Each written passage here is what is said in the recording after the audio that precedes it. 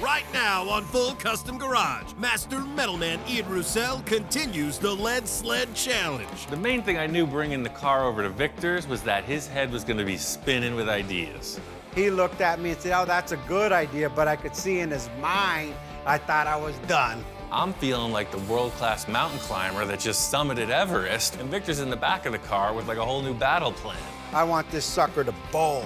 But Victor's surprises don't stop there. I've been thinking about giving this car to Craig. Okay. The only thing is, his birthday's in a couple weeks. With the pressure on, Ian's got a plan to pull it off. There's nothing like hitting it when there's inspiration in the air, so I'm telling Victor, let's just cut it, you'll see what I'm talking about. When he was talking to me, I didn't quite understand what he was trying to tell me. Who cares how much effort it takes to get there? Wow, that's right on. It's the end result that counts.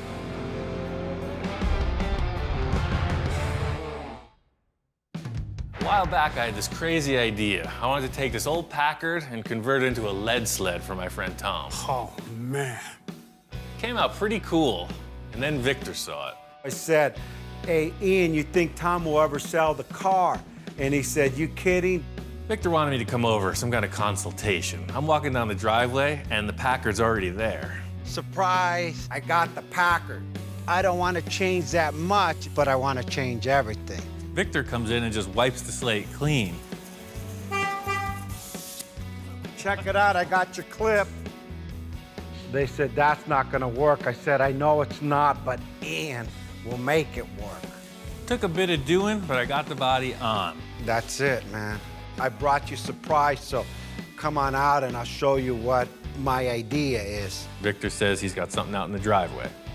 1950 Mercury, it was another project. This nose piece is a game changer, but it's gonna take a little bit of doing though. The modification isn't over yet. Okay. I really want to get this thing to my house. The whole thing with taking the car over to Victor's house is now it's in his ballpark. And I still got some tricks up my sleeve. This thing has the potential to go totally off the rails. This Packard's come a long way. I got it over here to Victor's. He was saying he needs to check it out in person, kind of ruminate on it. There's one or two things left for me to do sheet metal-wise, and this thing's almost a wrap. All right, so this is pretty much all the fab in the hood, aside from the scoops. I'm gonna finish these two scoops by the time he gets here, and we're good to go. I don't know where the idea first came from for these scoops in the side of the Merc hood, but you see it all the time. It's a really cool thing. It breaks up the side profile of the hood a little bit. My original idea was putting them more towards the middle of the hood, but Victor wants them further back. I'm a little unsure if this far back is really gonna work or not. The only way to figure it out is to mock it up and see what it looks like.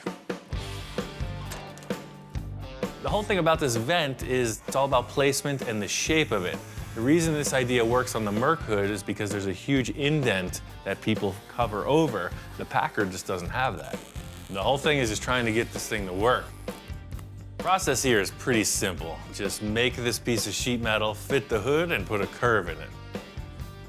The whole thing about this location change is I don't have the shop set up the way I typically would, so it's all about improvisation. The thing about this is it's a section of a cone, so I'll try to just push it. So I got a piece of pipe I found. Victor has a sheet metal brake. It's pretty basic, but I think I could pull it off. If you ask Gene Winfield, for instance, how they did it back in the 50s, he might say this was the same technique. It's as old as history. I got both these pieces formed. They look good. Tacking this thing on, and Victor comes in. Ian, how you doing? Hey, man. All right, you got the scoop, huh? Yeah, I did all the detailing on the hood, and I just wanted you to check out the scoop before we finalize it. They're kind of mocked up. I really can't tell. Can we drop the car on the ground? Yeah, I just jacked it up. Yeah, we'll be able to see how it looks in proportion to the size of the hood. I walked in and Ian finished the scoops. I wasn't really sure how they were gonna come out because I had placed them more towards the back, and then they look kind of funky. For sure, it doesn't need to go back. A little forward, just to see. I just wasn't feeling this first vent and its location, so I was telling Victor, stand back, let me move it around, tell me what you think. 4 eyes are better than 2. Yeah, that looks more in proportion. Yeah, I think about right there, that's it. By moving this vent around, you know, you hit a sweet spot. I tacked it in place and then stood back, and I concur. This thing is looking good. That's it right there. Actually makes it look meaner. Yeah, it just breaks that up. Now, the hood, instead of being 20 foot long, now it's only 10 foot long. Right. Well, if you're cool with the placement of those scoops, I'll just finish welding them in. That's a no-brainer. There's a lot to do on this front grille, so I don't know where you're going with that.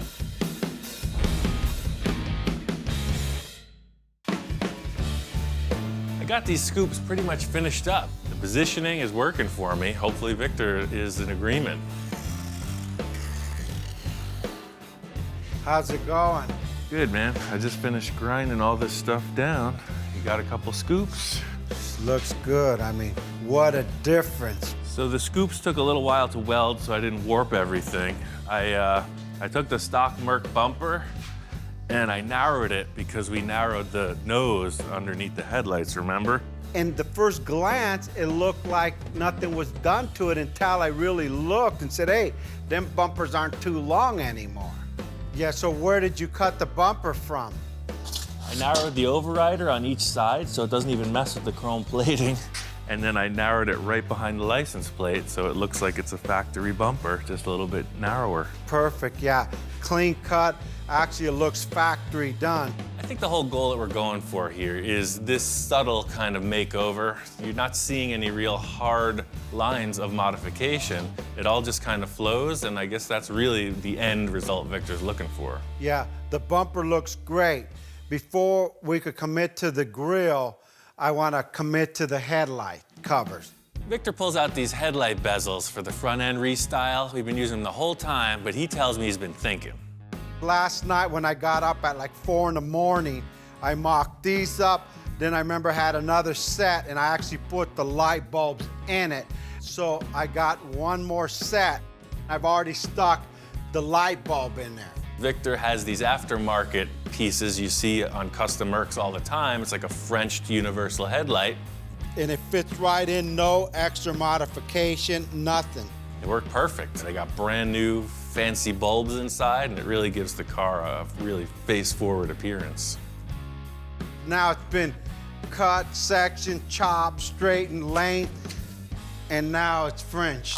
I think this is perfect. So we just weld those surrounds right to the fender, and that's it, done. So we're committed now, let's get into the grill. That's another story. I asked Victor what grill he was using, and he comes over with a wagon full of parts, you know, the swap meet thing. I even modified the wagon to carry my equipment. This is my candy store right here. You know, I go to the swap meet here in California, Pomona, and just collect things. And I had a whole collection of grill over probably 10, 15 years worth of grill. That's option number one, a floating grill like off of a shoebox. This grill works perfectly if you're building a shoebox. You can see the orientation of the headlights and the bumper, make it look just like that car. I mean, that's an awesome center bar, but it just tells you it's a shoebox forward, and that's the thing. It's and like, it doesn't go with the lines floating. See, this thing flows, and that just, it doesn't do it. Yeah, it cuts it right across. Victor's really looking for my opinion in a lot of ways. Option one, nada. Nada. But still, it's not easy to put these parts on a packer, so it's got to work out somehow.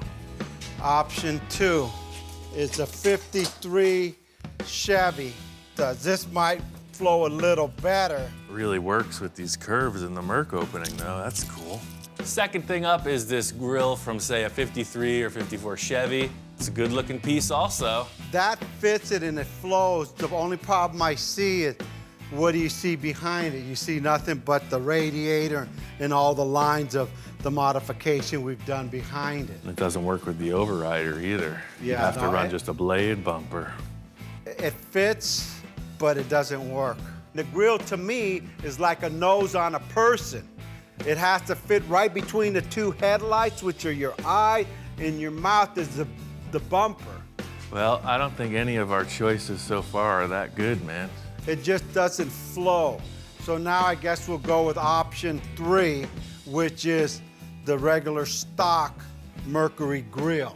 I think both Victor and I were just looking for that other thing, you know? We were both leaning towards the Merc grill because it's a classy look. We're just trying out other options because you never know. Wow, this works. Even being narrowed, it still doesn't hit it. And it fits perfect because it covers everything up. everything, that whole big opening of this radiator. It's like the car was made for it. The bumper fits, the grill opening fits. It's pretty much a keeper. The thing is so crazy modified, maybe just a little element of stock is what's gonna really make people wonder what went on here. It looks like a stock Merc from the front. Once this car passes, they're gonna go, what the heck? I thought that was a Merc. Hey, everybody's got their thing, right? Victor loves Mercs, and I think that's what we're doing here. We're building another Mercury out of a Packard. If we're using the stock grill, then it's a pretty simple fix to the side of this fender then. I'll cut off all this ridge here where the old turn signal action used to happen, and I'll just follow it around right into the wheel arch or the piece of sheet metal. You can see how far out this is sticking. But now we have this curve here dictating the curve of the fender. So the sheet metal, you can see, will just turn the corner. It'll go right around, and then the pan will connect through there. See, so this, I mean, obviously I'm covering up the wheel, but you see that's gonna follow this bumper right through. Pull that cardboard back for me. I want to see something. I'm just thinking about, let's finish this whole problem. Let's just get the fender put back together and move forward. Victor's like, hold on, I got a whole new idea. Can we turn the cardboard on the other side? Let's see, I want to see something. So if it's coming in. Yeah, right there. So it's gonna kind of end there, right? Can we open up that whole wheel well with a radius there? Oh yeah, for sure. That way it'll steer when it's low, because it's not gonna steer now. Victor's idea here is to radius the wheel opening. He wants to see the tire, because the car sits so low, the tire totally disappears. He loves the look of the white wall, but more importantly, for me, the idea is that it gives the tires the opportunity to steer. It looks awesome, sure, but to create this very complex shape, as well as filling in a hole, it's a pretty big deal. The problem with these custom cars, and with Victor, is, you know, sky's the limit. There is unlimited potential here. Every time we solve one problem, he's got more ideas to create problems with.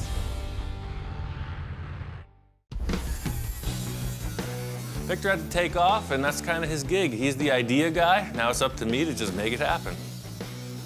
First thing I need to do is finish out this sheet metal that comes around below the headlight. It's just gonna be one panel that wraps right around, mates the Packard fender to the Merc sheet metal. I don't have any of my regular tools here, so I gotta figure out how to form this stuff. The whole thing is, I'm looking around the shop for something with a slightly smaller radius than what I need on the car, because it doesn't actually stay the same shape you roll it into. It always relaxes a bit. You got two options. Roll of tar paper or a copper pipe. So there was like 3 or 4 rolls of tar paper laying around. I picked the one that looked like it matched best. Working out of the shop, you gotta make do. Their equipment's awesome, but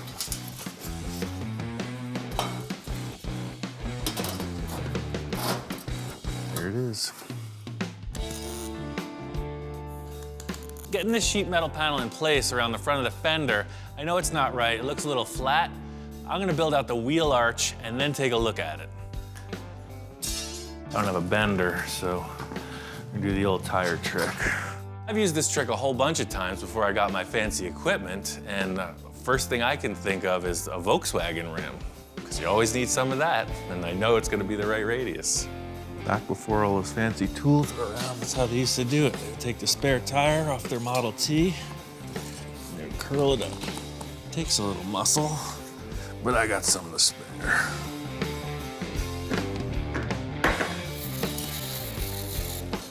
I really just figured that radius was gonna be the right one. I mean, did you see me do any measuring?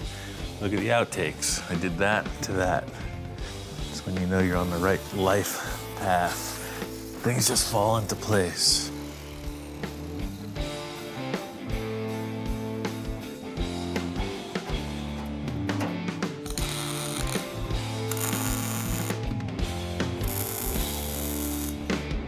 wheel arch is gonna work, but the sheet metal panel ain't happening. It's starting to look like a cartoon car, you know? The whole thing with this simple forming is that all it yields is a very flat shape. I'm gonna go look around. I know Victor's got a ton of parts around here. We gotta make the fender look right, and I'm just looking for other options. Back here in Victor's storage yard, I know he's had this Merc back here for a while that we've been using as the donor parts car. And yeah, now that it's revealed, I think we all understand exactly why this is a parts car. Somebody really screwed it up. Looking over the car, I could see why it was abandoned. I mean, whoever started the chop, they cut it apart pretty good. They just didn't know how to put it back together again, and that's what ruined it. I've seen some pretty rough work, but nothing quite compares to this chop top. So the parts I came over looking for aren't on it. So what I was thinking is I could maybe use this section of the fender, take this and flip it around backwards to the other side. They're both very strong, and the curvature matches the part of the Merc fender we're using. I think maybe these fenders are enough for me.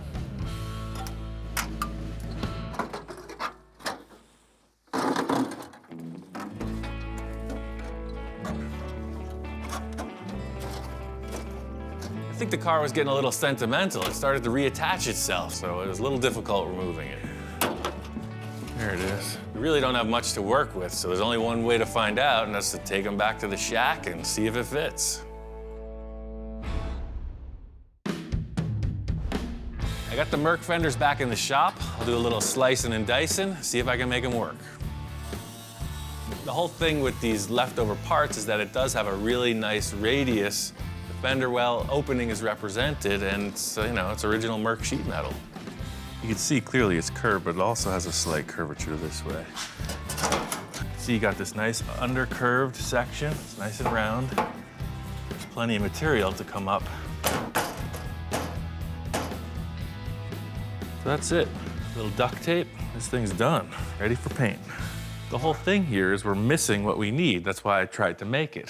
So now I'm gonna try to make it once more, and maybe this time it'll stick. The whole reasoning behind doing it this way is that you've got these awesome pieces of sheet metal that already exist. What's better than an original Mercury part, right? It looks great. It's just taking the other leftover stuff and making it work on the new part.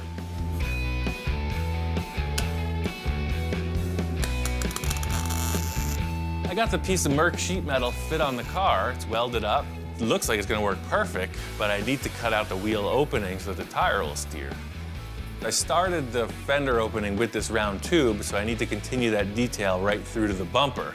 So I'm gonna continue with the radius on top and then gradually angle it forward and then turn really sharp right into the bumper. Everything here looks good. I was just finishing cleaning it up, give it a once over with the sander, and Victor walks in. Ian, how's it going? Right on time, man.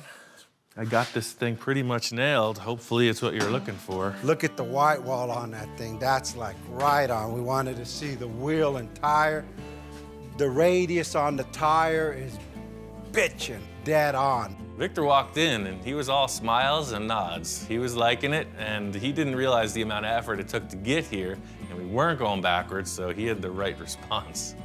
I know you want it to look as much like the Merc as possible, so I took a section of the leftover front fender off your car, and I used that, and that's how the whole contour flowed out into the headlight area.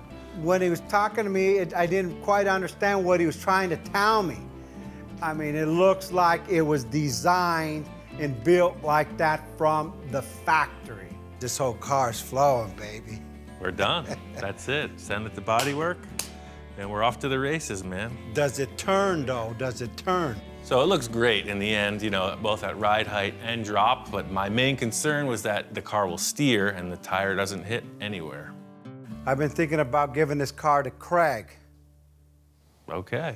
The only thing is, his birthday's in a couple weeks. If we can get this into bodywork, this thing's ready, man. Bodywork and paint it.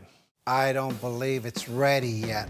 After looking at the car, and especially now after I see this flow, I got some issues back here. I think we need to do a little bit more to this. So here it goes. I'm feeling like the world-class mountain climber that just summited Everest, right? We did it, we're on to the finish, and Victor's in the back of the car with like a whole new battle plan. Looking at the side of the car, it's straight. I don't want it straight.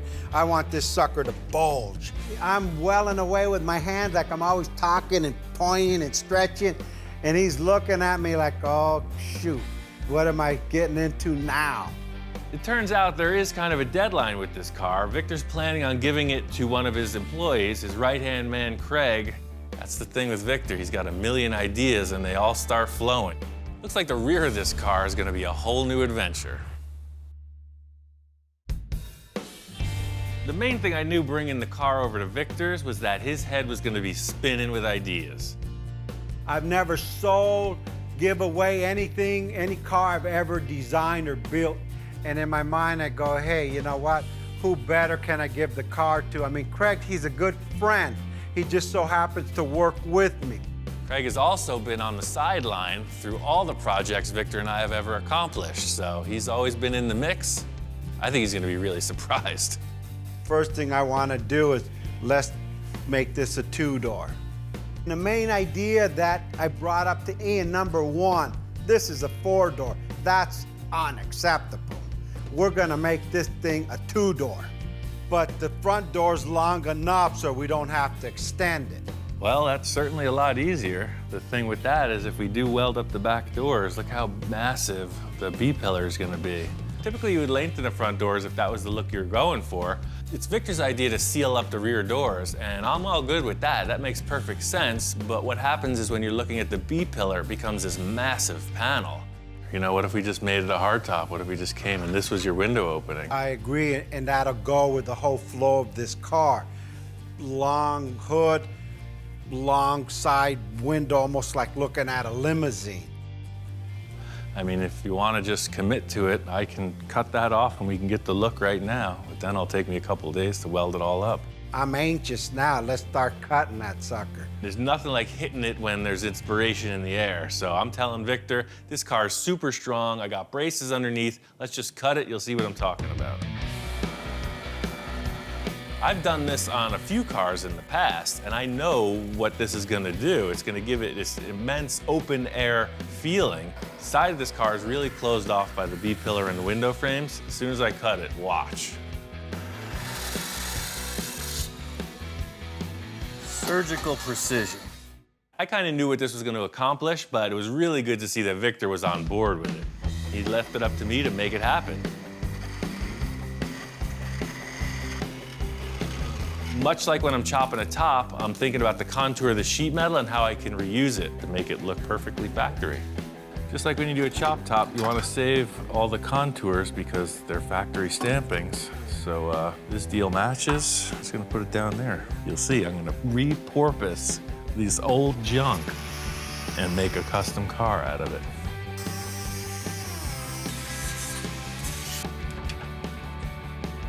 Reusing these pieces was a good call. The bottom piece was a little nip and it fit right back in. Unfortunately with the top, the length of it was more than what the pillar afforded me.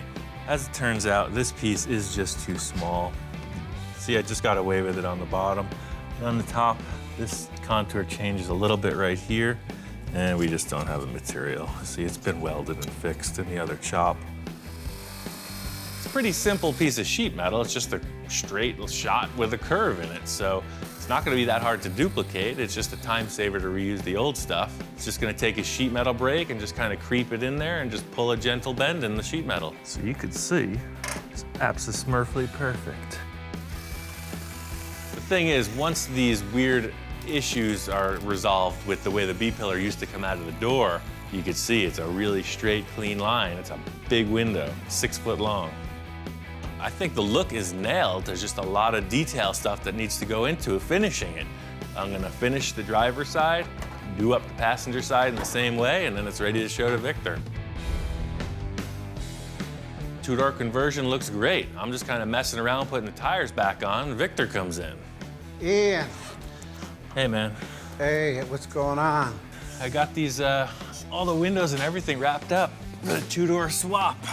Yeah, that's wow. That's right on. Victor walks in and he's all about it. I could see he's doing the pace, you know, he's walking around, doing the manager stare. He's got nothing but good stuff to say. I guess it's good.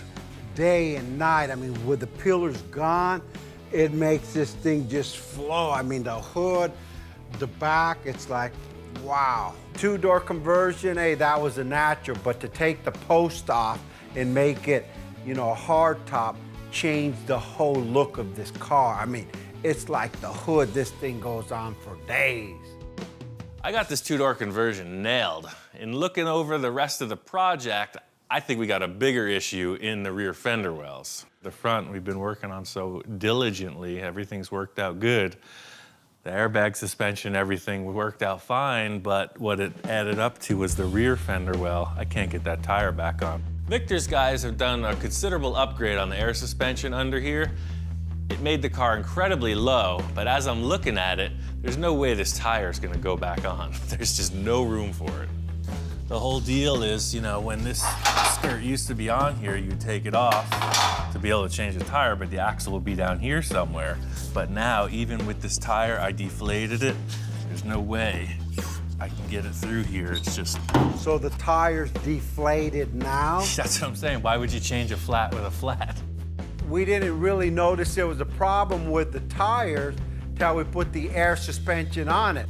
You know, there's a solution out there somewhere. It's just up to you what you want to do. That's good because I got some other ideas anyway. I want to put some bigger skirts on this. Remember, it's supposed to be a Merc eater? Right. Well, we need to get some Merc skirts on it or something that looks like that. And I got some in my other yard. So let's go see what I got and see what fits.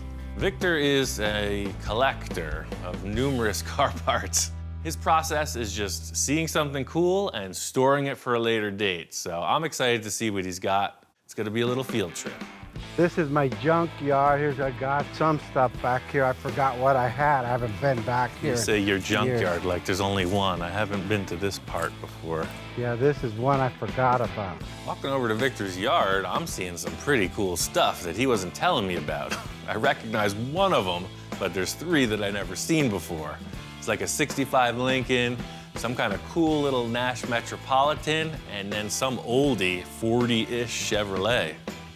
Oh, wow, this is cool. What's this, oldie Chevy? Yeah, something in 40? 30. Yeah, here they are right here. See if this thing even opens. Yeah, here we go. Check cool. that out. Victor's in the back seat of this car, dusting stuff off. He pulls the first set of skirts out. Oh, what did that say there? 51 Merc. And there's a label on it that says 51 Merc. These are pretty raw, man. Somebody's just making these out of fiberglass. Yeah, someone out of Pomona. You know me in Pomona. Here's one that's more completed, I guess. That's what it's supposed to look like. Second, he pulls out this weird-looking pink thing. He's telling me it's a fender skirt, but it looks more like an old surfboard or something. It's something you can modify, right? Sure, and you got a pair of these too. We'll definitely modify the paint first, but... Yeah, no, maybe we'll paint the car that color, who knows?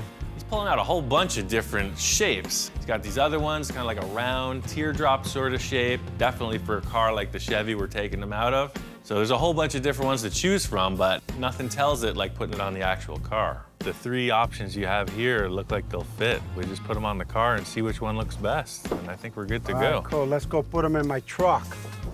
I'm hoping that we could use one of these just to bolt on to save some time, and hopefully it looks cool and we could get on with other parts of this project.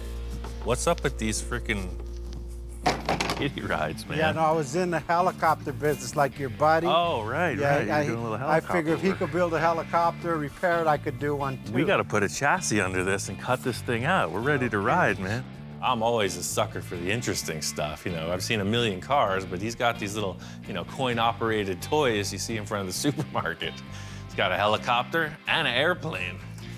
Like you're 5 years old all over again. Whoa, it's a bucking Bronco.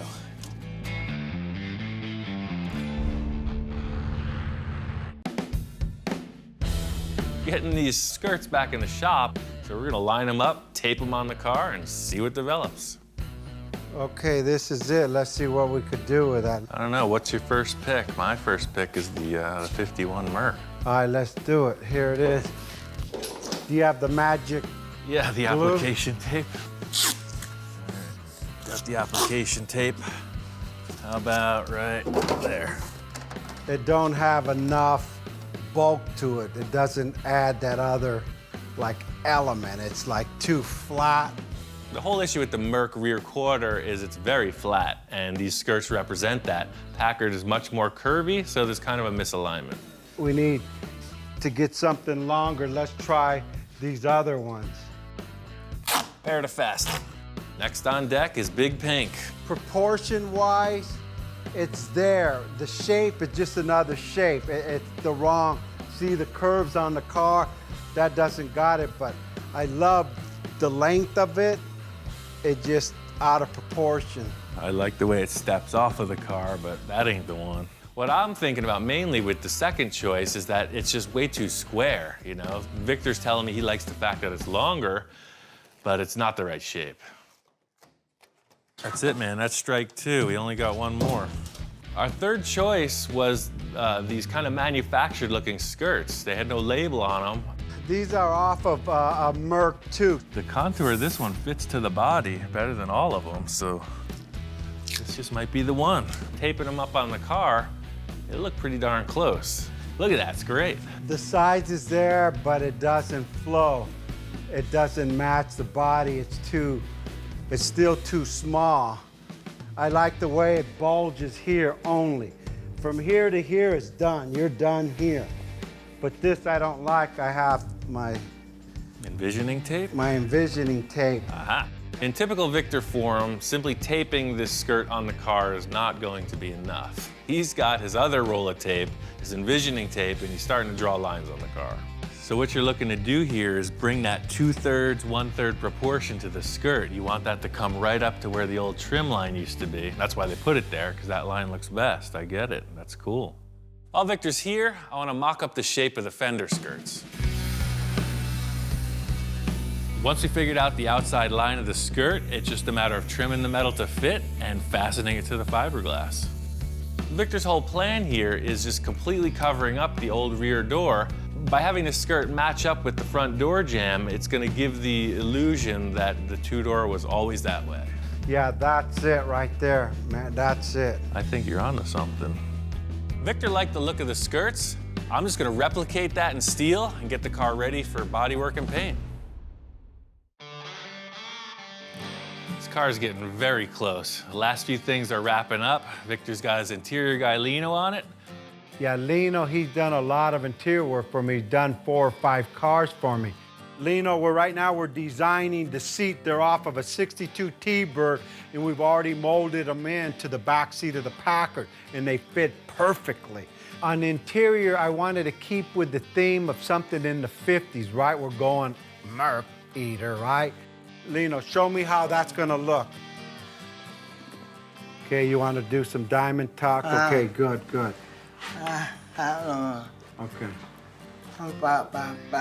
One thing unique about Lino, he's deaf. And then what about here? What are you doing here? Here's the leather. I don't know sign language, but I don't know what it is. I understand exactly what he's telling me. In fact, that guy talks more than any guy I know. Okay, so that'll be just pure leather. Okay. Okay, he's gonna do a red seam here, okay?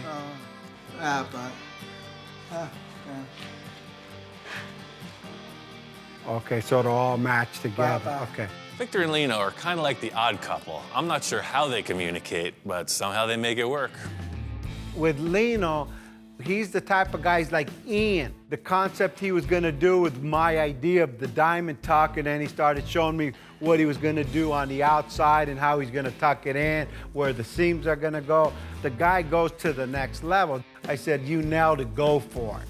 Good, all right, that's good then, perfect. Now what are we gonna do with the front seats? The typical mode with Victor is use what you have, and he's got these seats. Okay, this seat is out of a 2004 Lexus Coupe. I've been through this before. When you convert a 4-door into a 2-door, you can't use the same seats. In a 2-door, they need to flip forward, otherwise nobody's going back there. This one, when you push the button, the backrest comes forward and the seat goes forward so people could get into the back seat because we closed up the back doors. Now, Lino, what are we gonna do here? Okay, first we're gonna cut off the old headrests because this doesn't go with the nostalgia of the old 50s car, so it's gonna be rounded off. Now, let me see what he's doing here. Okay, same thing in the middle. He's gonna do diamond tuck in the middle, and he made it proportionate to the seat. Most people will do big old diamond tucks. This guy put everything into proportion with the car. Look at how that's gonna look. The guy is good. He's just slow. When is this gonna be finished? I need this finished.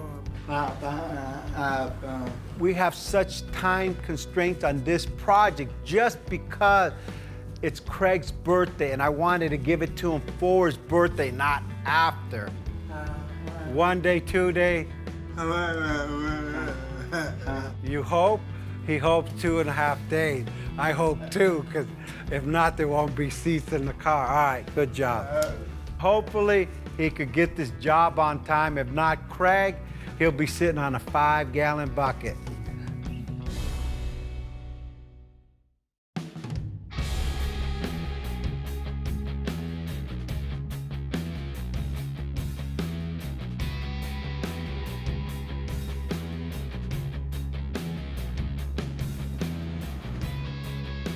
Car's done. It's a wrap. Victor's guys got it all dialed in.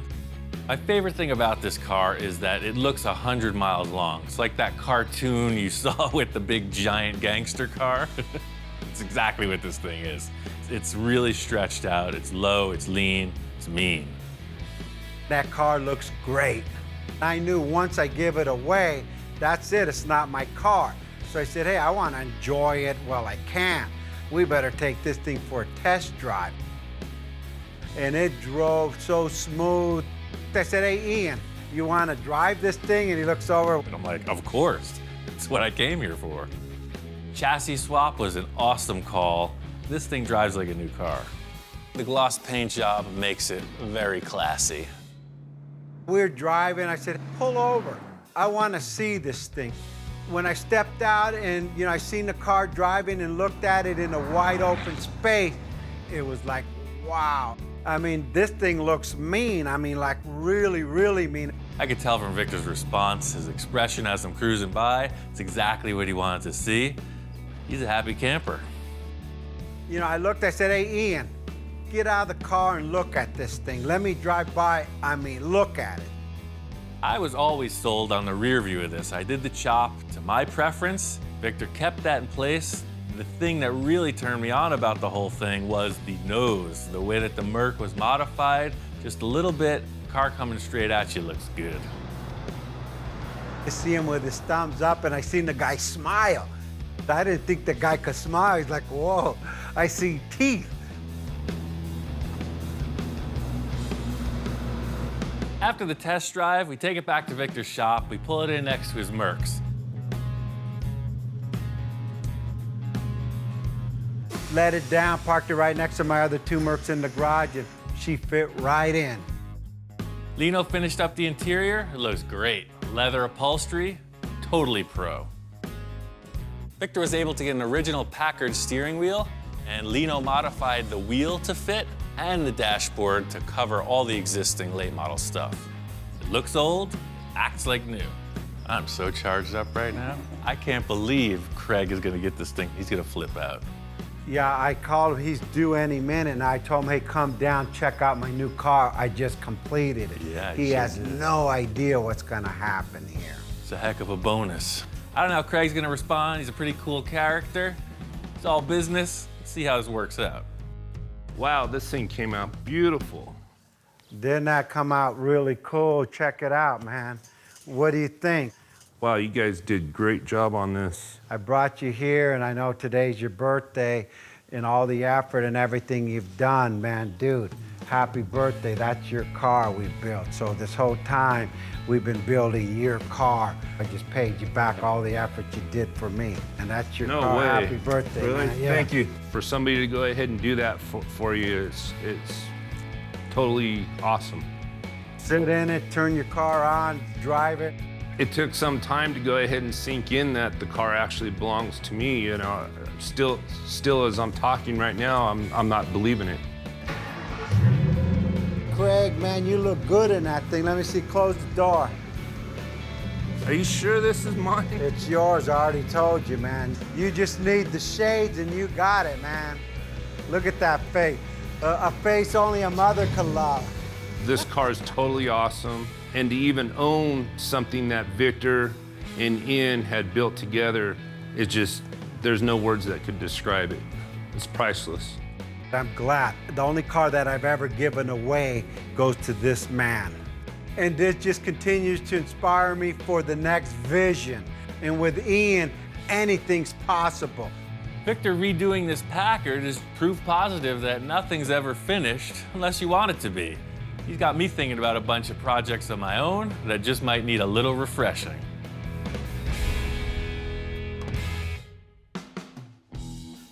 If it's done right, we could give a Merc a run for its money all day long. I see the Packard being a Merc eater and that people are gonna be buying up Packards throughout the United States. So if you have any money, start buying Packards. Is it a Merc eater? You know what, let's be honest. There's nothing that's gonna eat a Merc but another Merc. But hey, it's my car. I could say whatever I want.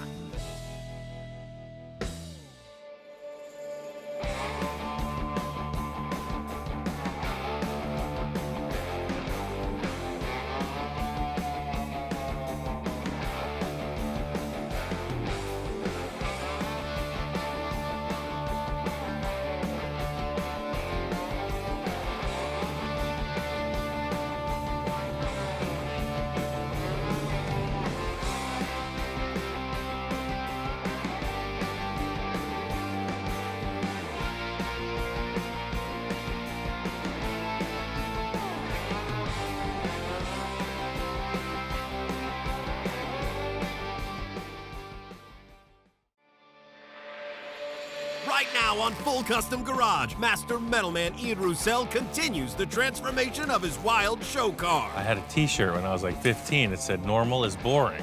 This car, it's gotta follow suit. Sky's the limit. Ian gets some help from an old friend, and the ideas keep flowing. It started with Johnny Jalopy, continued with Eric, and now Mark's here. So it is all about the collaboration. I brought you some stuff. Cool. Is he gonna like it? Is he not gonna like it? Whoa, that thing is nuts. With the car taking shape, Ian heads out on the hunt for parts. I'm building a Roth-style bubble top. Now that you mentioned that bubble top, let me show you something. It's like, you gotta come inside. This thing is like a snapshot of heaven. Back in the shop, things don't go as planned. Stepping back and looking at the car, it's just not good. There's something terribly wrong. He's got his vision, he's got the drawing to consider, but if it's not aesthetically the way he wants, then it's not gonna happen. There's one final element that's gonna seal the deal. People start to wonder, how the heck did that happen?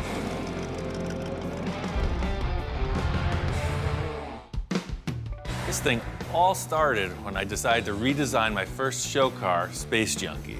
I called in Johnny to help me with the new design. You're not satisfied with I'm not satisfied. It's got to be different. We based the concept off a few of the parts I had, and Johnny came up with a really killer sketch. That's what we're building. Awesome. With that as a guide, I called in my friend Eric to help with the fabrication. He had some really good ideas and helped me to modify the body to fit the drawing. After Eric left, I finished working on the rear fin details. I wanted them to be dimensional and carry the circular hole theme from the front right through to the back. Everything that Eric and I established with the sheet metal so far is cool, but we stopped on the rear portion. So in thinking about a radiator, I wanted something really exotic. I went to the local spaceship supply, and there was it was actually a crash-landed UFO. Some of the parts you could see were bent up in the impact. I'm telling the truth, this came from a store that has actual spaceships. It has satellites, rocket engines, the whole deal. When I saw this, I was thinking heat sink, like on anything like a radiator. The idea is air is blowing over some kind of fins to cool it. I definitely want to segment it. somehow fit it up to the rear of the car, but the first order of business is to cut it up. I got this whole assembly simply for these 3 shapes. You'll see it's like a flexible bellows shape, and I think stainless steel polished up, they'll look real nice. I just got to figure out how I'm going to put them in the car. The whole thing with this is that it's a representation of a radiator. It's going to move coolant through it. I don't know how efficient it'll be, but the bottom line is it's got to look really awesome. So I just want to mock this up on the back of the car. It won't be tie wired in place in the end, but you can see that's pretty groovy. It's already starting to look like a spaceship. The thing is, right now you're just seeing these 3 pieces, but there's gonna be a lot of cool tubes coming in and out of the thing. So something will be coming through here into that, then it's gonna turn the corner, it's gonna turn the corner, and then go back out of the car. So it's gonna be like a whole crazy straw thing going on. It's gonna be awesome. So I'll frame it out somehow, definitely put a fan in it. But I think I have to build this before I can finish the sheet metal on the back of the car. So that's the thing. I got these tubes on order. My friend Mark says he's on his way.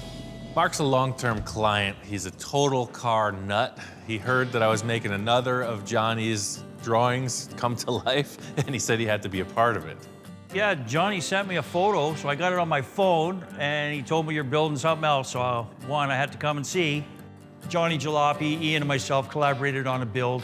It all came from a drawing which I stumbled across on Facebook, and it was drawn by Johnny Jalopy. Fell in love with it, sent the drawing to Ian, basically said, would you be interested in building this? And of course, Ian's man of few words, his response was, yep. So this is the next one, but I'm keeping this one. I guess, this is awesome. It's looking like the picture.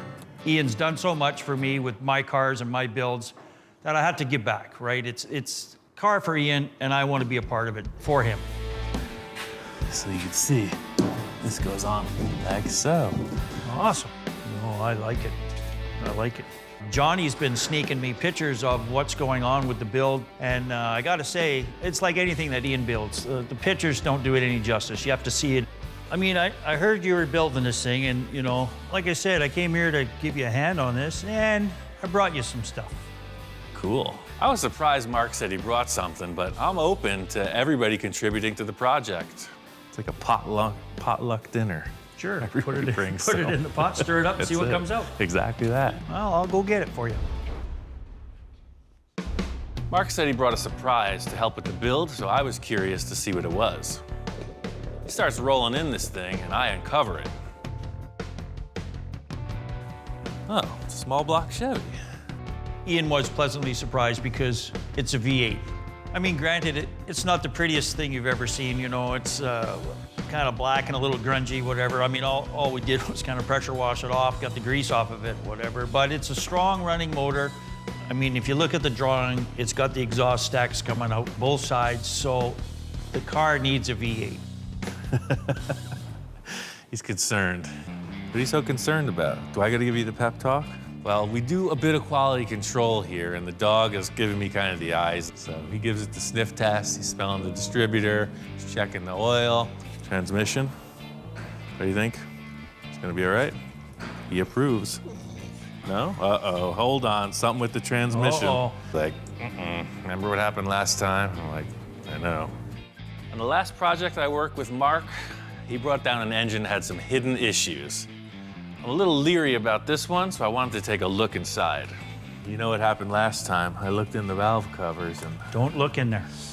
Oh, look, it's nice. And it's super clean, so this was a well cared for engine. Okay, well, I got a new starter on it, so it was a running thing.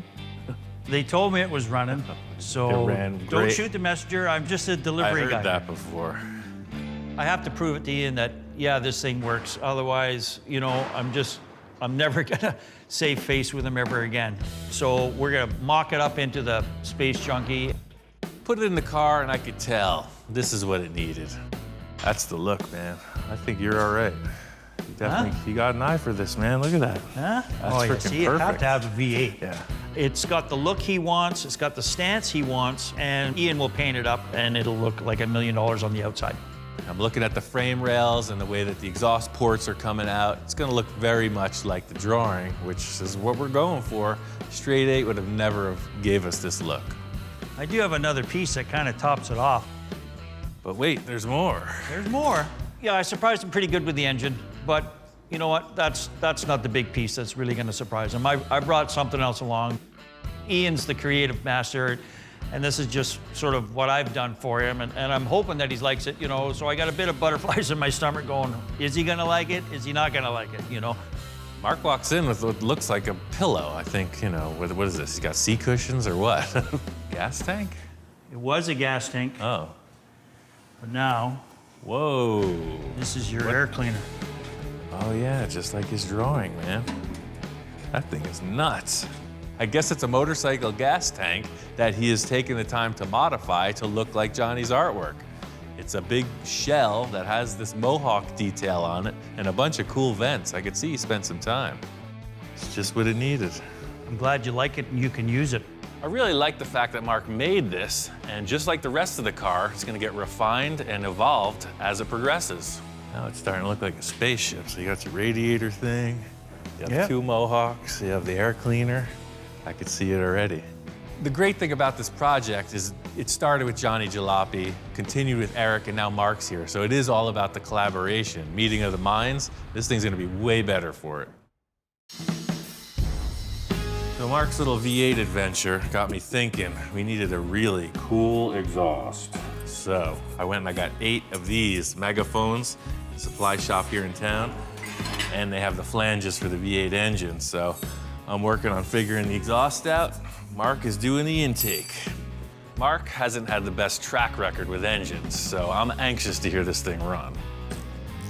He's a little concerned, so yeah, he wants proof of the pudding here. Okay, you brought me this thing, that's great, I appreciate it, it's in the car, but does it run?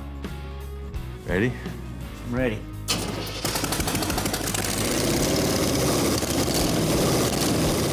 This engine sounded good. Mark really pulled through this time. Out of gas. Sold. Thank you.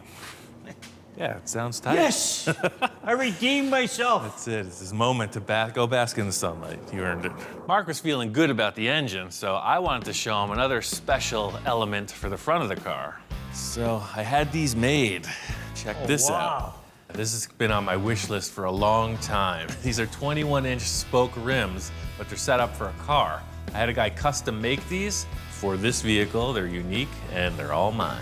Yeah, that's just awesome. I just like how freaking open they are. Oh, yeah. You know, the whole thing with this car was trying to show off everything. So now the side view, you're gonna look right through the rim. You know, no brakes, no nothing, just full Look at that. dragster style. Putting this rim set on here really shows off what I was trying to accomplish. You could see the axle, you could see all the detail that the side view with the other rims was hiding. Well, that's it, man. Oh, yeah. Once we got the wheels on, I wanted to move towards the front of the body. Johnny's drawing has this unique headlight detail that I'm really trying to emulate.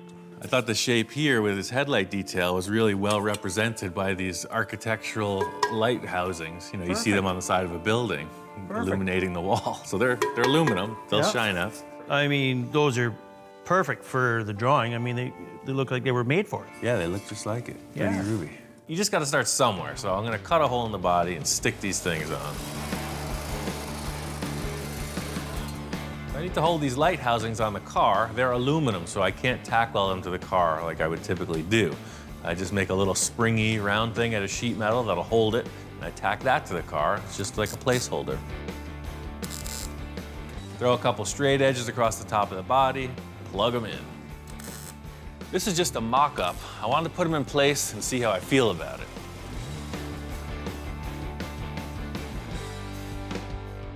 Stepping back and looking at the car, it's just not good. It's not okay. There's something terribly wrong. It's changing the whole look of the car. Once I mocked these up, I knew they were too big. I'd have to redesign the whole body to fit them, but Mark liked it. They're already got a 45-degree angle on them, so they matched the drawing that Johnny did, and I said, wow, what a perfect thing to reuse to get the look that you're after. In order to show Mark the problem, I had to use a different type of envisioning tool. Eric and I created this really nice curved shape, and it will basically delete it. We'll go right over it to blend in this headlight. To make this blend in, I'm gonna have to go entirely over his work and wrap the headlight like that. See what happens, it's just this giant shelf. It's a big projecting panel coming out of the body.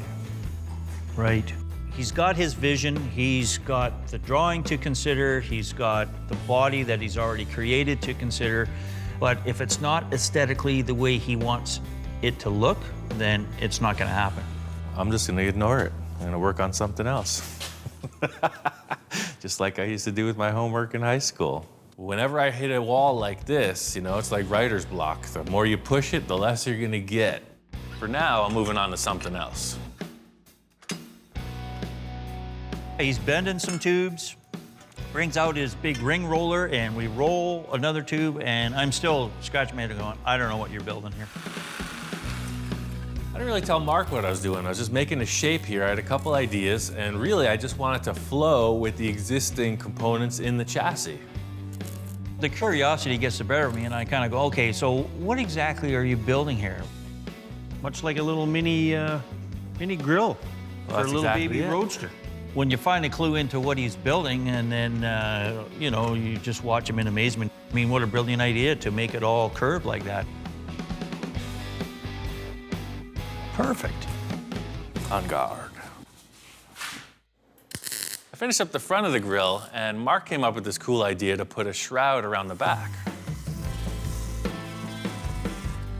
I made the shroud oversized so he could trim it to fit, and I left it up to Mark to decide where we should cut it. Whatever this dimension is, let's just follow it right from this surface, and then it kind of flows. I'll trim it, we'll bolt it on, we'll call her done. Mark's a little nervous. He didn't want to draw the line, so he left it up to me to make the call. You going straight? Yeah, of course I'm straight, man. So I'm saying, you can't be afraid of the marker, man. We're gonna cut somewhere in here. Cut somewhere along this line. As usual, someone has a critique of my line drawing process.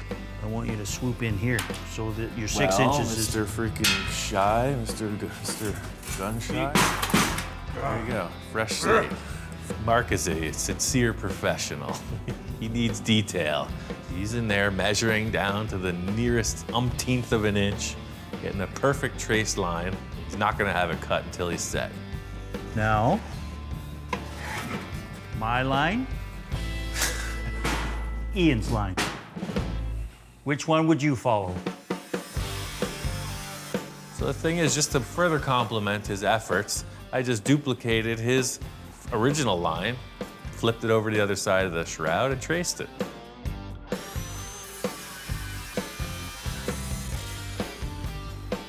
We put it back on the car and we accomplished exactly what we needed. That's cool. Yeah. It fills up that void, definitely, For sure. right? Another piece to the puzzle, man. This is a pretty crazy car. Felt good to complete the grill with Mark, but there's still a lot of big issues we have to deal with. I needed to get a lot wrapped up with the rear of this car, and I wanted to make some progress before Mark got here. I walk in and Ian's grinding away and whatever. I kind of come up there and stand beside him. It's looking a little different. Wasn't there something hanging there or something before? But now you got this odd shape going here. So the hole is for a fan. So see this fan here, it's gonna go in here. Before Mark arrived, I finished up the radiator tubes. I got a bunch of mandrel bends and I welded them in to finish the radiator design. He proceeded to pull out this radiator piece that he had construed together. So this is gonna go in this puzzle piece here. Laid it in there, and basically the name of the car suits it. I mean, Space Junkie, it is something from out of this world. It's kind of like a part of a reactor or something weird and funky, very spacey. Looks cool, I like it. Mark got the vibe exactly. It is something that will cool water, but it's more of an art piece. Flux capacitor, whatever, spaceship stuff. Mark's only got one more day to offer me, and I really need his help with something bigger than just the rear sheet metal on this car. The thing is, I'm just messing with Mark a little. I tell him, hey, we got this huge piece of plate over there in the corner. We got to get this and put it on the car. This plate is super heavy. I mean, it looks heavy. Yeah. Just looking at it, looks heavy. My back's hurting already. I'm not really sure what we're doing with this chunk of steel, but it's something that Ian's got us to do. Look at that. The whole thing here is that I need to support that acrylic dome. I cut the flange off with Johnny so it has no strength. I'm gonna use this sheet to recreate a flange in steel that'll weld to the body. Basically, this piece of steel is going to be the supporting lip for the bubble. So even though this is 1/4-inch plate, you're about to see efficiency in action.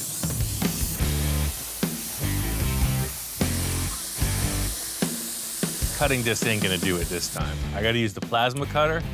It's a treasured asset, so I only use it when I really need it.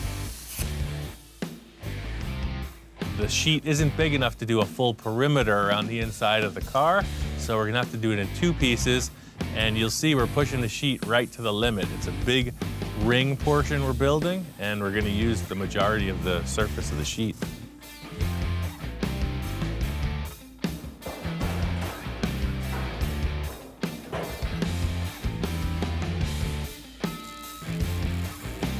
He took a pipe and he just sort of measured it out 1.25 inches, and he felt, okay, this is it. If we cut it wrong and if it's too short, we're starting from scratch again. Get a whole new piece of metal, nobody's gonna be very happy.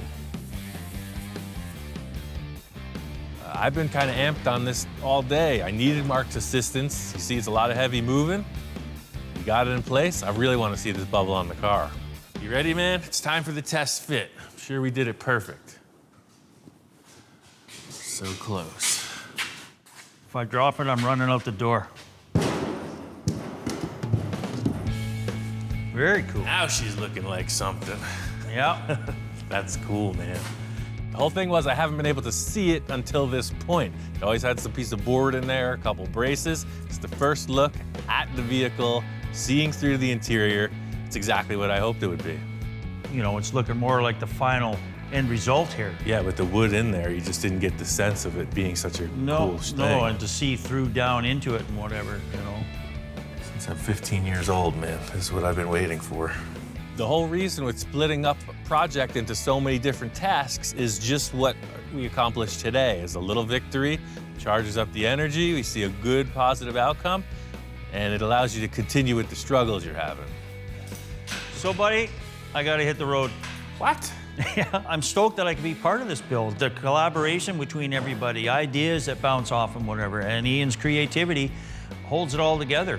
Basically, it's like a circus, and Ian's the ringleader, and we're all the clowns that are running around trying to figure out stuff to do for him. You think you just stop in for a little 3-day vacation? And Yeah, see, there's my phone right there. It's, you know, you're a busy man. somebody wants me somewhere. His job is done here. Mark's got to hit the road, and so do I. There's an old school shop that might have just what I need to take this to the next level. I'm at Moon Eyes, the makers of spun aluminum wheel discs and a lot of other cool stuff. I called up Chico and asked him if he could set me up with a custom pair of wheel covers. Hey, how's it going? How you doing? Good. Ian called me the other day and said that he's got some new projects going, and he wanted the moon disc. He's here today, and we're going to see what we can do for him. Walking into their shop, I see an old school dragster. I'm building something sort of similar to this. It's not a race car. Yeah. It's like a Roth-style bubble top. Oh, okay. But it's Yeah. got the long wheelbase Yeah. and the spoked rims on the front. Well, now that you mentioned that bubble top, let me show you something. Chico starts scratching his chin. He's like, you gotta come inside, see what I got. Mark Moriarty built it. We got this thing, about 8-9 years ago, I think. But he built all the cars, Whoa. all this scale model, the cars that Ed Ross built. This thing is like a snapshot of heaven. It's like it's got all the Ed Roth cars, a whole bunch showcased right in the center of the room. It's got people walking around checking them out. There's another corner of his original shop where he's setting up the plaster mold for the original Outlaw body. It's really cool. Somebody took a huge amount of time to make this thing. Wow, this thing's incredible. Yeah. Maybe someday somebody will make one of these with my cars. It'll be all right. That'd be nice, huh? I almost forgot why I was here. I'm just geeking out on this model. It's amazing. She goes like, maybe we should go into the machine shop and talk about your wheel covers. I grabbed the rim from the car and brought it in the shop. All right, let's set it over here and take a look. Whoa, look at that. Yeah, that's the discs we did for Tesla, the 19-inch Tesla wheel. Chico says that this is like some kind of a prototype special edition for a Tesla electric car. And I know right away I gotta have something at least that special. So this is a 19, but those That's are 20s. That's a 19, yeah. These are 20 wheel, and it measures 21 and a half. Right. And let me see what we got. He brought out the standard disc, and that's what I thought I was coming here for, just in a 20-inch diameter. Apparently, just like me, they're always experimenting with different designs and styles. This Off the disc here, we Whoa. did, this one we did for Dodge Magnum, 20-inch wheel. This is a Dodge truck spare tire.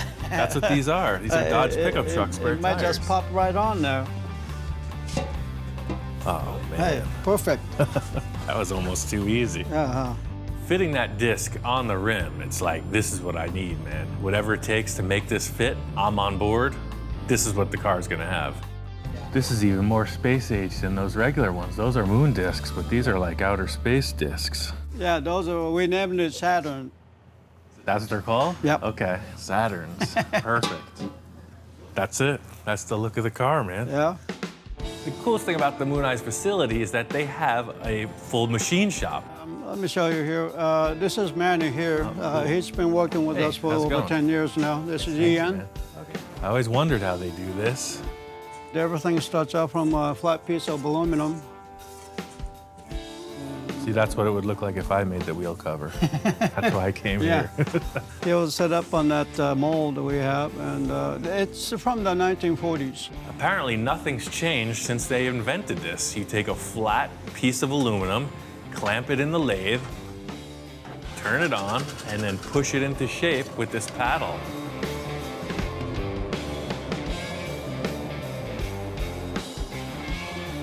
It just goes to show that sometimes the primitive machinery yields exceptional results. This thing is super low tech, and it's really all in the operator's skill to make this thing happen. We go from here to a sunray machine, and then we put our trademark sunray finish on it. Oh, and that's how it gets all the different facets. I Right, guess. yes, it's a brush to finish. Just like any fabrication process, you rough it out and then you finish it. You pull the disc off of the lathe, put it in some kind of polishing machine, and it's pretty fancy. All right, here's a finished product with a sunray on it. Wow, crazy. The difference, huh? It's perfect, man. That's the thing, I mean, literally, Yeah. That's the that start, to and this that. is the finished. that's pro. Seeing the process was pretty cool. It's a highly specialized thing, but mostly it's the old school dude doing something with his hands right there in front of you. Custom work is where I would really like something that's not available out there, and I want to be able to make them so that we can say, here, we did this. Thanks for coming by, Yeah. and we'll get your wheels disc done next week. Sounds good, All right. yeah. Whenever you get time, just give me a call. All right, Those great. are perfect, thanks. Very good. Right Thank on. you. Thanks for coming by. So it looks like these wheel discs are a go. He's gonna do a couple things to make a mount. I gotta get back to the shop and finish this car. I think I figured out this headlight issue. The whole thing was I loved those original headlight bucket shapes, so I just kind of modeled the new design after that, just a little bit smaller. I really dug this slash cut opening, but on the outside of the car, it was just too bulky. Took some round rod and I just framed out this opening. Took some sheet, I put a little curved half cylinder in there, and then I took some round tube and just made a recess in the body. I also still like the aesthetics of the original headlights, and I wanted to incorporate them as well. With this in place, there's another idea that I want to try out. I was making a lot of cast aluminum parts in the past. This is one of them. You see, like on lowriders on their fender skirts, a lot of times they'll have this shape. This is handmade. I had a foundry pour it for me, but I took an original trim part off of a car, mocked it up on a board, and then added an extra element of these deals and one more spear. So instead of 2, now you got 3. And it just so works out that we need 3 spears in the front of this car. Like everything else, I see a shape and I'm thinking it can be cut, segmented, modified, whatever, and that's exactly the course of action with these. I made them, I'm gonna cut them apart and remake them again.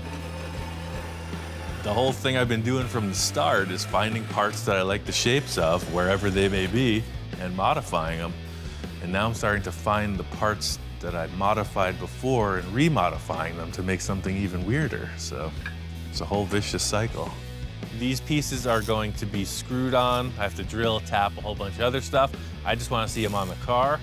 I know I could pull off a temporary tack weld, get these aluminum pieces fit up on the steel body, just enough to look at them and see if it's gonna work. Right off the bat, standing and looking at this, it works. This is exactly the look I was hoping for. Sometimes you just gotta wait a couple days. You know, it just occurred to me that I had those spears, made a good call on not adding that other element with the headlight bucket in there. That's the look. I'm committing to that. The main thing on my mind right now is getting to one of the biggest fabrication elements on the car. Johnny drew this mohawk thing, and I really need to nail it. I think it's gonna set the car apart from all the other bubble tops. The main thing is trying to make it look like it belongs with the car. Well, the first step is figuring out how to draw a line in space so you can stand back and look at it. And got yet another envisioning tool. The bottom line is this is an engine hoist. You use it for lifting engines. I'm gonna use it to lift some tape. Keep your eye just like focusing, aiming a weapon. Trajectory is dead on. The whole idea here is just trying to create a support structure that's adjustable. I want to stick the tape on the dome and just have something that raises it up in the back. The whole idea here is seeing what the angle of this aluminum fin's gonna be. Try it right there. Yeah, see? That's all I needed. That's the thing, you use what you got. I knew I needed something adjustable in the back of the car. Engine hoist is exactly that. It ain't gonna move and it's completely adjustable, so problem solved. The angle looks perfect. I'm gonna grab some paper, make a template off of this line that the tape has created. My idea is that it's going to be an abbreviated version of what Johnny drew. Same flavor, just a little more dialed in for this car. I'm happy with the paper template. I'm gonna skip a couple steps and go right into the aluminum. I think I could fit this aluminum panel to the acrylic bubble and work that as the template. The whole key to this is just making it look like it flows. There's no other way to describe it. It should be like a nice swish, you know, something that looks fast and light. This is just another template. I'm going to cut a series of holes in this and then make a duplicate. So it's gonna be thick, welded, finished. It's gonna look sort of like the rear fins on the car, very dimensional, but all aluminum. The whole thing with a bare metal sculpture is you're seeing the work all the way through to the end. I gotta take my time, weld this perfectly, and finish it off. Got this aluminum mohawk fin thinger real close. The setup for welding on this is critical because I don't want to warp it. That being, I have to take a lot of preparation not to overheat the metal when I'm welding it, because it's only going to be a metal finish, no filler, no nothing. You just see the work.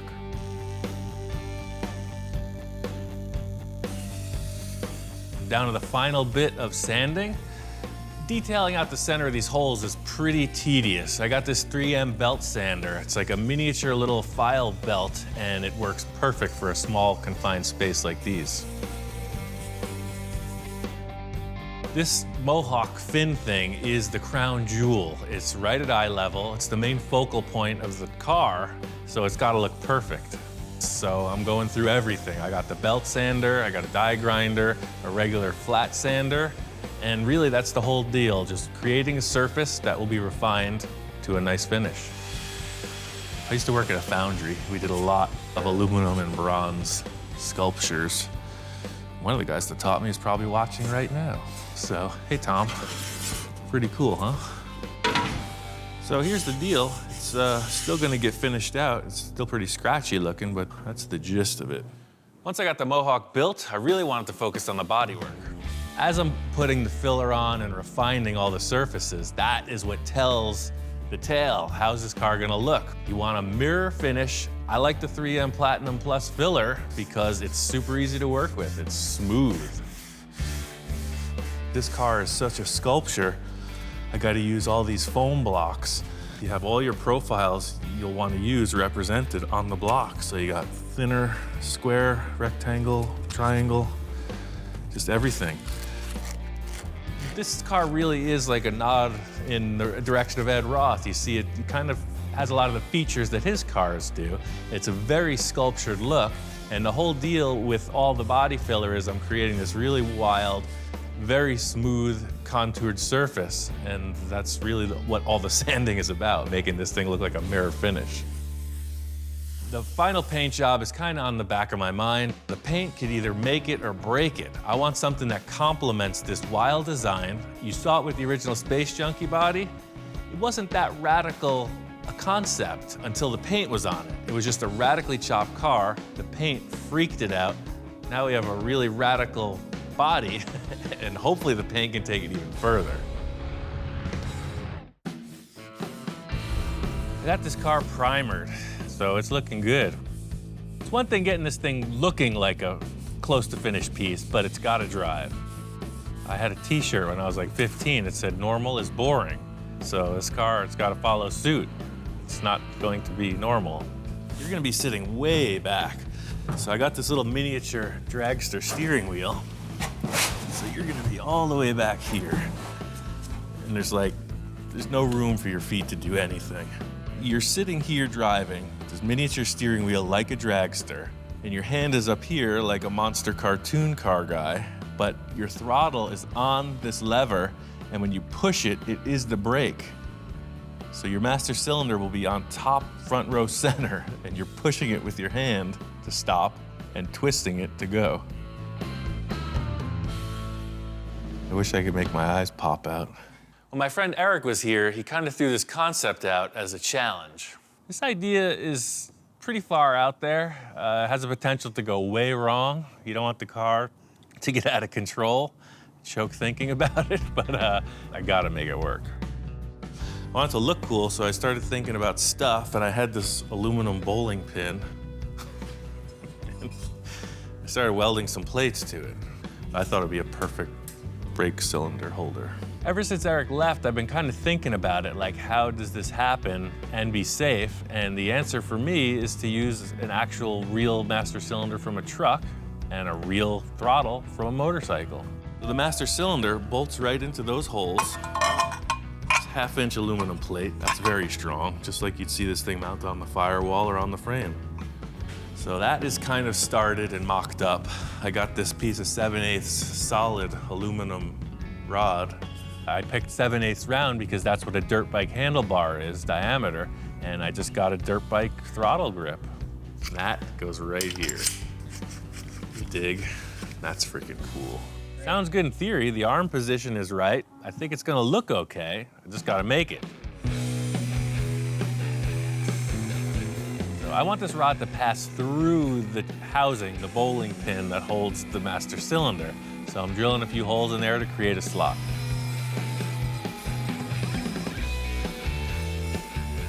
Thinking about the leverage I'm gonna need, I drill a couple holes in the body. The lever will mount below the floor of the car, and then the master cylinder will be bolted to the top panel. So everything's looking like it's kind of gonna work, but I want to cut this thing to size and just make sure it fits me before I build anything on it. Come on, you gotta check this out. This is gonna be epic. Quality control, I gotta just make sure everything is jiving with the higher powers, and I'm just gonna show them the idea. You understand? It's pretty simple, but it works. I could see the concern in his eyes. He's got 2 long drool strings coming out of his cheeks, and that automatically is a cause for concern. And then he's given the shifter in the eye. You're not impressed. You're concerned? It looks unsafe? Don't drool on the primer. Proof is in the pudding. It's seeing a project halfway through. You don't know where it's going, so I'm gonna prove it. Just need a little more time. He's just checking out the block sanding. He's not very impressed. It's gonna get better, man. It's all a process. I got a plan. I'm on a mission. The dog is gonna go do his thing. When he comes back, it's gonna be on. I'm gonna make a little shape here with a hole and a pin. Put it together. It's all about just getting a few tabs in place just to mock this up before I can really go forward with it. The whole thing with this is that it's aluminum. It's gonna be all finished and detailed in, similar to the Mohawk on the bubble. So just using the TIG welder, gonna fill in a lot of aluminum so that I can grind it back and it'll still be strong. Working with a client, there are parameters. There's always a budget concern, a time concern, and then their, whatever their idea is. I don't have any of those with this project. Sky's the limit. No, this is kind of the theory. It's gonna take a bunch more brackets underneath to make it function, but you can see it's very much like a brake pedal in your car. There'll be a pivot you push, and this rod, which will be adjustable, pushes on the master cylinder. I'm sold on the idea of this thing, but I gotta get underneath, get all the pivots in place, and then give it a test run. Got this brake lever mounted. I pulled the engine and transmission out of the way so I could get underneath and build a structure.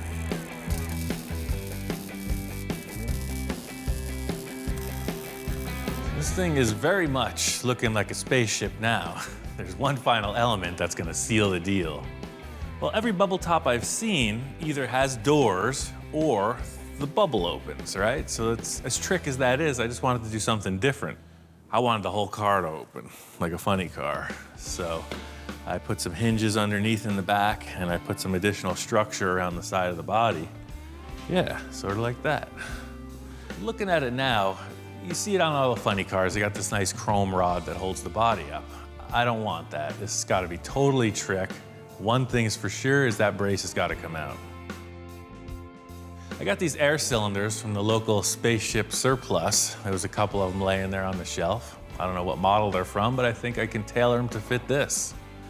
The idea being, when I raise it up, the air pressure will lock it up, and when I put it down, the air pressure will lock it down. It's a dual action cylinder. The reason I went with the air cylinders is because there's already airbag suspension on the car. So there's a compressor, there's a tank. Right now we got a huge air leak in the fitting. All I gotta do is put 2 more valves in there and this thing's operating. I know that this pivot works, but I wanna be sure that these air cylinders can support it. The body's pretty heavy. I don't know what their capacity is, so nothing to it but to try it out. Oh yeah, it totally works.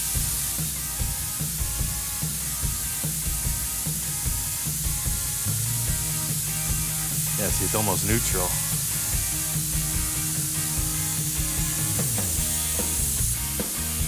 It's all on air. Nobody's gonna get hurt. That's cool. The whole thing here was the open air feel. You're gonna get in and out of the car. There's nothing in your way. It's pretty cool looking. That's how it'll sit at the show. Once the bubble's on, the interior's all finished out, this thing is nuts. Next time on Full Custom Garage, Master Metalman Ian Roussel continues the wild bubble top adventure. After everything we put into this car, this could either make it or break it. So the thing is, it's not gonna be just a silver car. What's it gonna look like? I'm a little nervous, way excited. As the guys get into it, a surprise visitor arrives. I'm like, oh my God, it's Ed Roth's son. Whoa, Check out what we're making. Man, this is sick. My first reaction was, am I not at Roth Studios in the 1960s? Because everything that Ian does has that flavor about it. And as the build progresses, Wow. Ian calls on the help of an old friend. Jack's an encyclopedia of classic ideas. What'd you do this time? I told you we're gonna change the look of the car a little bit. So we made a few subtle changes. I think so. He's getting crazier. Even Hellhound's responding. This is the stand back and check it out moment. This is what we've all been waiting for.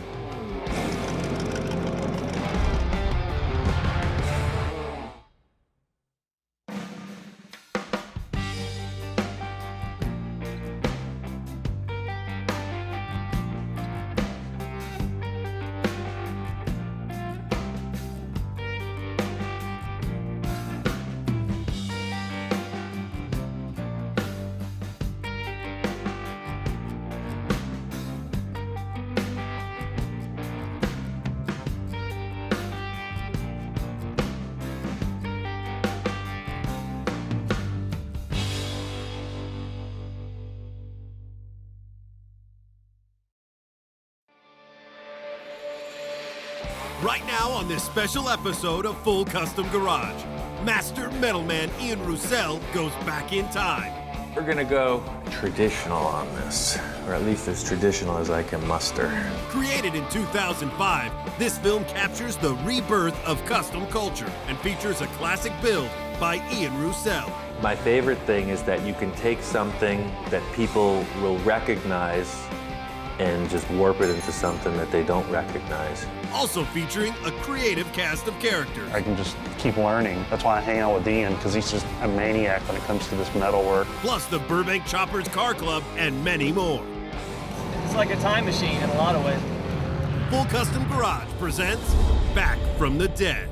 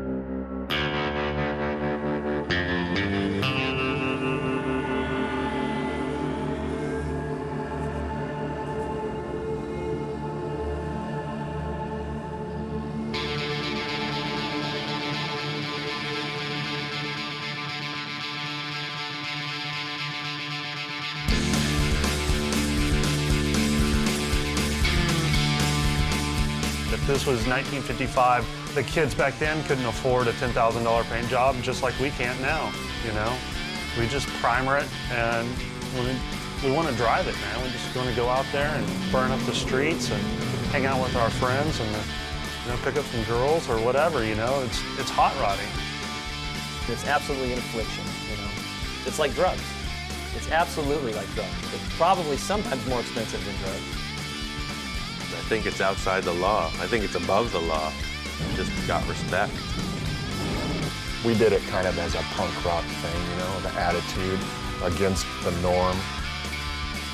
All this stuff is hand-built by the owner, and that's what kind of makes these cars stand out. I mean, they don't look like the $150,000 car. They're not supposed to. They're raw, they're weird, they're crazy, they're scary. The thing that I like most about these cars are that you don't have all the parts together. They're all around, they're leftover pieces from other projects. It's super low budget. It's more of a treasure hunt than anything. You have to scavenge around and just make something that's badass. The next project I want to do is a Model A. I want to build a roadster pickup. Call it a rat rod. It's a whole new trend. It's hot right now. Everybody wants one. So my intent is to dip into my own private parts stash, source out a few other pieces around town. I know a bunch of hideouts. People have stashes of parts, and we're gonna build this thing. I want to bring it to Las Vegas to sell. There's a show coming up at the end of March, which is dedicated mostly to this kind of custom culture, this new era of car customizers and people who live this lifestyle.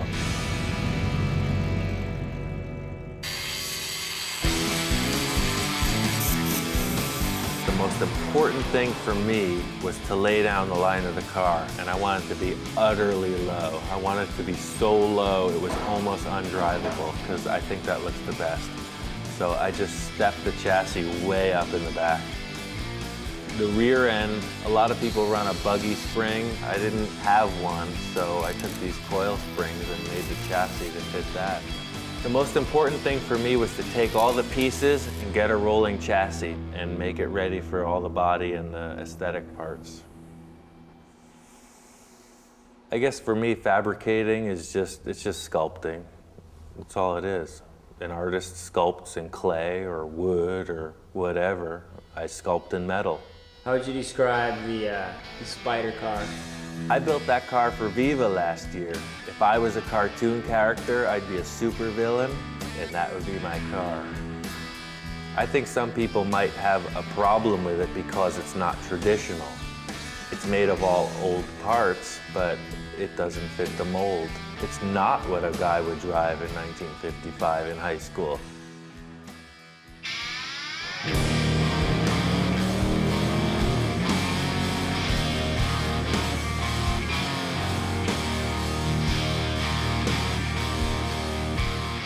My name is Bill Wishart. I'm an auto tech teacher here at Fremont High School in Sunnyvale, California. So take a look, guys. 2 weeks for the dually deadline, all right? That thing's got to tow a trailer to Vegas in 2 weeks.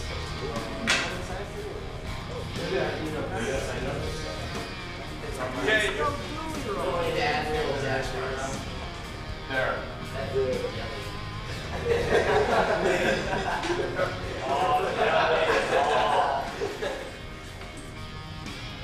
There, happy? The thing about Bill Wishart is he's a no-nonsense guy. I mean, he has very high standards about how you will behave, how you will act as a student in his class, and also what you're expected to do.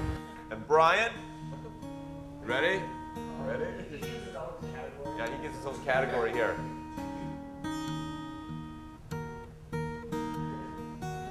Okay, so you get to wire the whole front of the truck. You guys ready? Yeah. All right, let's do it. Got in an accident over the summer and the work truck got smashed, so I've been out of a truck. So the kids, you know, have been able to put this whole truck back together, and it's going to Las Vegas in a couple weeks. We're having a big car show and band event called Viva Las Vegas. You know, they have enough pride that, you know, if I give them a project like this Chevy truck that we're building, you know, they'll be stoked if it made it clear to Las Vegas and back, you know, because they made it happen. That's probably what started it, just this class. If I didn't have this class, I wouldn't be in the cars. I wouldn't be this far. I wouldn't have this car. This is a 1954 Chevy, 210 sedan, and when I bought it off my friend for $800, brought it here and basically tore the whole thing apart, put the engine in, new rear axle, new tires, just basically the whole thing. I was sitting in some guy's backyard for like 20 years. I'm hoping to take it to Vegas. I don't know if it can make it.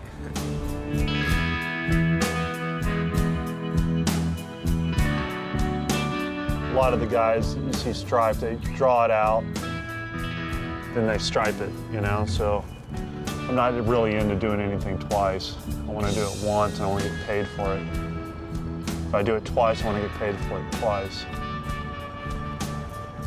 I'm really into being fast and symmetrical. My dad striped when he was a kid. My mom was an artist and, you know, kind of taught myself.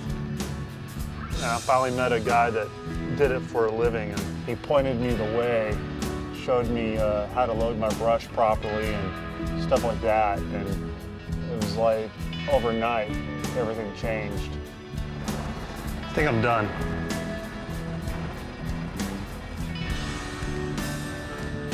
I'm just, you know, I've got to meet all these other people that know how to do everything else that, you know, so I can just keep learning, you know. That's why I hang out with Ian, because he sees stuff that I don't see, because he's an artist like no other. I mean, he's just a maniac when it comes to this metal work. Set up a couple of these gussets. We're gonna run it along the entire length of the arm here. The most important thing to me right now is to make sure that these things don't break. A lot of them have been sitting around for 30, 40, 50 years, not being used. I don't know how strong they are. My first idea was to make sure they were strong. As soon as I did that, I realized it has to look good. And I want it to look good and old, like it might have happened back in the day. I hope somebody with a lot of money really likes it. It's a fine pair of headers. I'm gonna ruin them by cutting them apart and putting some silly contraption on that I create.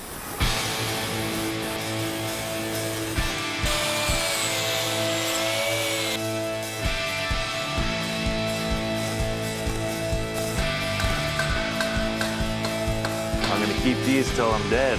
I keep these till I'm all done. So maybe I'll put a little bit of me into this and hopefully it'll stay there. Whoever wants the car can just unbolt them, but I don't think anyone that's traditional would really love what's going on here right now. I think they'd be a little bit upset. Friend Scratch came over and painted my bus. I want to check out what he did. I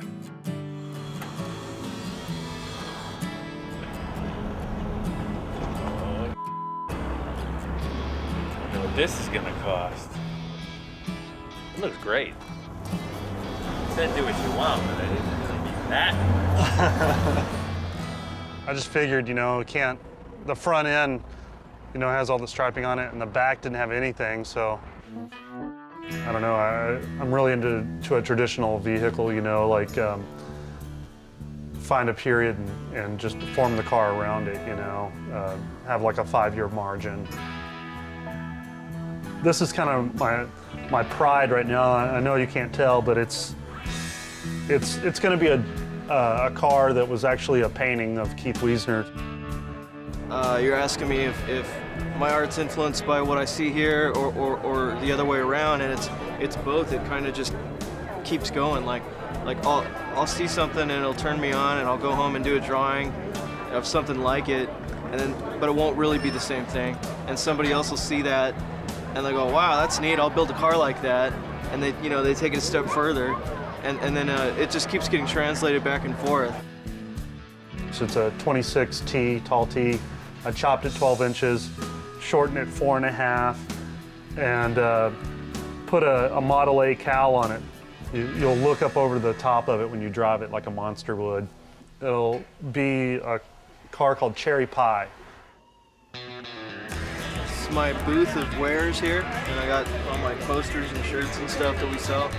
Well, when I was a little kid, my dad had all these old Rod and Customs and different magazines, and that's what I used to look at when I was a little kid. Even though it was the 70s, you know, I wasn't that into all the stuff that was going on in the 70s because I was at home looking at all these 50s Rod and Customs and stuff.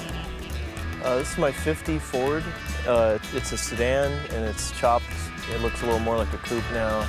Roof was shortened up a little. It has a 50 Mercury style grill opening. Grill bar made from 51 Ford grill components.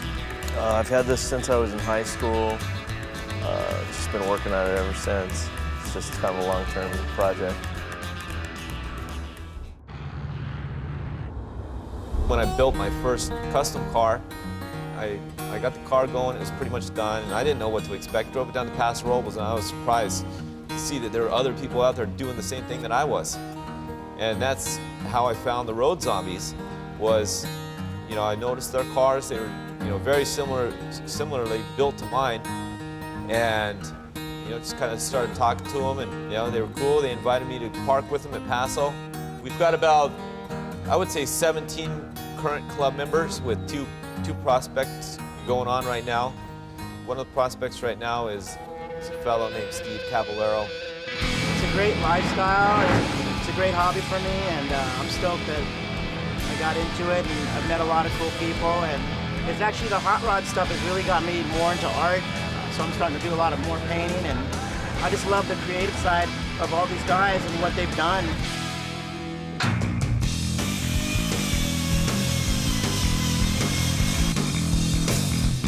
I really love this idea of just spot welding, make it look more like rivets though. I'm gonna do all the arms like that, just about 1 inch apart, just big, nasty welds that look like rivets.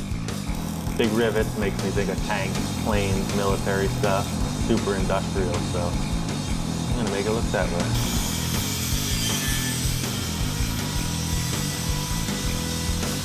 That wraps it up. I think it looks really cool. I wanna see it on the ground at ride height. Ladies and gentlemen of the jury, this man is about to desecrate a fantastic bit of Americana.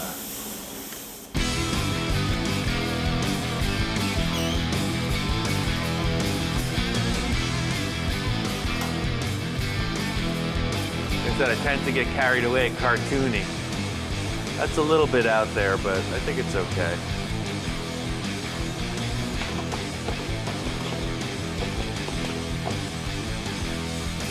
Okay.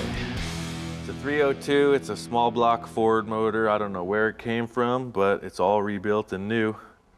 Yeah, this should make the car go at least 700 miles an hour.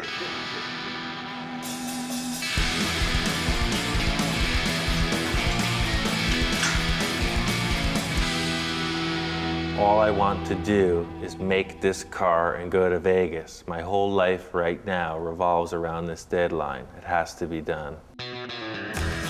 Our whole goal as a car club is all of our cars, you know, we just want them to be dead nuts on, you know, as far as they want to be, it wants to be a time machine. None of these cars are by accident, you know, and I think it's all by design. I immerse myself in it. I'm sitting reading catalogs from the 60s all day, you know, I'm just in magazines, and you just fill your brain with it, you know, and then ultimately it's a no-brainer because you think, what am I going to do about valve covers on this? And you go, I've got this idea in my head, I've seen this, it's real neat, you know, drag guys were doing it. That's the same for everybody in this club. Vern, if he's building a 40-style Lakes car. It's what I was looking for years. I wanted a 34 three-window that I could hot rod, that I could chop, I could do, turn it into a hot rod. These are Edmunds heads, high compression heads from late 40s, early 50s. Beehive oil cleaner, an old hot rod accessory item. These are electro-line headlights, pretty rare headlights there I found at a swap meet. I got gauges on the firewall. It's got 4 chrome Strombergs, sharp intake. This is a decklet I had louvered by Eric Vaughn. There's a lot of people, old timers, that, you know, that's who I value their opinion of. You know, a guy look at the car and go, wow, that looks like it was on the lakes back in '47. This is my 1932 Ford 5-window coupe. I've had it since 1988. I guess it was rebellious, but at the time I was just doing what I wanted to do. I chopped the car and it was all rough welds. The paint was all melted off of it. It didn't have any windshield or anything in it. And I drove it to Bob's, and I mean, I attracted more attention than any car there. But most of it was like, wow, you really wrecked this car. And a lot of people probably had never seen a car in the process of being chopped. And that, you know, it was, you know, sure, I did take a, you know, really pristine 32 Ford and chopped it, but I mean, you know, when I got the car, there was no question that's what I was going to do to it. It has a 54 Buick nailhead motor with a 37 Buick trans and a 39 Columbia rear end, a 2-speed rear end. It has a narrowed 44 dash, a 16-inch Ford wheels. It's chopped 4 inches. I guess what got me involved, you know, I started looking at old photos like from the 40s, late 40s and early 50s. You know, even though it probably wasn't back then, it just seemed so mysterious and romantic and, you know, so cool. Look at these boots, man. These are some working ass toes. And I think they're about ready to retire, so we're gonna do the ritual toe extraction. Everybody thinks that that's part of the boot, but really, if you just grip it just right, it's kind of like pulling a tooth. Look at that thing. It's ripe and ready to go. Just clip that on there. There it is. Look at that thing, man. We can use that in the car somewhere. It's a good piece of metal.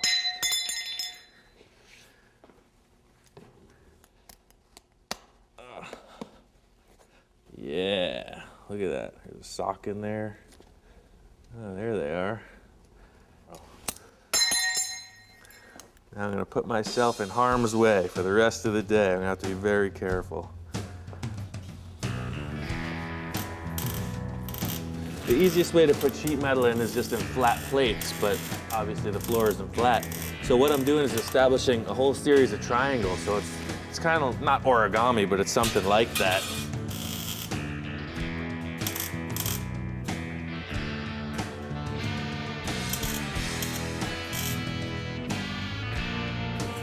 Thought I was gonna do this setup with the jagged, burned out stuff, but I don't like it. I'm gonna put it something a little bit more conservative, so I'm gonna start by making a square tube frame that surrounds this license plate.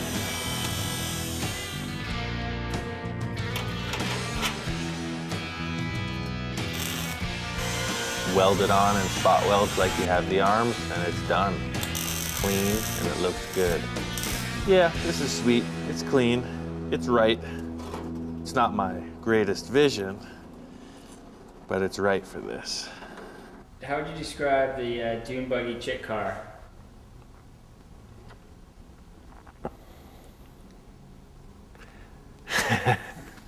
That car is just, that car means so much to me, dude. It's, that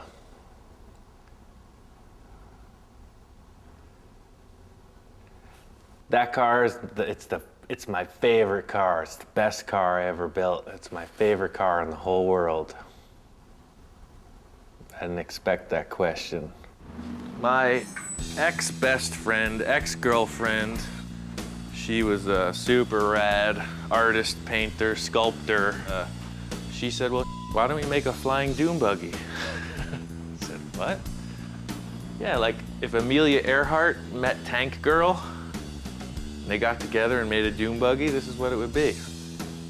A lot of workmanship, a lot of skill, but you know, it ain't cool. It just isn't.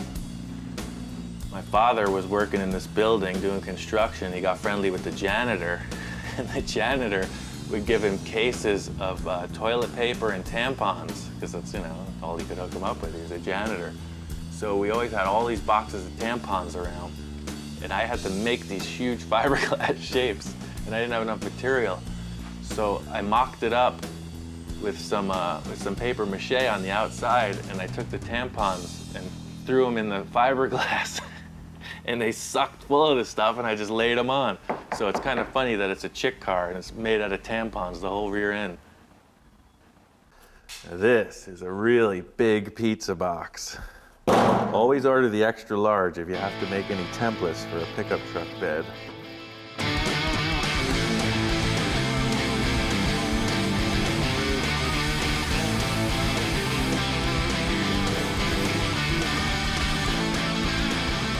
All in all, I think this is good for now. We'll trim it up later after we get all the folds put in it.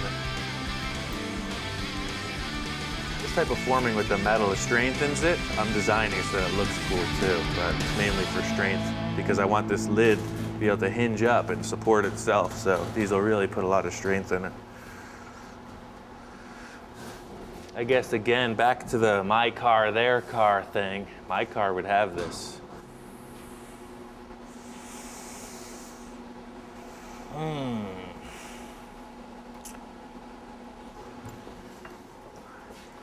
How do you know when it's right? I don't know that it's right. Call me in an hour. Maybe I'll just rip this thing and throw it in the garbage. This window frame, I made it from an original '39 Auburn windshield. I modified it to fit this car. I want to use these two cool old gauges. I don't know where they came from, but got oil pressure and water temperature. I don't know what this ashtray is from, but it's pretty cool looking. All right, that'll help you with your nicotine fix. And now for your alcohol fix, I think we'll install this fine bottle opener on the dashboard too. The police love to see that. I thought it would look cool to have the same kind of spot welded look like we did with the arms. A car, like any art piece, is an entity unto itself. You want to have a continuity. This is what's left of the original steering wheel. I don't know what year this came from, but obviously it's very old. It's just going to be too big. It's probably going to be up like that. It's here. Just change it around. I guess my favorite thing about the old tools is that it's not with mass production in mind. It's all about the handcrafting. So you get a lot of tools left over from industry that don't make money for people, so you can pick them up cheap.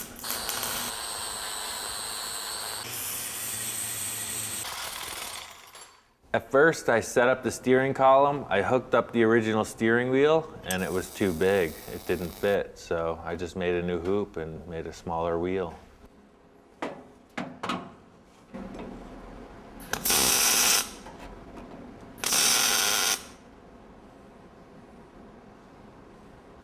I mean, now that it's starting to look more like a car, I'm thinking about the paint, and of course I was originally going to go with like flat black with red accents, but after seeing the dashboard and how cool it looks, I think I want to see what this will look like when I shine it up. I guess the reason I'm considering making it all metal as opposed to painting it flat black is because it'll just more showcase what I do. It's like I don't pride myself in auto body or Bondo or paint. I pride myself in making stuff out of metal. Makes me think of like a sardine can or something. It's like it's cool.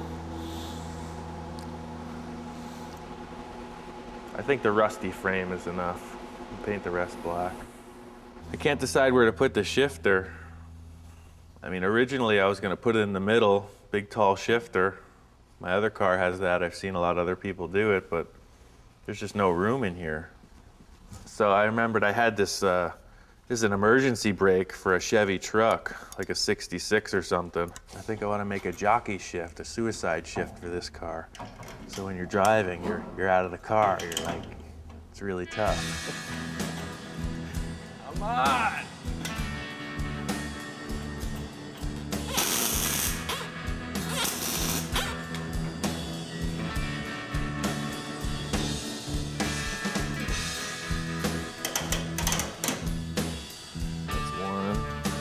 Two, drive, neutral, reverse, park. Cool.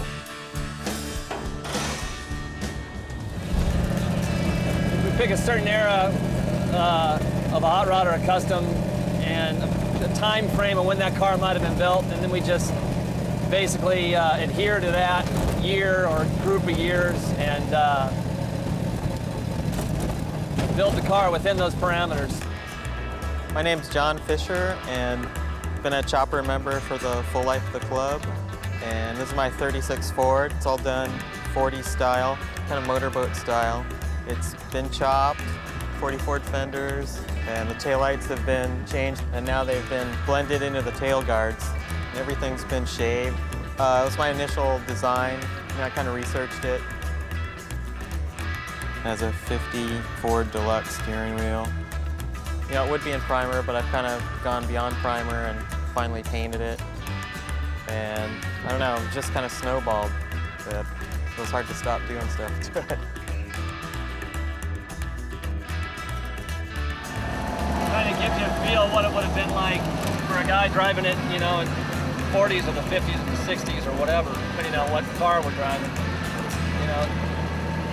You know, it's like a time machine in a lot of ways, I think. We had these guys on here.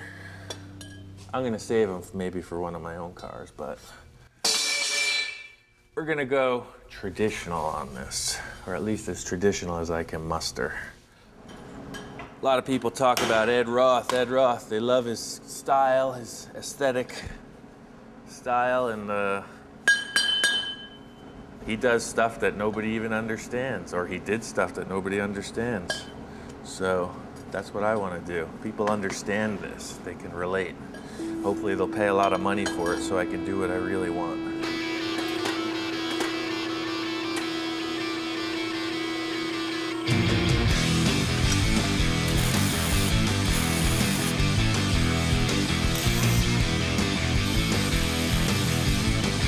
I've seen this car before somewhere. That's all I can say. I'm trying to create something that everyone likes, except me.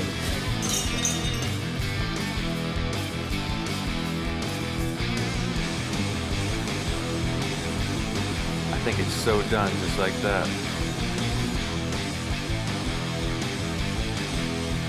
Yeah, I decided that these things suck. Change it.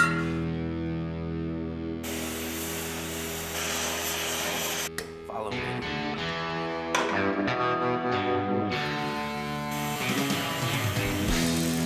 I think aspiring to a traditional build absolutely holds me back. I like the look of it, but I'm not concerned with the year, make, manufacturer. I'm just looking for an aesthetic.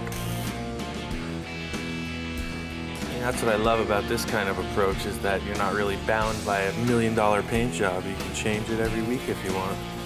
And it still looks rad. I'm just gonna start painting it. It's gonna evolve into something fantastic. I thought it would look really cool if we left rust in a lot of spots and just put the only gloss paint on the whole car, which is high gloss clear, to just showcase all the old metal. I think that'll look really badass.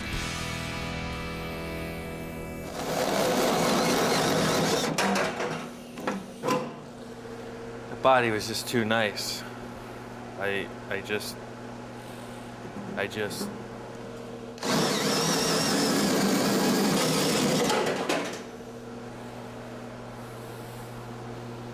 You thought I forgot about those steel toes, didn't you?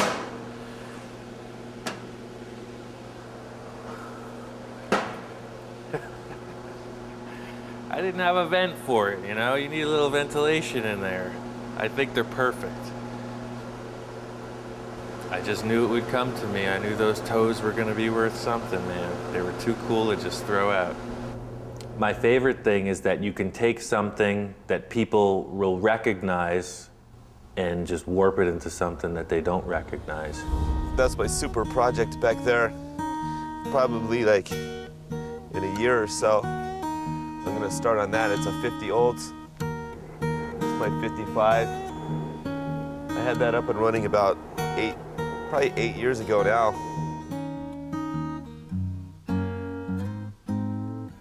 One of my crazy buddies, Nacho, he had some wild idea to build a tiki head for some reason. He didn't know what to do with it, so we brought it over here. But it was one of those things like, you know, who knows what the hell we're doing here with this thing, you know? So this is the workshop. This is where all the cars get built out of here. Maybe 6 to 10 cars within the last 3 years.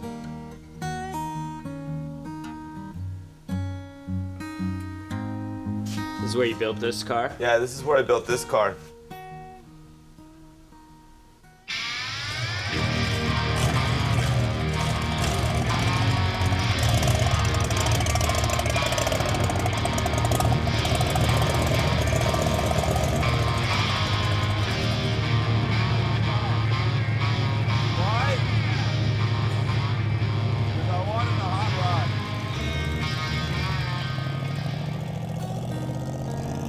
The engine's a 57 392. The carburetion's 4 Webers. The frame I hand built. Only the front 2 feet are the original Model A frame, and the rest is 2x4 box tubing. 46 Ford steering column, 32 style dash. I chopped it 4 inches. It's got an old roll pan on the back from a 50s hot rod I found in an old man's garage. It was the only piece he saved from his high school hot rod that he had. We get our kicks off of trying to build it as traditional as we can, rather than just buying parts out of a catalog. We're just kind of bringing it back to the roots where it started.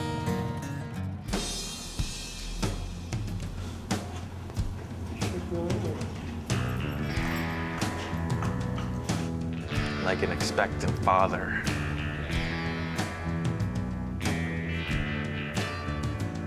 Nervous? Yes, nervous.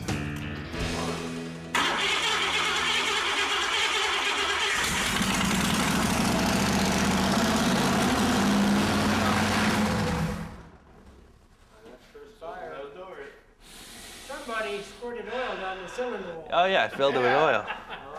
It's the sweet smell of success. I think the artist's struggle is finding out how he wants to express himself, so one day it was black, the next day it was silver, that's all I can say. I was moved to sand the entire car, just to see, and I think I like this. I finished off the tailgate here, just took the remaining piece from this after I cut it, welded it across here, and just put a little bar on the back for a handle. I got some hinges that were just laying around, and put them in there. Put some reinforcements and then just sprayed it with undercoat. I'm gonna spray a clear with a little gold flake in it, so it's just a little more dramatic when the sun's on it.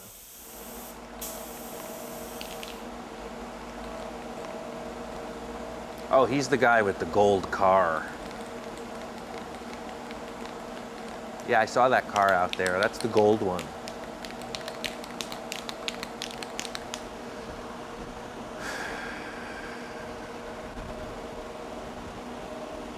We gotta go. It's almost time. We gotta go.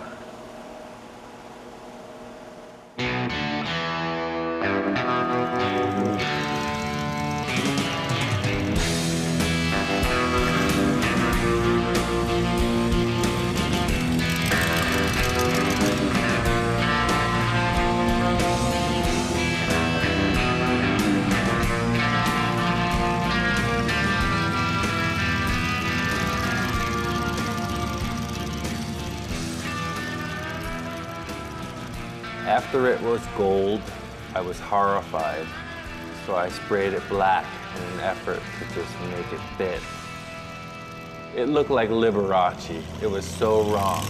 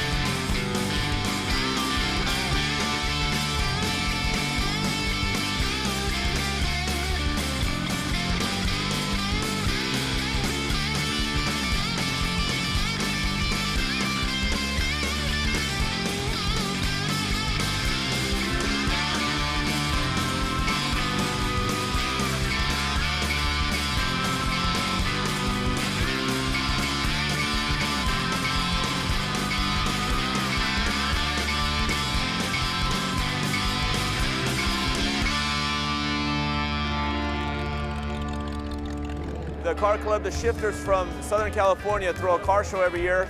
Their whole deal is a pre-63 car show, all traditional built rods and customs. There's thousands of people up here, hundreds of cars.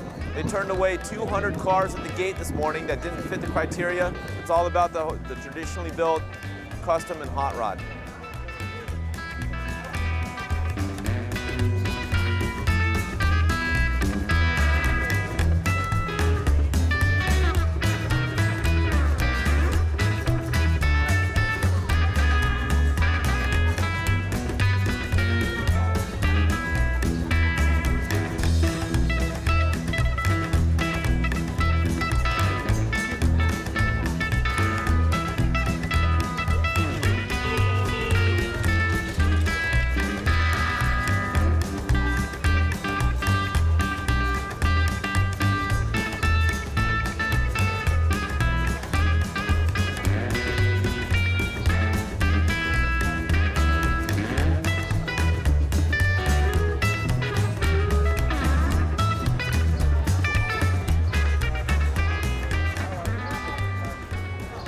Well, we made it.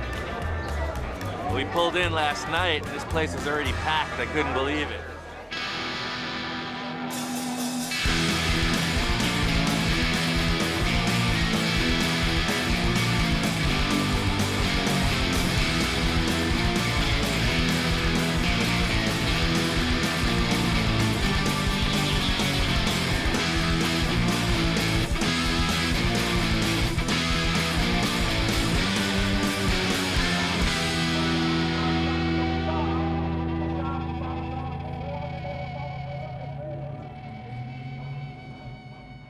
Met the road zombies from up north and saw the giant tiki, and these dudes saved us a spot to park as well. And I guess they dug the car. I guess I was really concerned with that and the whole build, making sure that the people who are into the traditional stuff respected what I did. I think Ian's car is real awesome. No, personally, I'm into the more traditional style cars, and his car is definitely along the lines of very traditional, the way it looks. Very artsy. He's done a lot of classy artwork with it as far as his welding and stuff like that, which is cool. You know, he's personalized it. I was noticing the tie rod ends, how all the welds and stuff, all this like kind of little spot welds. It's cool. It looks like it came out pretty awesome. And there's just thousands of people here right now that want to be involved. If every car looked the same here, I guess it would be pretty boring. So there's a smattering of all different types of cars. Painted cars, primer cars, rusted cars. I'm not going to pick apart someone's car. I'm just going to build my car the way I want to build it. There's people here that don't have a car, but they're going to have a car next year because they go, that's looks fun to me. So I'm going to go search out and buy a car and start working on it. You know, it's all about fun. There's no attitude here, you know, with us or any of these other people. Everyone's here for a good time. You gotta come here by yourself and you leave with 20 new friends. It's really cool.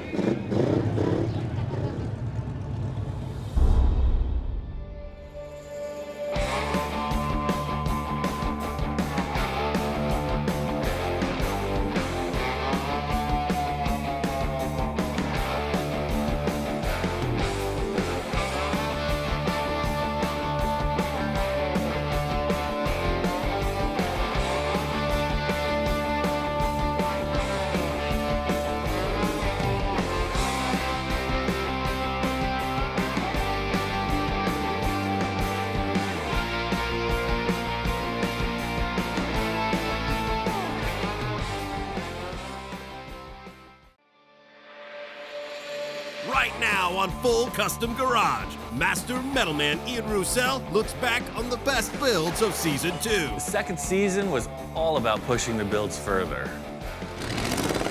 I thought it was going to be good, but it's spectacular. Wow.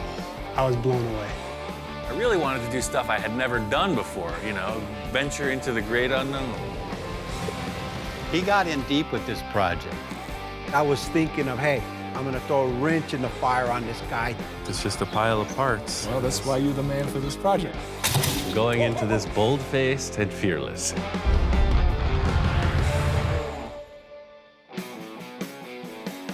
First project I wanted to do was a 1948 Packard. It was just sitting around at my friend Don's shop.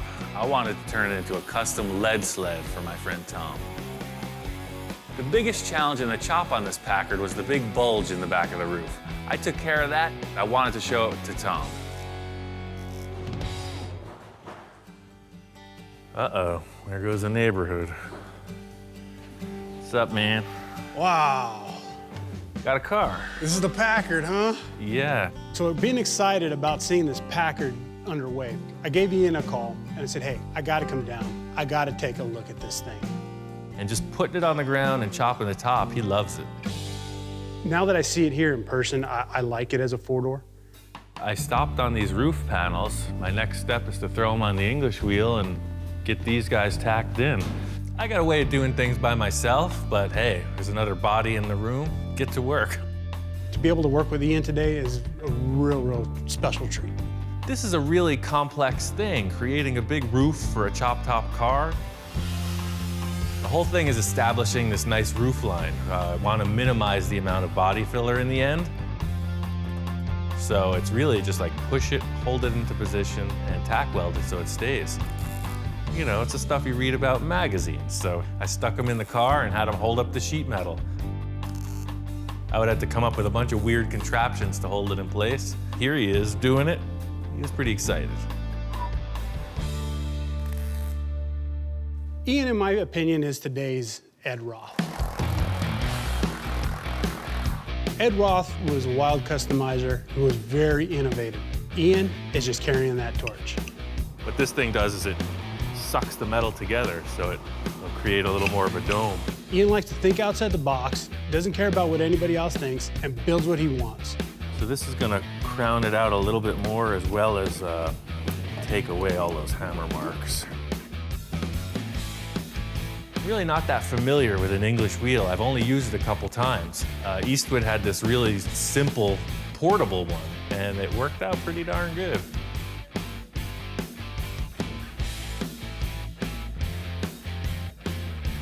Pretty good. Yeah. Getting the sheet metal tacked in place, that's it. That's the car. The line of it's established. It's just a matter of finish work. If you like it, here we go. I'll put it all together and on to the next. It's a killer chop. Once we got the roof dialed in, Tom had to take off. So I got the thing painted and finished because I really wanted to show it to him complete and ready to drive. When I first sat inside the Packard, man, I couldn't help but feel, man, this is cool. I'm ready to cruise, man. And I am one cool dude because I'm cruising this thing. This was a very emotional experience. We took that car out of the carport and I was angry. I was just thinking we were going in a bad direction. I pulled through. It's really indescribable. I can't talk about how grateful I am because there's no words to express it. I mean, other than getting in there and cruising down the boulevard with a big grin on my face, there's no real way to express how just excited I am. It's a cool car and I cannot wait to show it off. Tom has helped me out with a lot of stuff in the past. So going through all this extra effort made it worthwhile. He's really happy with the end result. This Packard was not just finished and delivered. This thing is an evolving project. I have it in the shop now. We're developing it into a whole new thing. The next project was for my friend Victor, and who knows what's coming through the door. He's always got a lot of wild ideas. So Victor comes in with a set of blueprints, and he's talking 100 miles an hour. The other night I was thinking of a project that I need. I got a retail plant rental company. I need for my nursery to have like a little car spectacle, something like people would see like, what the heck is this thing?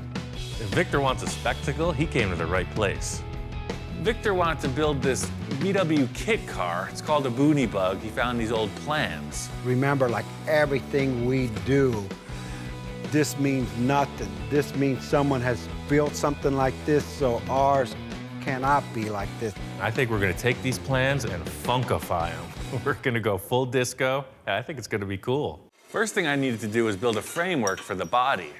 It rides on an existing shortened bus chassis, but there's no structure for the whole kit part of it. The whole thing with this vehicle is like a triple threat, right? It's driving around, it's looking so cool. When it's parked, it's doing the same thing, and then the sides fold up, and it still drives around, so it's a quadruple threat. It does 4 things really good.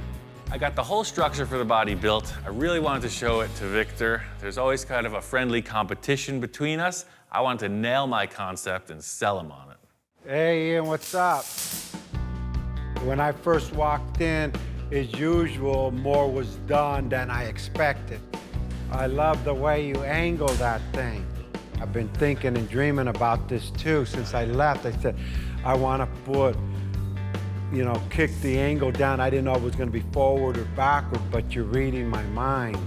Instead of the doors like the plan showed, the whole wall is open like that, both of them.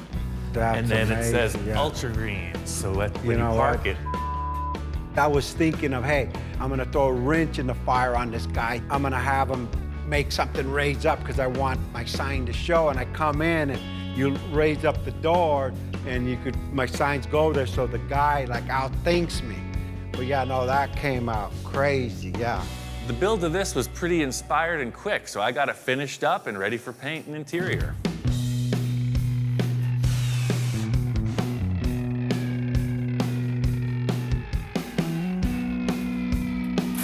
We had no idea what this thing was gonna come out to be. It's beyond my expectations. It's not a show car.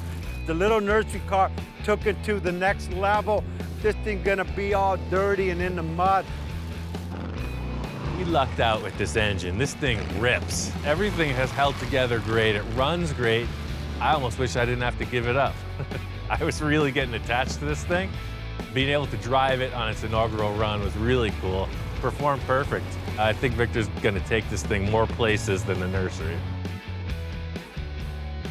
So in addition to the paint, Victor went all out on the interior. He's got custom vinyl interior, 2-tone, special seat, gold and green. He's got a custom steering wheel. They put AstroTurf inside instead of carpeting. I mean, this thing's looking good.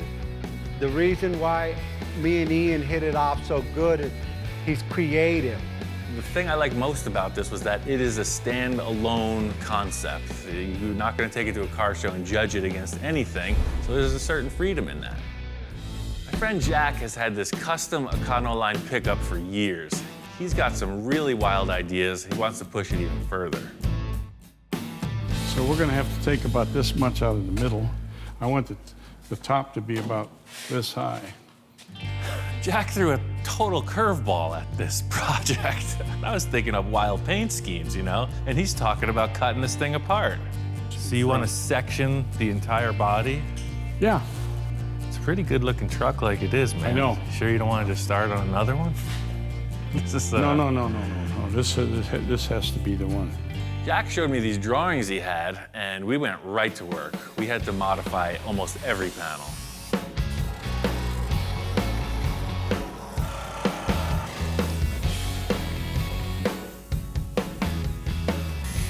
Usually I'm the guy standing back assessing the whole thing, and that's the nice thing about having another professional in the room is you got 4 eyes instead of 2. Still has to come down more, just a hair. Well, 1/8 inch. I don't have any hair. That's good, that's better. A great thing about the way Jack thinks on a project is he's not really wishy-washy about things. He says yes or no very efficiently, and that's really what I'm all about. Make a decision, stick it, and move on. Once we got into the back rear window, Jack left the entire thing up to me. Just work through it, make it good. That was a challenge, to say the least.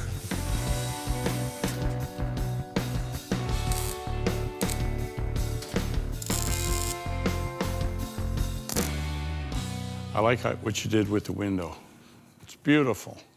I'm feeling pretty good with the rear of the roof, and then Jack shows me these taillights he wants to use. These are freaking massive taillights. What the heck are they out of? I've never seen anything like it. It's 70 Chrysler.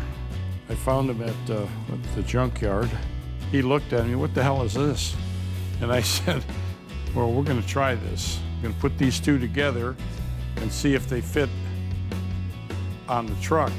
You know, these taillights are quite a bit different than what you had. I thought we were just gonna like hole saw and put the other ones back in. No, you gotta. So you're switching up the whole bill on the back of the truck too, I see. Yeah, well, that's kind of like how I am. This kind of changes everything. I don't know where he's going with this, but we're gonna have to figure it out. To make these huge taillights work, I had to French them into the back of the truck. It wasn't something Jack and I talked about, so I kind of took a leap. I was hoping he liked it. Whoa. Hey. Whoa. What do you think? Is that gonna work? Wow. So I take off for a day or two and look what happens. This is beautiful. Wow. There's only one thing wrong. What's that? It's upside down. No, I'm just kidding. Okay, I put it in the other way, and it was like, wait a second, it looks like a smiley mouth. No, this is perfect, man. Well, when I walked in and looked at them, I was shocked. I thought it was going to be good, but it's spectacular. I'm elated. I can't believe that in 3 weeks we've gotten this far. Beautiful, Jesus. The camera doesn't come out until Jack's happy with it. Once that digital camera's on the scene, you know we're on the right path. We are both on the same page with all the fabrication elements of this project, but the critical thing is the paint detail. We're doing something really far out, and we both have a difference of opinions on what color it should be. This color here, that's sunset orange. I've got this idea for this color. Looks like a sunset. I went and bought a gallon of that, and that's the color we're going to use. This got a lot of metallic in it, a lot of fine metallic. I think you're gonna have to add something. It's like almost a production car color. Need something to make it pop. Our difference in opinion on the paint scheme actually turned out to be a really good thing in the end because we had 2 separate elements that came together in a great result.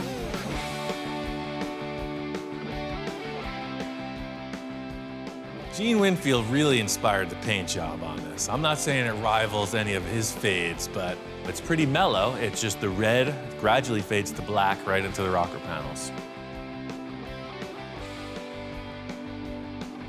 Ian wanted to surprise me with that fadeaway, and let me tell you, he sure did.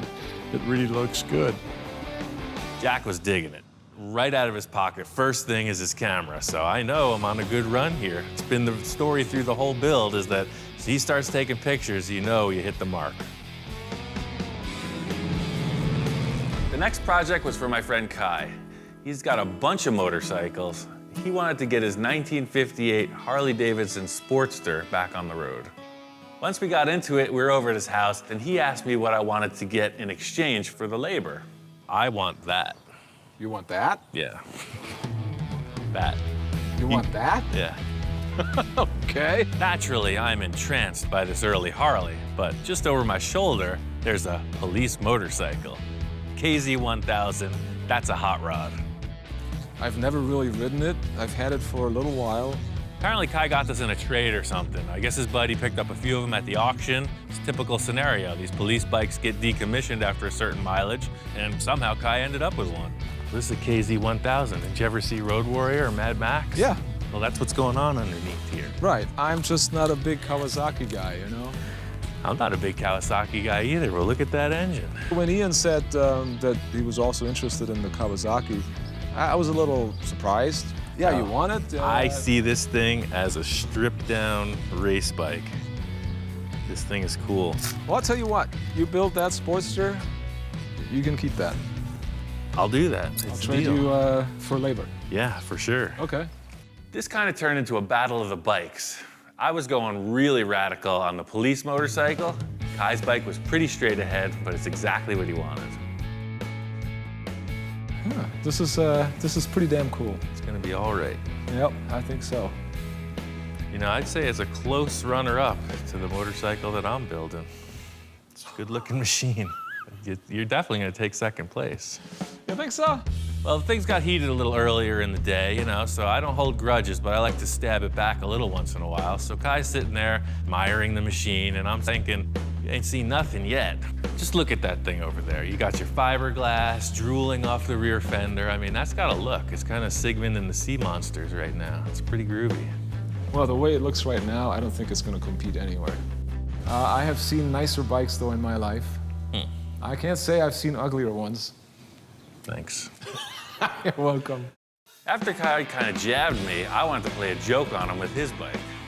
It was a whole parts stash I got from my friend Gary, and there was just so much potential on Gary's shelves, I wanted to see it on this bike.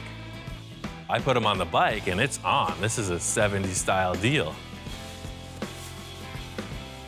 Nothing says commitment like all the details. See what I'm talking about? Not everybody is hip to the trip. Just needs like 10-foot long forks. And you're there.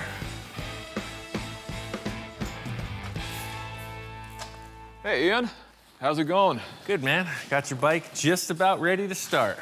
Oh, man, check it out. Did a little restyling. Holy moly. Look at this thing. Fishtails and everything. This is terrific, man. I love this. This is great. When I walked in, I was really surprised at how the bike had changed. Yeah, he may have meant it as a joke, but I was digging it. I was loving it. Man, this is awesome. The joke was on me. He walked in and loved it. I thought you were gonna hate it. I guess No, you're into it. I love it. I love the fishtails. I love the sissy bar. This weird prank actually resulted in a pretty darn good-looking bike. So it was sort of a debate between Kai and I. In the end, he really just wanted to go with something a lot mellower. So I put the exhaust I built on Kai's bike, but I was really itching to show him the progress on mine. So you remember my Sigmund the Sea Monster rear fender? That changed a little bit. Looks nice, man. Yeah. Wow, this is smooth. I took a look at the Kawasaki and I was actually really surprised at what he'd done. Man, this is it's getting close. Looks nice. In the end, I got my bike wrapped up. It's exactly what I was hoping for. It's just a good, reliable, powerful, fun-to-ride machine.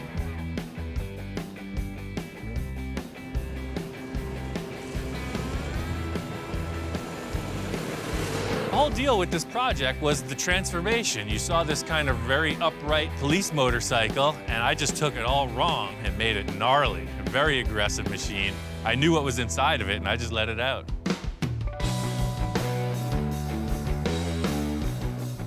Kai's bike turned out really cool. We got both bikes out here. They're running good. We're just testing them. I love the way it looks. I just love the way it looks. It's old school. The general ride itself was exactly what I hoped for. You know, just smooth and has a lot of power. Well, Ian's bike, his Kawasaki, I mean, like I said, I didn't think in the beginning he was going to do anything with this thing. Ian, as usual, pulls a rabbit out of the hat or whatever you want to call it, and I actually got to ride it too. And I was really pleasantly surprised. It's a cool little bike. It's a nice change of pace to build a couple motorcycles. I don't do it often, maybe not often enough, but I really like the cars, so I was ready to get back to them. Next project I did was with my friend Bill. What year is this? This is a 1962, as I recall. That's what I'm talking about. I guess it's an early 60s Ford Falcon window van. It's a short wheelbase. Looks like it was maybe from a utility company or something. It's bare bones inside, but it's a pretty cool looking ride. I talked Bill into working on the van as a concept to sell to fund another of his projects, and it just turned out to be way more work than either of us considered. I got a couple good ideas on how to get this thing back in action. The question is, how bad is it? All right, so I'm gonna start off on the front, because to me, it looks like it's hiding some secrets. Pull off the front bumper, turn signals, you know, trim stuff. Start sanding it. And that's where the story begins. There's a ton of filler in this thing. I'm doing the excavation here, you know, this is down and dirty. I thought I could sand it off, but it just got thicker and thicker. I ended up just cracking it off as brutally as I could. Yeah, it's all pushed in right there.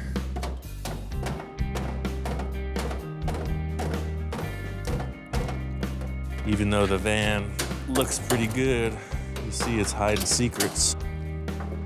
Some of my time in Egypt spent doing exactly this type of operation. I'd say there's been a traumatic event. This van ran into something, and then it was repaired really poorly. The easiest solution would be to get a replacement panel, but I think I can just take this thing, reformulate it, and put it back into place. The cool factor about this is that you're not your typical auto body procedure. I'm gonna fire up this torch and get medieval on it. This metal piece was created in a certain shape. The only thing that changed was the collision made it into a different shape. I want to bring it back to the way it was, and that's just done by a series of heating and hammering.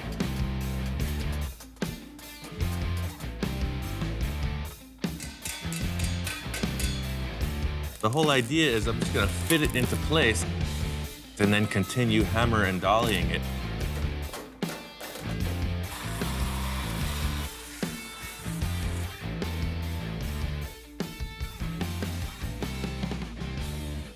The van came out really cool. We got it all finished up, and it was ready to show to a potential client. Bill had somebody interested in buying. Brought up to Bill's, and just as I'm showing Bill the van, Jess shows up. Holy cow. See you again. Yeah, good to see you, Ian. Hey, Bill.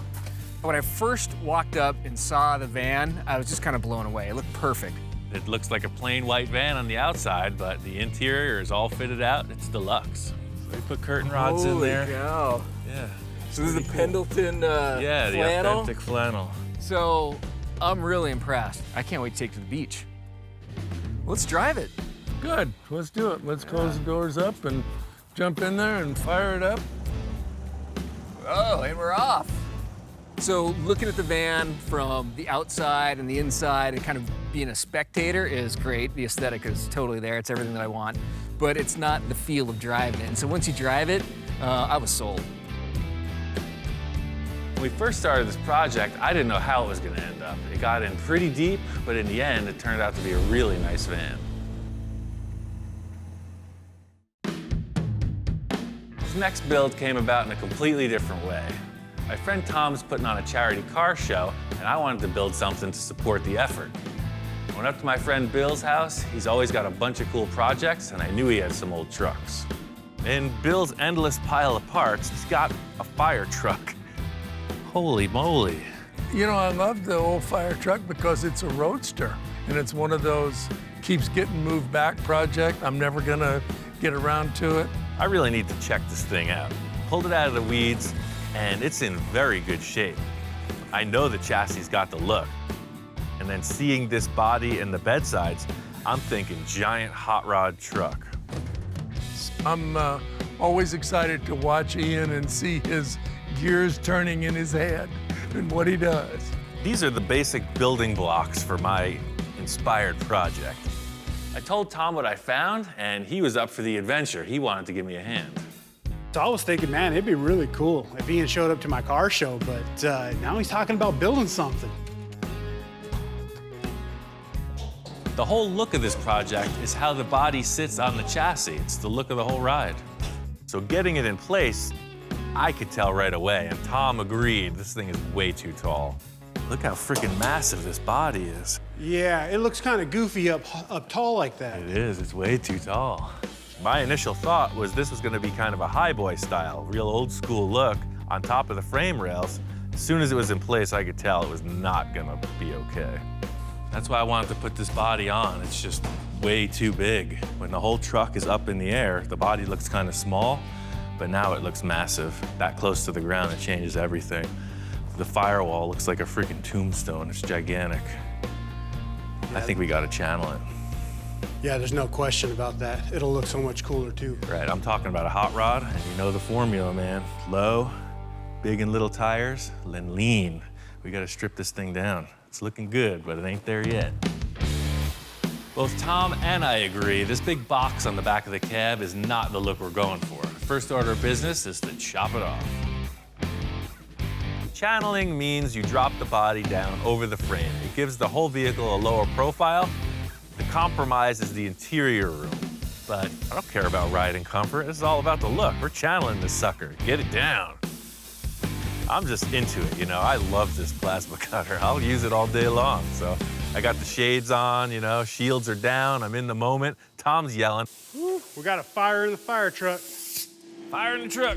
I think he's just into the fire truck. I'm like, yeah! This is these wooden cars, man. Yeah. What are we gonna do about that? Should we call the fire department? So here I am, working on a fire truck, and I think, what would a fireman do? I went and got some water. Everything's solved. You know, Tom, that's why I keep you around. So we got the fire out, the body lowered down, just as we expected, and it looks great. Now you're talking hot rod. That's perfect. What do you think about that, Captain? Is that gonna work? Yeah, man, now it's looking like a hot rod. It was a ton of work to bring this concept to life. I got this thing wired up and fired up. It's driving around. I'm ready to take it to the car show. Tom hadn't seen this thing in a few days, so when I pulled up this morning, he was really excited to check it out. Oh man, I was blown away. It turned out awesome, man. You know, every time I've worked with Ian, I bring something to the table, but I take something home too. I either learn something when it comes to how to build or artistically. It helps me grow as a hot rodder and a car builder myself. This next project was a build with my friend Stone. It was really unique in the fact that it had very little to do with a car. It was more of a sculptural project. My name is Stone, and I am a metal fabricator and sculptor, and I build big, ridiculous things for festivals. The initial concept is a series of sculptures that Stone did. It's called the One-Eyed Monster. You know, the original state of the One-Eyed Monster was these small little sculptures that I used to hand make out of steel, and they were just little sculptures that I just kept showing in galleries. He says to me he wants to build the most gigantic one-eyed monster sculpture ever, a driving 30-foot tall sculpture. Because I'm gonna tell you right now, I know Ian and I know myself, like if there's any kind of thought in our head and it was like, oh, that would be cool, literally the next morning we will be not drawing it out, we will start building it. So this is below the decks of the One-Eyed Monster, where all the mechanics and engine maintenance guys hang out. This thing's a full mutant. It's a 28 Ford Model A frame that I put a Mercedes-Benz rear clip, independent rear suspension, with the engine and transmission, and then it has a Chevy truck front axle. One of the biggest, craziest reactions that I get, besides what it is, I mean, it's obviously like, wow, what is that? That's weird. But when you tell them that it's an actual car, or you don't even tell them nothing, you just get up in it, you start it, and you start driving through a crowd, and they're like, what the, you know, and you're like, exactly. All the stone sculptures are like a spherical body, and to make it proportional to what he wanted to do, we had to build like a 16 or 18-foot diameter sphere. It's all aluminum flat bar rolled on edge to create a series of like pie pieces that form this huge sphere. Ian's part, like one of his big parts, is like more of the stuff that you don't really, I mean, you see it, but it's inside the car.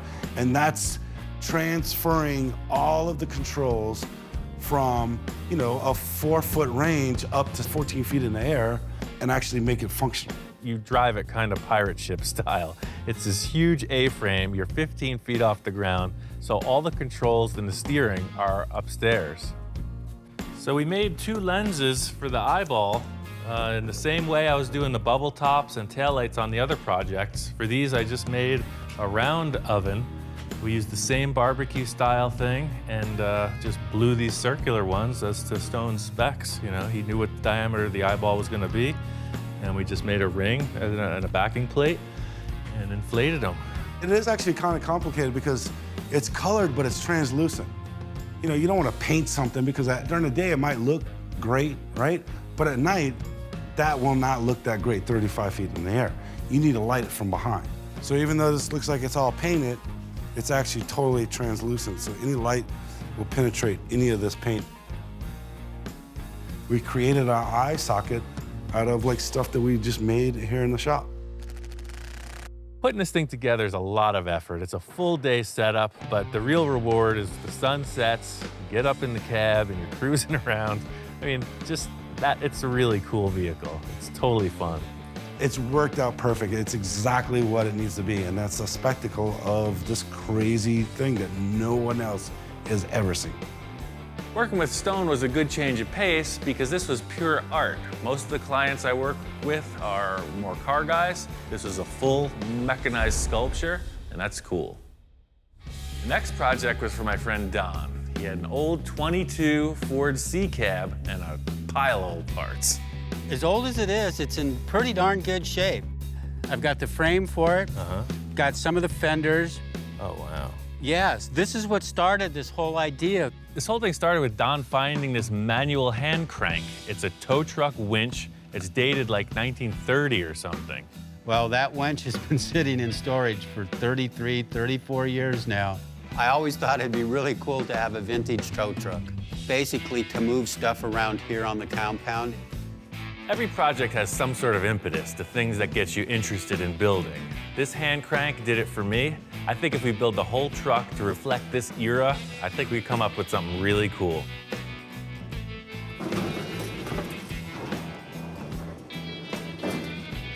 Look at that, just like a glove, Ian. We've got parts from like 4 different decades, and there's a lot of space to fill. There's so many different parts here, it could go in a million different directions. Ultimately, this is gonna be a functioning tow truck, so I started working on the rear. I was building the boom, and then Don shows me this gas tank he wants to use.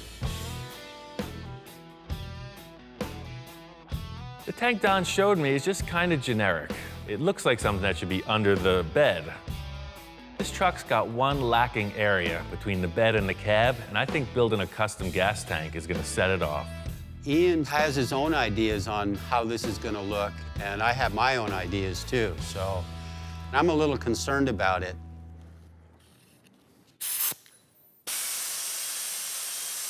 Move it. Go on. Sorry, Charlie. I've built a lot of different gas tanks over the years, but for this truck, I got a really cool idea for like an old school oval gas tank. Let's see what happens. From the start of my interest in metalworking, I was really trying to build stuff from scratch, you know, by myself. The reason I started using found objects is because there were curved shapes of metal that were way more accessible. So I could get into the actual building of larger components instead of focusing on these small details on curving metal. Back in the day, they were making some cool stuff out of very basic materials, so I built the thing the same way. Kind of caveman technology, but it works.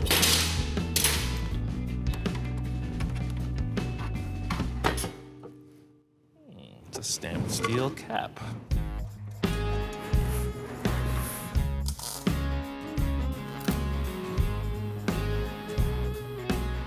I wanted to make this tank and the brackets to hold it look like something you'd see on a vintage work truck. What I'm looking to accomplish here is match this radius with the mellow curve, and then I'm gonna pull it tight over a piece of pipe. That way I'll have more of an egg shape instead of a perfect circle.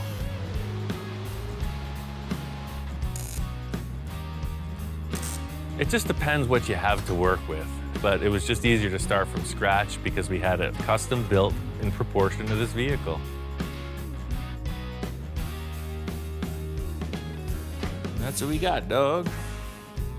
It's interesting the way that ties in between the cab and the bed of the truck to have that space taken up by a fuel tank. It looks absolutely perfect and vintage for that vehicle, too.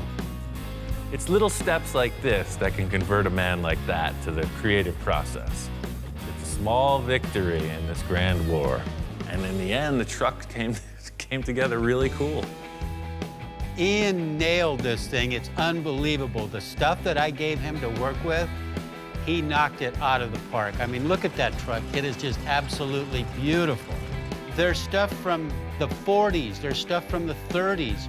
There's stuff from the 20s. And then the drivetrain and frame is from the 60s.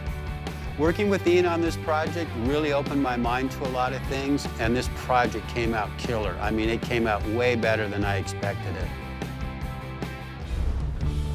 Next project was for my friend Mark. He shows up with this trailer full of parts, so I wasn't sure what he wanted to do. You know, I'm very fortunate to be one of Ian's clientele. I like Ian just to let his creativity take over the project, because however radical it becomes, the better it is. Love your weather down here, man. This is gorgeous. Came down from Canada, and he's into the wild stuff. Definitely not into the restoration aspect of things, and that's right up my alley. I can show you this before we actually show you the project to be. Originally, this whole idea came about by a drawing, and he's the only one that I can think of that could actually pull this one off. He said it was a Volkswagen. It's a Volkswagen. Shows me this drawing of this pretty wild cartoon hot rod. I'm all on board. So it's like a front-engine Volkswagen bus hot rod thing. Just like the Ed Roth monster cars, this is right in that vein. It's just a new style on it. And I think pushing it forward is always really cool. So I was excited to see what Mark had in the trailer. This isn't like the last thing I brought you. Okay. It's in a little more disrepair. It's a mighty short Volkswagen you got there. It was not what I expected.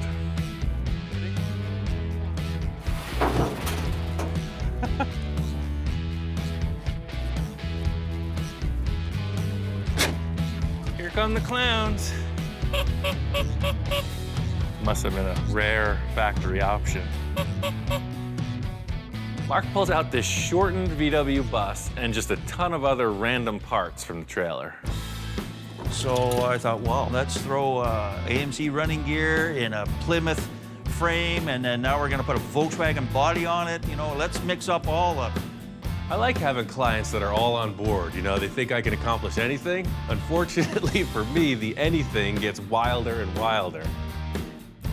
The big challenge is to make it look like the drawing. The stuff Mark's pulled out of the truck looks nothing like what we're going for. Oh yeah, oh, it's gonna be awesome. It's gonna be a one-of.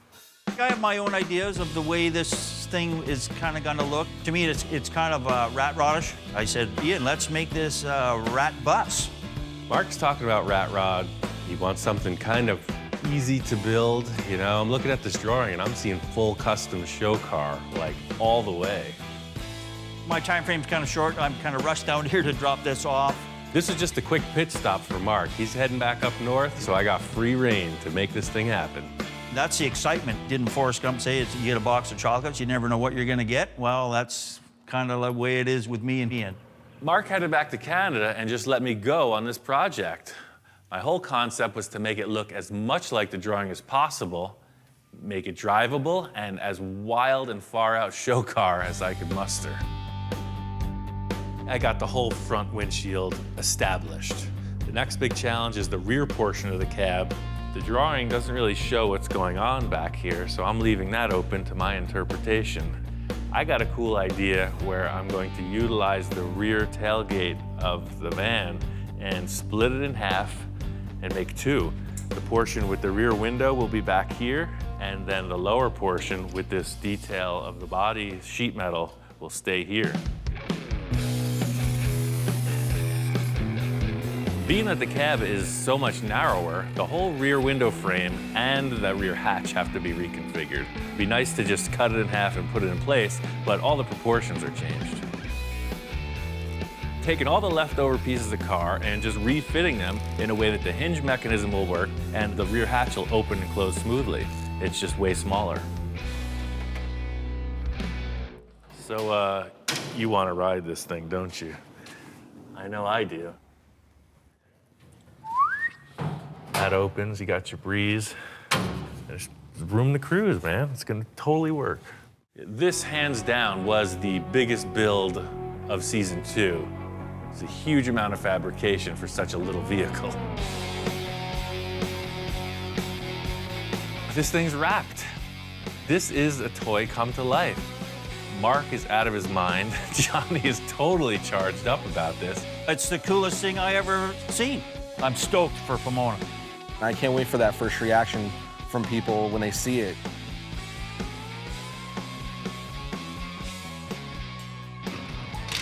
Up to this point, it's been a static piece. Johnny drew it, it's been sitting in the shop, but it's an actual car, it drives around. It's time to take it to the car show. We're out here at Pomona. It's a swap meet car show, biggest one in the world. Shaka, good job.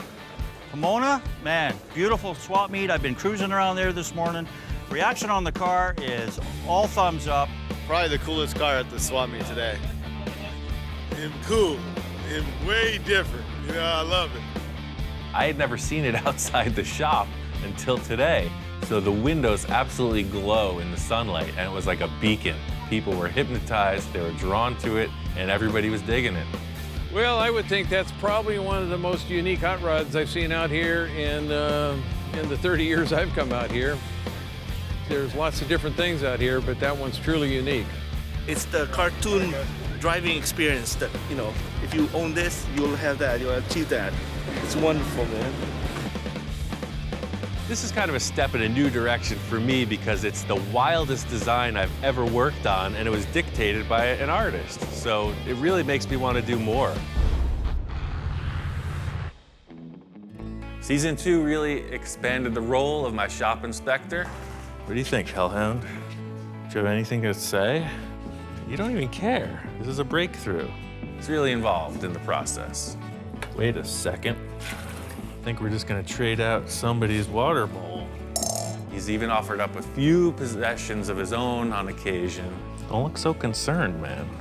I'll get you another one. It's made everything that much better. Well, are we ready for delivery? No response. I'm getting a chimp, that's it. You're not holding up your end of the bargain. No, I'm gonna go get a small monkey. It's gonna be way more durable. No, I'm sorry. Right now on this special edition of Full Custom Garage, Master Metalman Ian Roussel continues his journey back in time. I always want my work to be evolving. Created in 2010, this film features another classic build. We got about a month to get this car done for Vegas. I gotta hit this with all guns blazing. Plus, an inside look at the world of 50s customs. See, everybody checks it out, man. Mercedes people pull up next to it, say how it's cool, and straight up homeless people on the street. With old school legends. I try to create things that have not been done before. And next generation builders. Try number 2. Full Custom Garage presents Back from the Dead 2.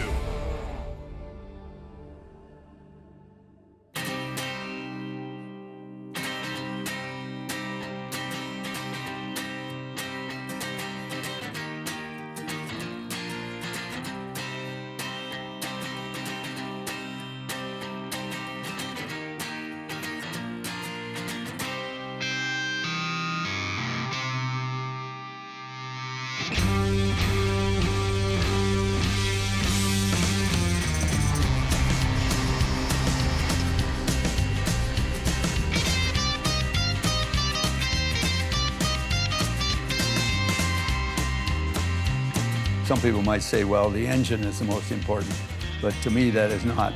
It's more the look and the design.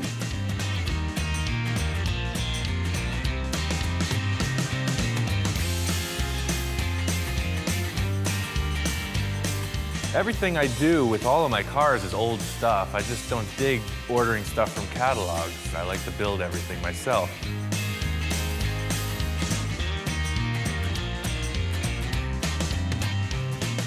I'm not talking about a new car with a computer. I know nothing. I don't want to know nothing.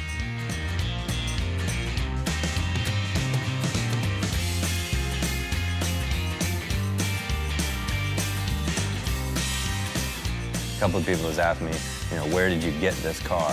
Where did you find this car? You tell them, we did it.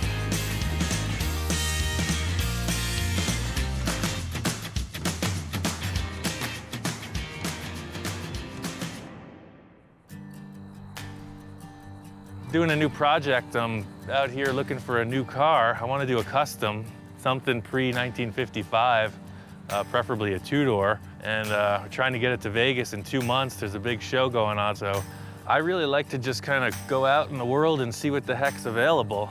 I mean, I don't have my sights set on anything specifically. Just kind of hunting around, looking for something to start on and try to strike a good deal. Talk about an oddball. I've never seen one. I mean, it's not really like a custom, but if you laid this thing on the ground and just made it a total driver, this thing would steal the show. This thing is huge. It's not really the look I'm going for. This car's got potential, but it's not the one. This is more what I'm talking about. Another DeSoto, 40-something, 41, who knows? It's like cool features on all these different cars, but I don't know, I'm just not feeling it. I've been looking all around for a few days now. I've hit up like 5 different spots, and when I see it, I'm gonna know it. I'm just not finding it right here. My friend Roman, he's got a line on this 54 Chevy. It's over at his buddy's house, so I think we're gonna check it out.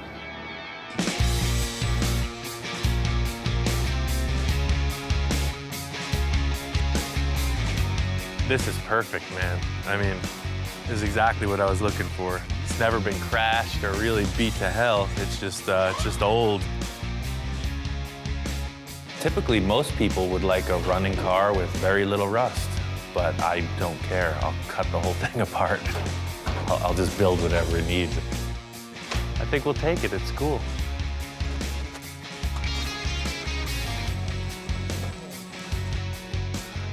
Thank you. On the 54, everything mechanically is junk, so I need to find a car that I can pull all the new stuff out. It's all the way in the back. Yeah, all the way by that dumpster. What I'm looking to do is update the drivetrain. This Skylark is a perfect example because it has late model 350 V8. It's got power steering, power brakes. I can gut everything I need out of this thing and put it into the new car.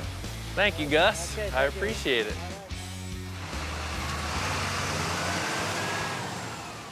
For this car, we're gonna do it in 2 months, no joke. We're just gonna hustle it out. There's no other way. I gotta hit this with all guns blazing. So my friends Roman and Trent are gonna help me out. The only thing I wanted to save from the 54 was the 2 pieces of glass, front and rear windows, and the body skin. We just got rid of everything. What I'm looking to do is update the drivetrain. It's typical to subframe a car, so that's what I'm gonna do with this. Big mama, shake it like you really can. Hot time, wish I sure could be your man. Hot time, living in your neighborhood. Supper time, baby, you be looking good now.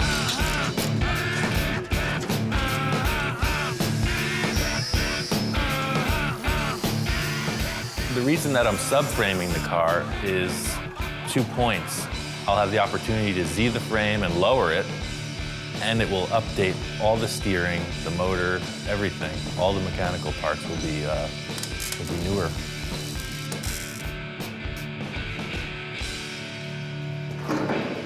Yeah, it's cool. Now all that's left to do is everything. Let's see, I got 1, 2, 3, 4, 5, 6, 7, 8, 9, 10, 11, 12. I got 12 projects going on right now.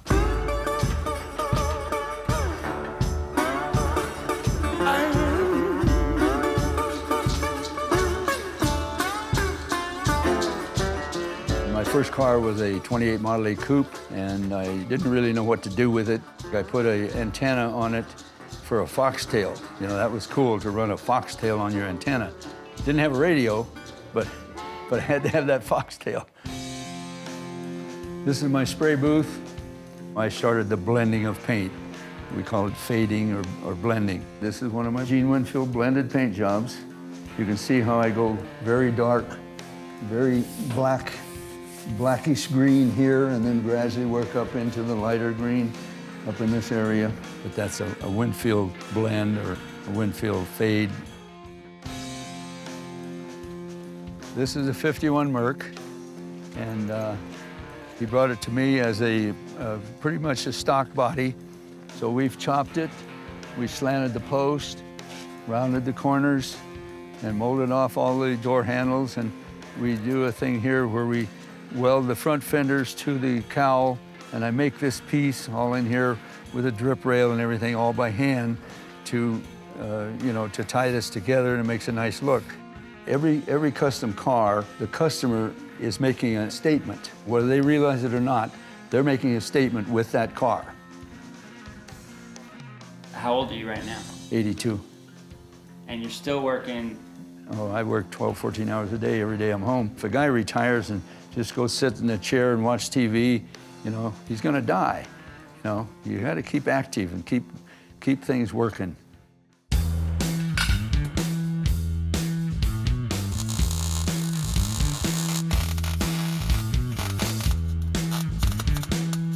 You can see here the old leaf spring used to mount right here.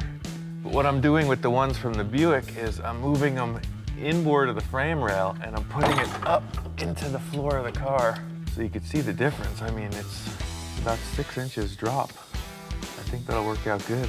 I had done a bunch of race car and street race car fabrication, and these guys were doing what they call a mini tub. Their idea was that it would give them more room for fatter tires. I saw it as a way to move the leaf springs inboard of the frame, effectively lowering it. I'm gonna have my 2 beautiful assistants prepare the axle for delivery, and I will shortly thereafter bolt it in.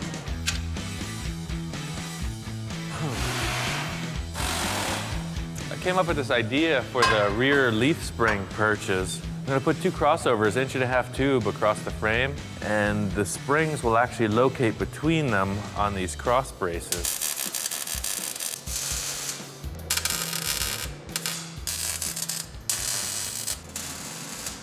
Now that I got this framework tacked in, the car will suspend itself. I'm gonna stop right here and I'm gonna chop it. I just wanna see how the ride height looks with the chop top because they have to look good together. It's kind of like building a house. I really just wanted to just start with a solid foundation, get the front clip, the rear suspension all established, and then work up from there. In the early 50s, when customizing was probably not fully mainstream, George Barris was the one that promoted it and made it mainstream. When Barris moved from the Compton Avenue shop to Linwood, he had both of these buildings, this building and the building next door. This was a note he sent when I called him and told him that I rented this building and what the whole plan was and stuff. This letter came in the mail like a couple days later. When I was in high school, there was a Rod and Custom magazine that came out that had an article on Barris, the early years. And I showed this to my friend and said, hey, you know, how cool would it be to work there? In the early 50s, this was the parking lot. That's what this wall is here. You would be standing pretty much where this Lincoln like bumper is. Ideally, it'd be neat to have this shop to where people could come and see what's being done, and it really feels like you just walk back in time. This Ranchero is gonna be this car. He first brought us the car and with this picture and said, I want to build something like this. And it was like, well, if you like this car, you know, why don't we just build this car? We try and get people to pick an era. It doesn't limit you, but it gives you just an idea, a little spectrum of what would look right when the whole thing's done.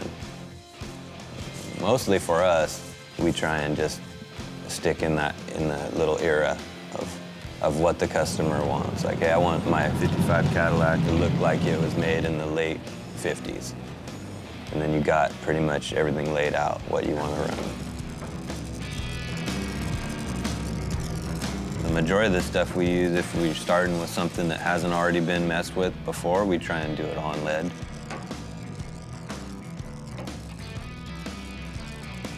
We don't have a lot of modern tools and stuff. So we thought, well, there's kind of our niche right there. It would be neat to have only old stuff, you know, to use all old tools, tools that are twice as old as you are.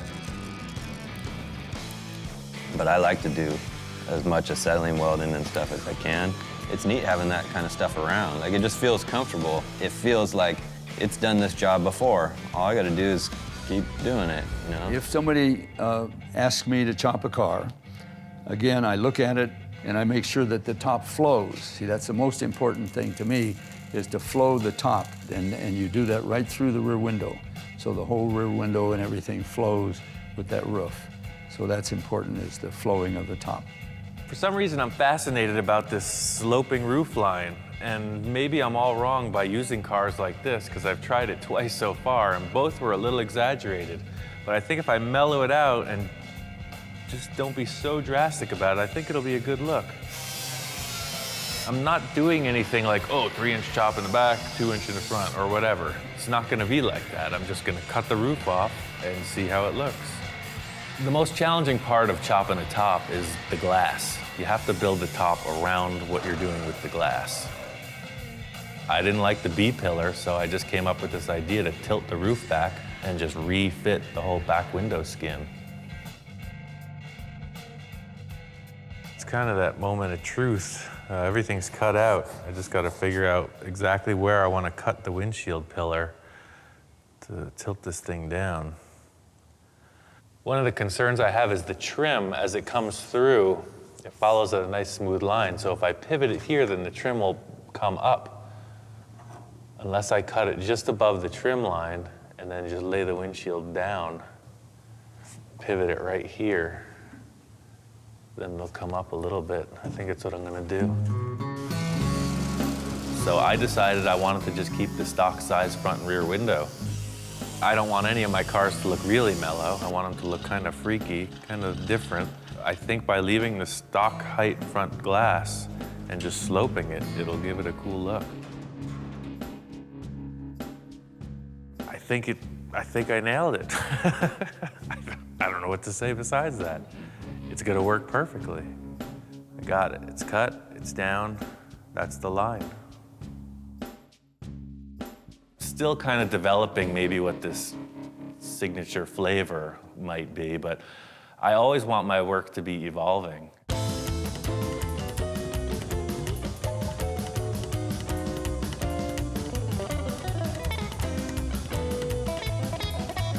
It's like Picasso, where you put a torch and a cutting wheel in Ian's hand, and this is what you get. You find a Picasso in the garage, I got a Ian Roussel in my garage. I'd say Victor's been my greatest supporter out of anyone since I've opened the shop. I couldn't find anybody that could bring my thoughts into reality till I met Ian.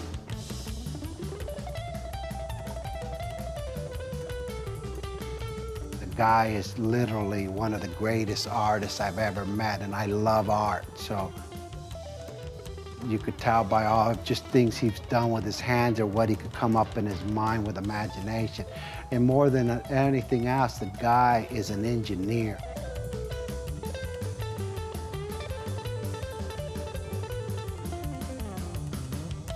Well, the best thing about the way we work together is it's his vision, and he just lets me run with it. He comes in and critiques it, and it's really just it's a great exchange.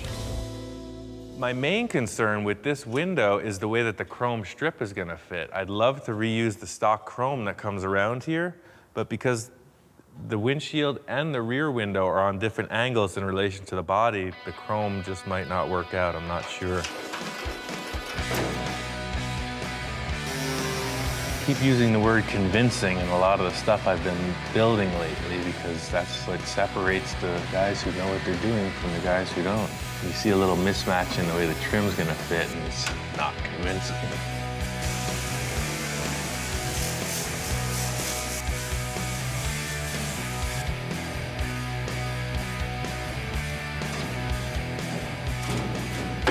Putting the window back in is the hardest part of the job. That's all it takes is one wrong move, lose the whole thing. I'm stoked with the way this window fits. I'm just gonna take my time, weld it nice so I don't warp the roof skin. It's on. I mean, we're there. It's just a matter of following through.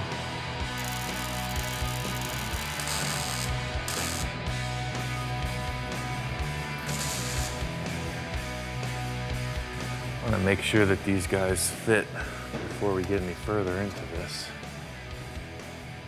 Yeah, that's cool.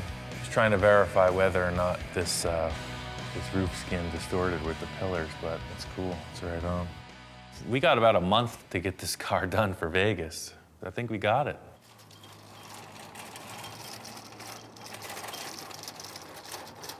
See, everybody checks it out, man. It's funny because like even Mercedes people pull up next to it, say how it's cool, and straight up homeless people on the street think it's cool. People just enjoy seeing it. Or to see somebody that like that probably ain't got the best deal going, but to see him walk by and smile about it is cool, you know? It's a 51 Chevy Fleetline that's been chopped, the side trim's been removed, the door handles, the headlights are French, the emblem off the hood and trunk are removed, and the taillights are moved down into the bumper guards. I drove it stock, you know, just as it was when I was working with George Barris, and I told him I want to do custom work. He kind of shrugged it off like there was no money in it, and, you know, I should stick with him, and we'll do, you know, movie and TV stuff and car shows and things like that. You know, I don't really care about what it pays or whatever, you know, it's what I wanted to do. And so that's when he said to go work with Bill.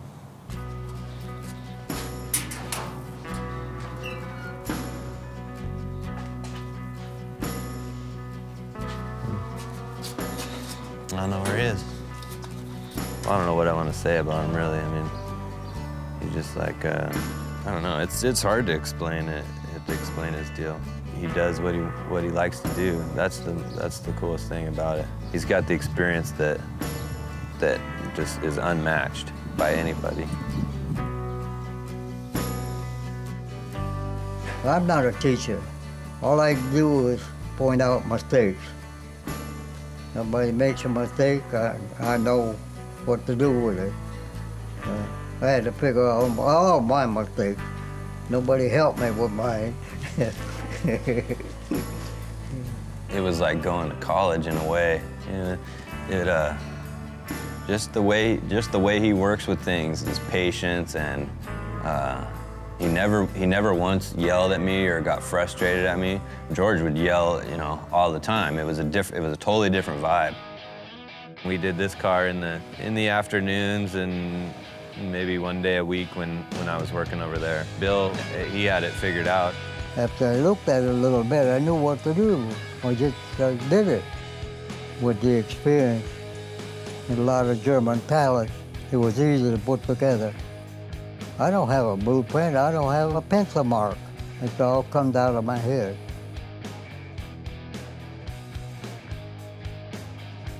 No fastback like that's ever been done like that, ever. I've done this top and everything completely different than anybody's ever done. The first car we chopped in here, I brought Bill over to look at it, you know, and he looks at it and he studies it all over and he goes, "Man, it looks like I did it." He takes pride in his own stuff, and for him to say it looks like he did it, that's the best compliment you're gonna get out of him. I love work, 7 days a week. I guess that's why I'm 88 years old. I wasn't afraid of it.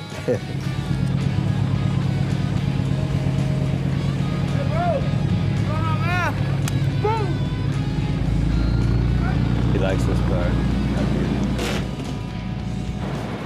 I always wanted a fastback, and plus the fact that me and Bill worked on it together, it's like, I wouldn't even want to get rid of it, really. I don't want to use the stock 54 tail lamps. They're just typical. When you look at the car, it identifies it right away. So I had this idea about cutting and rounding the back of the fender so it doesn't stick out. Something about the way the roof line flows, this is bugging me, how it just sticks out like a thing. I don't know. This is so rusty in the rear of it. I'm gonna change the bumper, and I gotta cut this whole portion out anyway. So I'm thinking I'll just hack it off and section this piece of tube in there and just join the fender to it. I think it'll work. And I think this matches it pretty good. I think I'll just splice in right about here.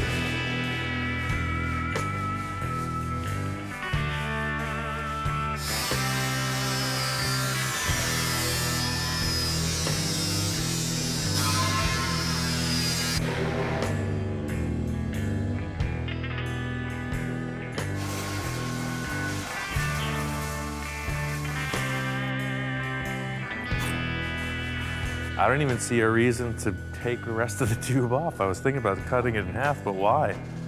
I'll just lap the sheet metal to it, and I mean, that's freaking strong.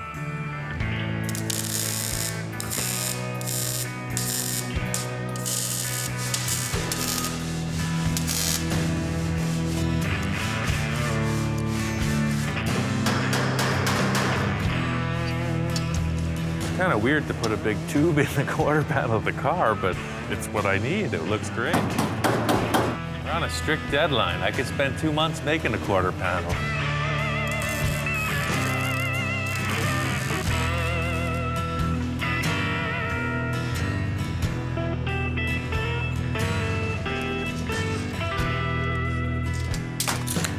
It's just gonna be a piece of sheet metal. I'll form it to the contour of the body.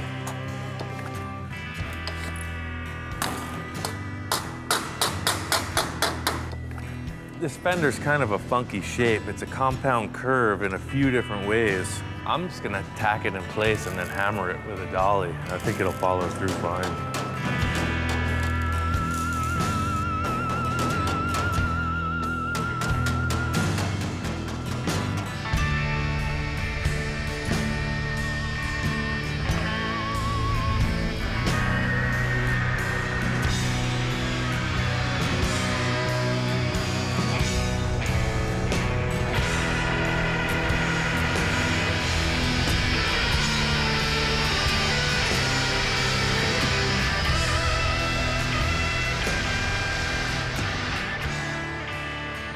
This is a really complex shape, and to form it freehand with the shrinker and hammering and all the other crap you got to get involved with, it would have been a lot of work, and I just, by clamping it and welding it and hammering it as I went, it worked out good. Because this is more of a sculpture, it's just a shape that I have to look at the whole thing, so I want to just get this taillight fender area finished and then color the whole car gray so I can kind of get a concept of what it looks like. I mean, the whole idea is just to get what it looks like in one color. And I'll be damned if it doesn't look like a car. Yeah, it's cool. You could geek out on something till the end of time, but I think by doing those two simple things, raking the stock front glass back and lowering the taillights, it's a different car. It's really cool. I think the roof line is nailed. I think it's done. What are you doing, Roman? Just making this part pretty.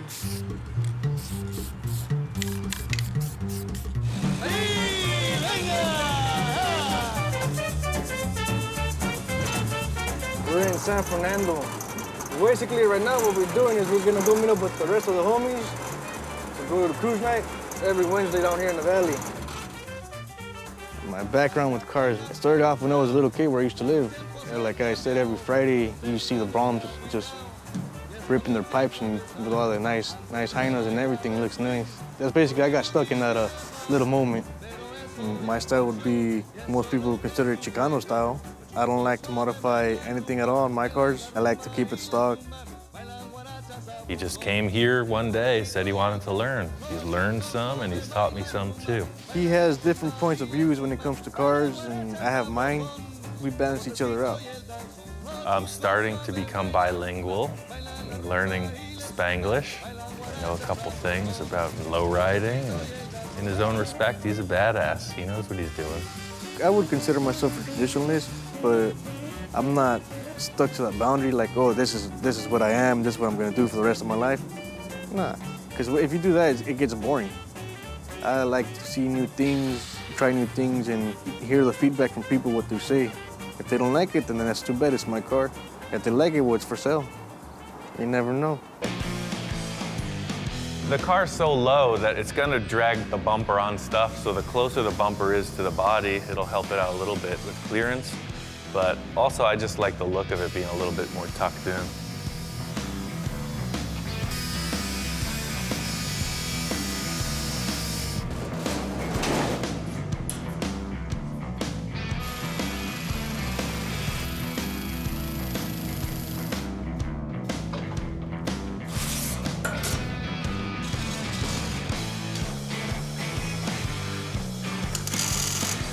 Welded on that rear pan, so I'm just trying to get a placement for the notches for the bumper bracket to come through. I made the pan lower than the brackets just for aesthetics, just so when you look at it, it looks a little bit cleaner.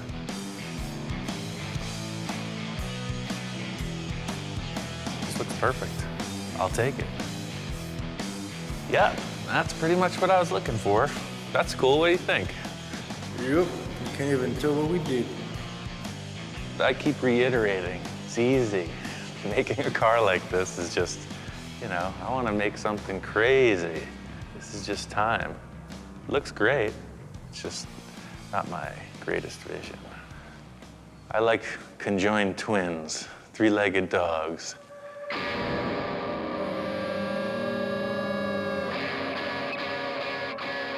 Here it is, a space junkie. 5 years of toil. It's a 1931 Chevy. I call it the Space Junkie. We just won Best of Show at the show here at the Hard Rock. This is more artwork than it is standard car stuff. Something I always wanted to see. It was just a crazy Hot Wheels kind of freaky car and show car. It's got a sliding sunroof. It's got airbag suspension, 20-inch rims with wood spinners. I mean, nobody's got this. It's its own thing. It's brand new. I built the Space Junkie because I just wanted to go crazy. I wanted to make it a wild thing, that's all. It had no parameters. This dude's leg was fully ripped off. This whole f***ing leg was just hanging off. It was just a bone and like muscles.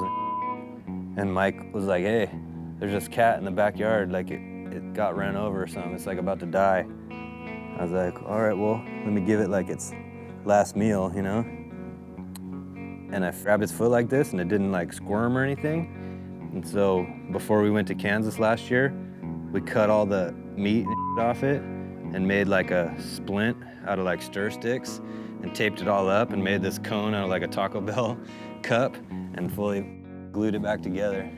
And now she cruises. When I look at a grill or an opening for a grill in a car, what I do is I study it for a while, and then I come up with maybe some rough sketches, and I try to create things that have not been done before. Roman said he had this idea about using multiple bumper guards for the grill teeth. It just seemed like a cool idea. Knowing how to cast aluminum parts, I decided let's go for it. It's pretty cool looking.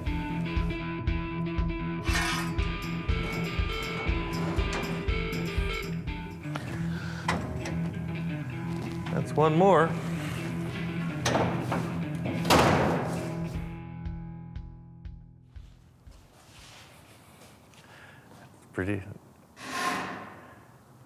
It's pretty weird.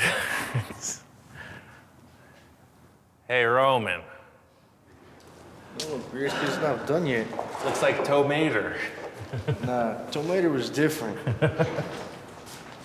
We're about 2 weeks out at this point, and there's a ton of stuff to do.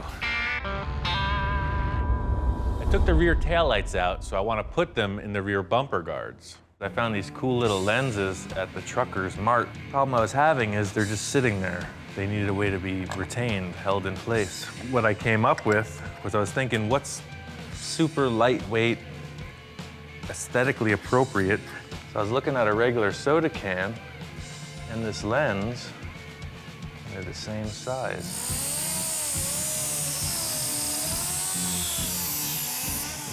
There's no catalog I found that has the part that I need for this. It's a very delicate aluminum stamped shape that would be very hard to recreate otherwise. It's just, why not? Some people have a real problem with it.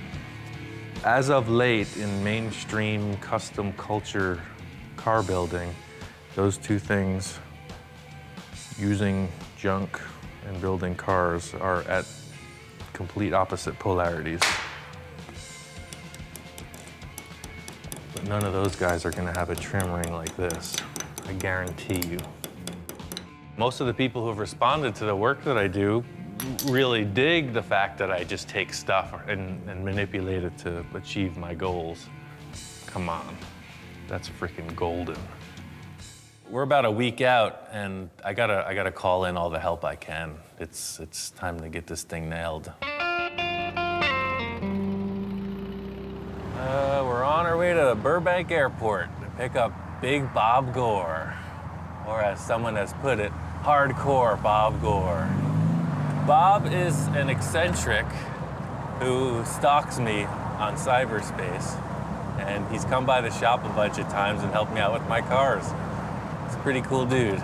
So he wanted to come by and help out with this one too.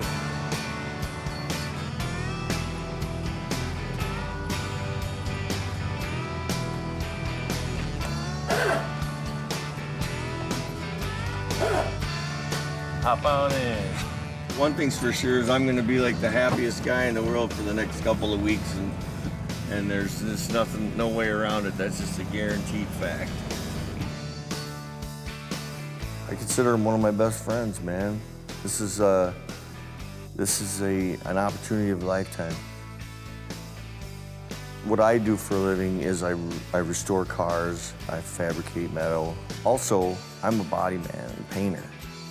Bob's my friend from out in Wisconsin. He saw the first DVD and it just thrilled him. So we just kind of got to know each other over the phone, and he's come out a couple times to help me work on my cars. It's a good thing. My claim of being Ian's biggest fan is the fact that I drive my family crazy because pretty much just about every day, you know, at the end of the evening, I throw in the video. Sometimes you need something to inspire you. I asked Bob to come over and paint the car, because that's what he does. He's just down for the cause. It's awesome. I think you could say it's a lowrider-inspired car, no question. And what I saw with those cars was a lot of simple paint work done, but people just went crazy on the roofs. And I kind of dig it. It's like wearing a fancy hat or something. The idea of having a finished roof on a car that was in primer doesn't work for me. I think it's the wrong choice because it's almost like wearing one shoe on one foot and going barefoot on the other. Michelangelo painted the Sistine Chapel. The Pope was telling him how to paint it, when in all actuality he knew that Michelangelo knew that it should be this way. So that's me, man. I'm in that position. Yep, you're the Pope and I'm Michelangelo. I didn't see what he was seeing. I felt it was the wrong way to go. I'm used to painting a whole car at once, not just one section of it. And we'll get used to it, man. This isn't a dealership. We had a disagreement about how the car should be painted. The bottom line is we need to get through this paint job so we can finish the rest. So I just let him go with it. It was the first time he and I ever butted heads. It's frustrating in this time frame. Was psycho. I mean, it's crazy, especially if you want perfection. I walk in on the car and the first impression makes it, and the car just imploded. It just sucked all the light out of the shop. It was not palatable. I didn't like it at all. After the events and everything, you know, obviously we're behind schedule, et cetera. I honestly don't see the car going to Vegas.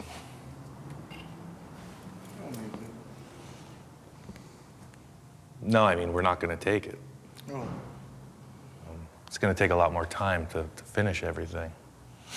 It just is what it is. To show an unfinished piece at the car show of this caliber, there's a lot of pressure on it, you know? We're trying to do something cool where it's a really finished, nice thing, and it can't happen in 2 or 3 more days. Okay. And what I was trying to do, I think I made statements from the start of this, has been kind of pigeonholed for these rusty, sloppy cars, because I built a couple and they're super fun. But the most criticism that I've gotten so far is that, you know, the rat rods, everything that I've done, and it's just not the case. And, you know, with the other car that I've done, the past 2 cars have been finished and nice. And I just want this one to represent, you know, a better level of finish. I was massively depressed that, and then it was just like when we conflicted with the paint job scheme, I felt the same way. If I could stretch it out any longer, I would stick back and redo, you know, paint the car the way Ian wants it done, and show people that what I can do,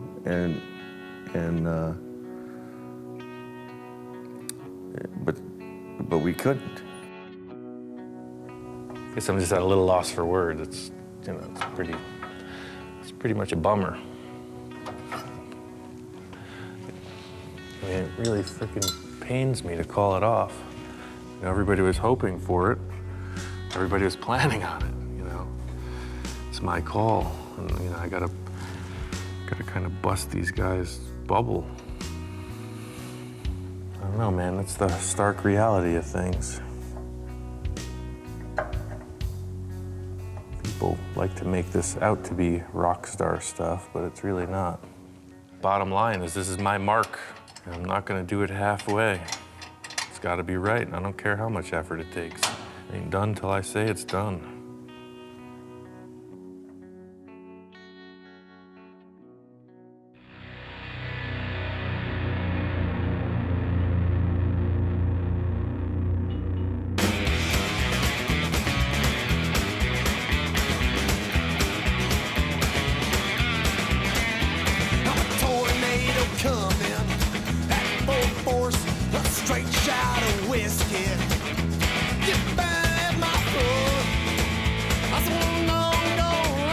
We got everything done on the car I wanted to. Paint looks good. We put the upholstery in and just took it up to this show in Ventura. It's finished. I'm your foe. When you bring me sorrow, you bring me pain. Baby, baby. We made it. We motored out on the freeway and it's all good. Made it here and the show's on.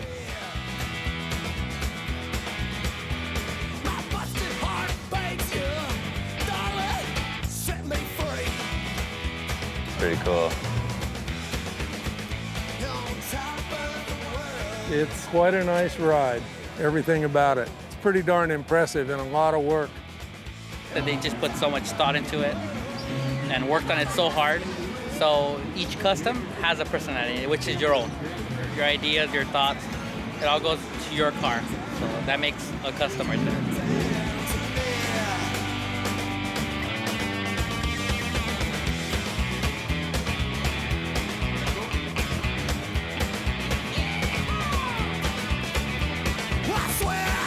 Spaceships from outer space.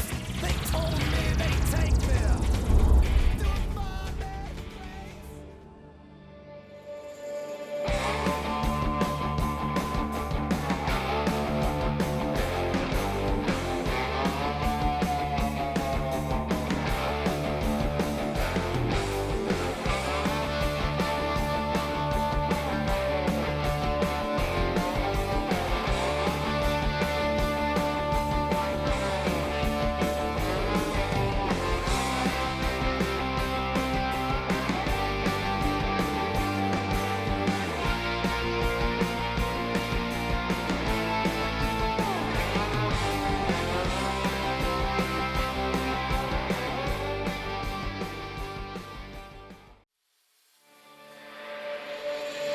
Right now on Full Custom Garage, Master Metalman Ian Roussel does the unthinkable. I got a show car, and it's just not up to par. Ian's got a plan and brings together the A-team to make it happen. I think this is gonna really get taken to the next level. What other level are we talking about? You don't get this at your local auto parts store. Yes! Everything inside me just freaks out. A bubble top. Are you kidding me? This is really how I want to work, working with an artist, trying to translate his drawing into three-dimensional reality. That's what we're building. Awesome. It's way more challenging than just restoring a car. And then another heavy hitter joins the team. There's a new kid on the block. Dude. I called in Eric for a reason. This is the zone. This is the Super Bowl right here. He likes the crazy, so he's come to the right place. But as the guys get into it, things don't go as planned. I'm looking at it and I'm like, that's gonna be hard to make. And now I see this little bit of fear in his eyes, and I'm like, oh man, now what do we get ourselves into? I am here. This is my car. We are going forward. You'll hear all this banging and clanging and bending and like, and then he comes back over. All right, we're good, we got it. We're raising the bar now. I'm seeing this as probably the biggest challenge in my career.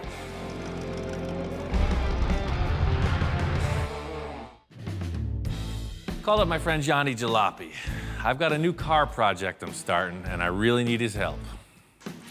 Hey, what's up, man? You returned. I returned. Howdy. I don't really know what the heck I'm doing here, but I'm expecting to walk in and see some old car or some sort of parts laying on the ground, kind of the way he always starts a build, and there's nothing there. So I'm like, okay, what's going on? Been a while. Yeah, what's up? Well, you know, after that crazy car we finished last time, right? I was thinking I gotta have you on board. Thank you. I was thinking I gotta have you on board for another project. Okay. Man. I really want Johnny to come back to the shop. We collaborated on a project about a year ago. Johnny drew this really radical cartoon hot rod Volkswagen thing, and I knew I could build it. I got a plan, but I'm gonna need Johnny's artistic talent to move forward on this new project. What's up? Well, I got something under that cover, and I want to talk to you about it. Ah, what's under the cover? This car's been sitting here in the corner of the shop for a while now. So as he starts to slowly pull the tarp off, there sits the Space Junkie. This iconic, badass car that Ian has created. I've seen it in pictures. So, exactly. Holy cow, man. So it's kind of in deep, cold storage. It hasn't gone anywhere in years. And you want to change it. What could you possibly want to do to it? Well, let's pull it out and give it the once-over. This car is a 1931 Chevy. It's a radical departure from your restoration and even more from your typical show car. This was a really intense build for me. It was really a workout on my skill level regarding bodywork and fabrication, and I'm ready to change it up. Like anything else, you get used to looking at it, and that's why I wanted some fresh inspiration, because I think you got what it takes to bring it to the next level. You're talking, obviously you can't, it's definitely chopped as much as you could chop something, and it's stretched as much as I could think you'd want to stretch something. So what are you thinking, like new wheels or another paint job on it? Or? You know, I want it to be completely revamped, not just a simple paint job. I mean, all the way. You're not satisfied with I'm not satisfied. It's got to be different. That's exactly it. And he's like, yeah, no, I'm done with the whole thing. There's some cool things about it I like, but for the most part, I'm kind of over it. And I'm still like, how can you be over? I'm not over it. I'm still kind of in shock, like, I don't know where we're going with this. I can't imagine what we could do to make it cooler than it already is, but I'm in. I've got Johnny here, and I'm slowly easing him into the idea of redoing Space Junkie. My background is in VWs, and the way that car is put together is it's like a rolling chassis with a body capped on it. So I built this car in that same vein. The nose detaches independently from the body, but they both lift off the chassis that is completely drivable without either. I mean, first of all, let's just take the spinners off. Spinners from the start were a gimmick. It was something to make people laugh. It was kind of cheesy. It was a direct reflection of the whole trend of the spinners at the time. It didn't start the trend I thought it would, so. You thought it was gonna really take off and you were gonna start taking some orders? I mean, come on. It's a 100-year-old wood spinner. It's like, it's wood, hear that? It's freaking awesome. Spinners are just the tip of the iceberg. So this nose is undone. It kind of shifts up and forward. Let's take it off. The nose of the car is very easy to remove. 4 bolts, and that really reveals the work that's gone into the chassis and suspension. So see, look what's going on under there. There's a Even that looks cool. That's what I'm saying. There's a whole different story. I mean, now look at the engine. What a freaking wild setup. Holy cow. You don't get it with the hood on. Dude, look at all this detail that was really kind of hidden. I get what you're saying now, that it really kind of hit some coolness in it. He spent time and made these really cool body panels for this car, but the true talent of Ian is all the stuff that was covered, the whole chassis work and the way the front suspension's set up and all these really cool, intricate details that he had done were all hidden underneath his body. You know, I'm thinking, and he obviously was thinking when he built it, here's the cool part of the car. So how much time do you have in this, Ian? I mean, I've worked on this car for over 5 years. Not full time, but every minute I could give it. So that's why it's so developed. It's a pretty good accomplishment. I can't wait to take it apart. So it makes all the sense. 5 years of your labor of love. Let's just toss it. Toss it, man.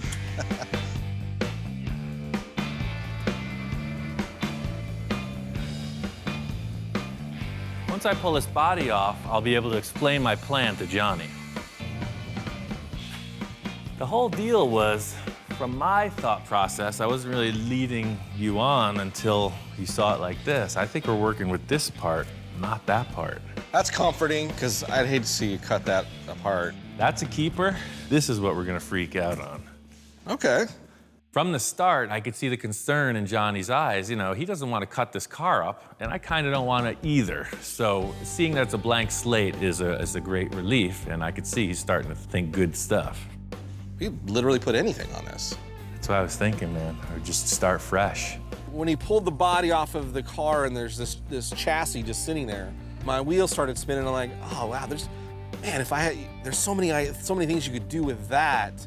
So I'm like, well, let me sit down inside the thing and kind of get my head moving. And so I sit down in the driver's position, and you know, I'm starting to see, oh, this is really cool. This could be anything. I think I'm starting to get it, man. Right. It's a bare slate. You can do whatever you want. Absolutely. So this is really where I thought you could start your brain work from, but I have one more piece that's going to give you the hint. I think it's going to tip the scales in my favor. That car will be a vague and distant memory. All right, so you don't get this at your local auto parts store. Check that out. Yes. He comes walking in, and it's a bubble. And everything inside me just freaks out. I'm like, oh man, a bubble top. Are you kidding me? Dude, bubble top.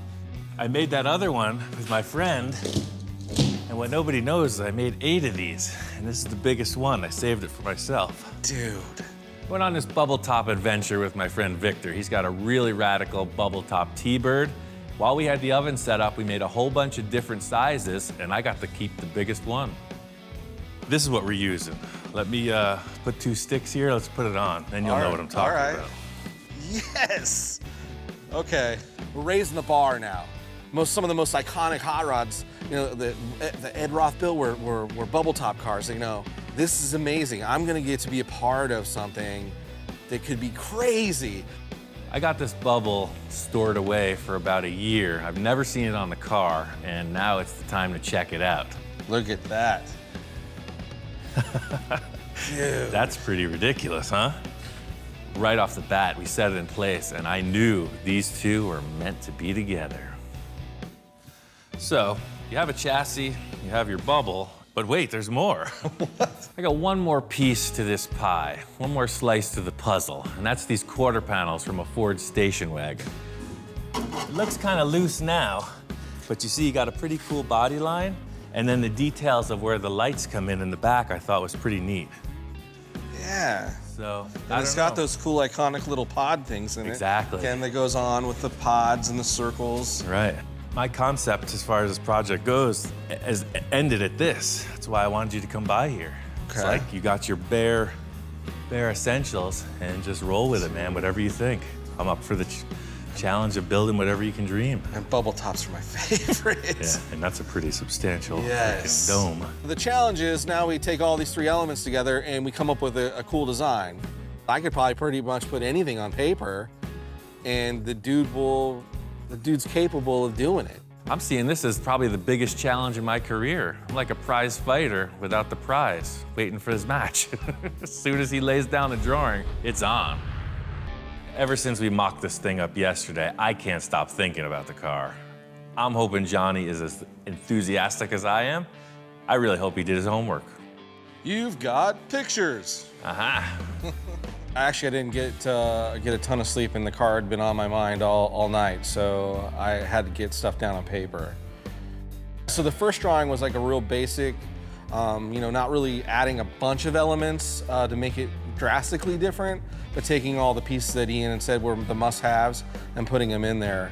But again, I added one crazy element because I couldn't help myself. It just wasn't as much me. So I popped out another rendering that was a little more radical. So I hope Ian likes them. What's up, man? I couldn't sleep. Me neither. We made a mistake by putting this together so quick. I can't stop thinking about this thing, man. It's like I want to get to work right away, but I wanted to see what you got going on. Okay. The first drawing he shows me is very representative of the parts we have, except there's some kind of a weird fin on top. I mean, what the heck is on the bubble here? It's like, what is that? Crazy idea of this like mohawk. You said take it to the next level. That is, man. Right off the bat, this is exactly why I asked him to come here. You know, something I wasn't even thinking about. He's already got a line on it. I think that's a keeper. However that thing translates into the final product. So Ian seemed to really like that first drawing, but I knew the second one had a lot more of me in it, and I was excited to show him that part. And then that kind of popped in my head. Oh, dude, that's the move right there. Johnny's second drawing really nailed it. 3/4 front view, absolute proportion-wise, what I would consider, yes, that's exactly what I want. I'm freaking building that car.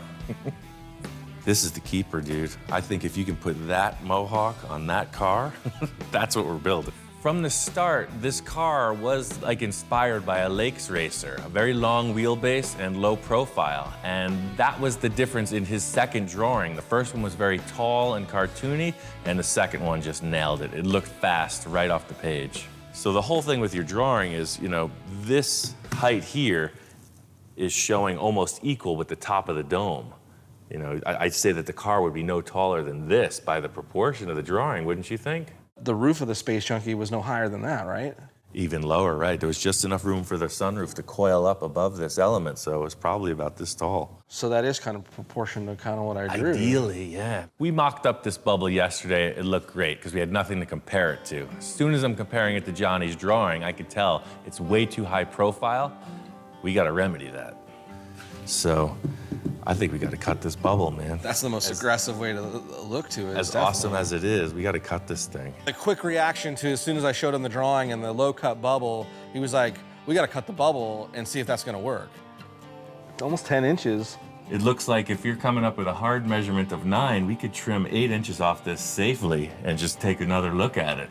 Which freaked me out. Are you cool with cutting your big giant bubble? Well, that's what we're here for, man. That's why I asked you to come here and do these concepts, because I'm open for the adventure. Let's cut this thing and see what we can do with it. I just cut apart my prize show car. A freaking piece of acrylic ain't no threat. To remedy this bubble, we're gonna cut it. Johnny and I settled on taking 8 inches out of this bubble. It's not really something I'm looking forward to doing, but it's gotta be done. You just can't go down to the local auto parts store and grab another bubble. So now here he's talking about, cutting this thing down and making it smaller, which makes sense, but still I was super apprehensive and I don't know how we're gonna do this. So, I got a delivery of all these sanding discs, and they measure 8 inch on the box. No way. Let's set them up. Typical machinist layout thing would say you have a base plate, you're gonna measure vertical, and then across to whatever it is you're gonna scribe on. And that's really what we're doing with the floor. We got a base plate, we got a couple risers, and a couple cross beams, and we're gonna trace off of that. This is high-tech stuff, baby. So the idea is, see, you have a bar, and it's always gonna be 8 inches all the way around. So it's always at the same height. Exactamento. For me, I've drawn lots of stuff with straight lines, freehand, and I can pull a pretty straight line, but I'm going, man, thinking about trying to draw a straight line completely around that bubble and make it symmetrical was crazy in itself. But he was like, yeah, no problem. This is what we'll do. It's pretty precise. Yeah, that's what I'm saying. It's freaking rocket science, baby. That's awesome. So that's a very big trim. Look how much less of a dome it is. The main reason I like this bubble because of its massive proportions. And just raising the bottom perimeter 8 inches shrunk it down almost in half, it seemed. You see how much plastic we're losing, you know? It's a very small bubble now. Right. I don't want to say a quarter's been taken off, but maybe it's a fifth of it taken off. It definitely doesn't look as dramatic back here, but this is a lot of real estate. Yeah. There's 2 things we're trying to accomplish, and that is fit it between the rear tires so we can have some body work in there, some steel, and make it as long as the chassis is from the firewall to the rear edge of the frame. By cutting the bubble as small as we did, we had taken out the length of the bubble to ensure that real extended, long, dragster look. We needed to keep the length. So what if we took this and raised it? Did this? Then it's a very long, narrow bubble now. I see, so you're almost changing the rake of the Changing the cut. rake of the bubble, yeah. Let me draw a line on there, let's see what we got. Wow. Yeah, it's totally different, Look at totally that. different dome. Well, once we got it marked, that's it. It's okay, we've made a decision. Now what do we do? Are we gonna stick it or are we gonna decide again? Give it one eyeball approval.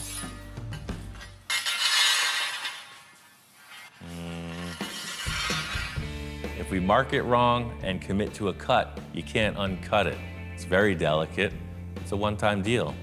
And now I see this little bit of fear in his eyes, and I'm like, oh man, now what did we get ourselves into? The only way to figure it out is if we do it, right? So Yeah. it's like getting I'm in. married. Let's do it. You can't fake it. At that point, I was like, you know what? I could either sit back and be afraid of it, or I'll follow along. You know, put all my faith in Ian. He knows what the heck he's doing. And I was like, yeah, I'm in. Let's do this. Let's cut it. I got your back. So he starts going right into the bubble, and those first couple noises into the bubble, I'm like cringing. Oh man. I was super focused on my work. A lot could go wrong, but I could feel there was tension in the air. It's nice to let your teammates know that you got this, that it's a sure thing, but that's not the case here. I told them we're gonna cut this thing, and I really have not done it this way, so hopefully it works. He just kind of proceeds to pierce his way every couple inches. I was surprised to see how easily this thing cut. I was all the way around, and it's like, hey, it's showtime. The cruncher. I felt a disturbance in the force. So let's try this. Grab under. Raise up. Is that right? Lift up. Are you still attached there? And we can't put any torsional twist. Boom. Perfect. Sure enough, he grabs one side, I grab the other side, and it pops right off. Super clean cut. It was crazy. There it is, a smaller, better bubble. It was a relief to have that thing cut through without any issue, but the other point is moving it. We're gonna have to make a base plate for this to support it before we can put it on the car. I want to see it, Ian. So let's not. Yeah, I let's don't want put to break it, my man. I hear you. That's what it's about. Come on, let's do it. My first thought was we have to reinforce this because we got through the first challenge. It could crack at any time. Johnny's so amped, he's saying he needs to see it now. I'm like, forget that, let's just put it on there. Ready? If it breaks, it's your fault. If he dies, he dies. I'm jonesing at this point. You know, we've gone this far, he's cut the bubble. I just want to see it on top of that chassis and see if we've made the right decision. It's gonna be okay. Look at that, it's still too tall. We're getting there. We put it on and it was good, but I'm looking for great or even greaterer. So, looks good. We're gonna try one more thing. So I think the front of that bubble needs to come down right to the bell housing. That's just a simple little firewall I made. It's just sheet metal. It doesn't do anything structurally. This deal here. Okay. I think we can just cut this right off and we'll lay the bubble on the bell housing for now just to take a look at it. So, cutting some more of the space junkie. See, that's Get part it out of here, it's old. That's part of what I was leading you into too. We're actually never going back, Johnny. I gotta tell you, that car will never see this frame again. That's been the Grandmaster plan from the start. Well, Johnny's thinking we're still trying to salvage the opportunity to put that other body back on here. And I'm only thinking it's going forwards. And I'm like, okay, now we're cutting up more of this iconic car, and he's got no problem with it. All right. It's my car, and I can do that if I want to. That's pretty ridiculous. Yeah, look at that now. Yeah. Dude, that's pretty sets silly. it all backwards, too. Oh, my goodness. I think those are our proportions. Getting this thing on the chassis, you can see it fits now. It doesn't look like a big high bubble top thing. It's very slick. Even better than I thought it was gonna be. It's all about the feel of the ride, right? And that's the thing, I gotta get back in here and see if it's working. If your head's banging against the bubble, it ain't gonna be okay. If it's too close, if it feels claustrophobic, it ain't gonna work. Oh, yeah. There's no less room than the other ones. It's a yes or no thing. I am here, this is my car, we are going forward. I think I finally arrived, Johnny. We're in a good position. That's pretty sick. I don't even look at that car anymore. That car's nothing to me. Put a cover on it. Since we cut that ring off the bottom of the acrylic dome, it's very flimsy. So I just want to be sure it doesn't flex out of shape and crack. I got this wooden backboard that'll support it while it's on the car. So according to the schematics, I think we nailed this bubble thing. Yeah, I agree. I even think the height that we have up on the bubble area, too, it works. Compared to that it's damn close. You know, the real world parameters of the arch on the top of this bubble are obviously taller than your drawing. Right. But the attitude line of that rake coming Definitely there. it's aiming right at the front spindle, and that's the attitude of the car. Yep. I think we nailed it. Let's do some metal work.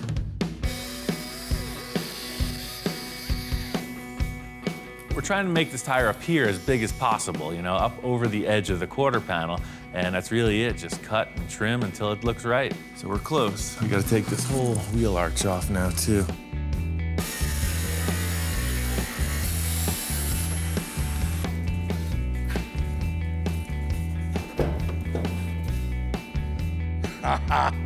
Yeah. Yeah, I think that's a good starting point. Immediately putting it on the body, it really started to define that flying arrow that we were looking for. But the body panel only goes up to about half of the chassis, and there's this whole other part that needs to be filled in. But ENC is pretty confident that that's not that big of a deal. So this is pretty much drawing in space. You do the thing with your magic markers on the paper. I do the same thing with steel bars and aluminum bars on the cars. The whole deal here is kind of giving the nod to Johnny's design. So I asked him to get down and figure it out with the tape, you know, what lines are you seeing here? I do this all the time, so Johnny's first try at this worked out pretty well. As we put up the tape lines, we can really see that the stretch of the car is super exaggerated, way more than I even envisioned in the first drawing. This is really the point I knew we were going to be challenged because, you know, in a perfect world, everything would be art, right? So, yeah, I just draw it and it's done. Just there. So I think that's being the cue, style-wise, of how we're going to take this thing and represent that feeling. It's obviously going to be like that drawing was pulled and stretched. Right. So I think we're going to have to stretch all those lines to kind of give it the same vibe. I'm digging where it's going. Yeah, it's really starting to evolve. Yeah, for sure. That's the thing. I wasn't thinking dragster at all until we took this body off, and now all of a sudden you could see it is. It's like a slingshot dragster show car bubble thing. And the next thing I know, he whips out a picture.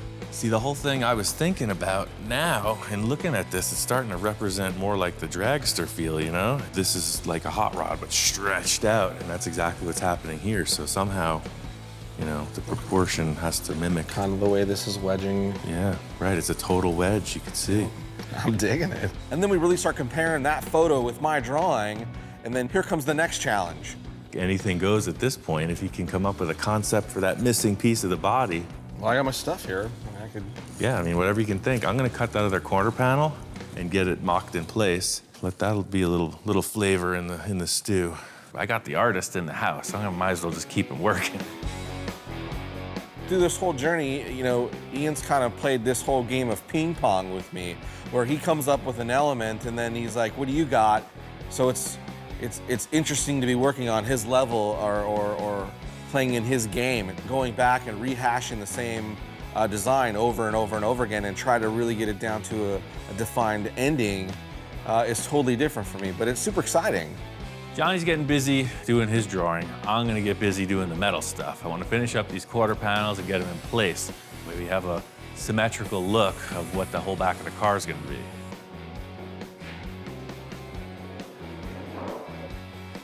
Nice. Hey, here it is, baby. Oh, man. Yeah, so the back has got a pretty freaking cool look, man. Check that out. That is badass.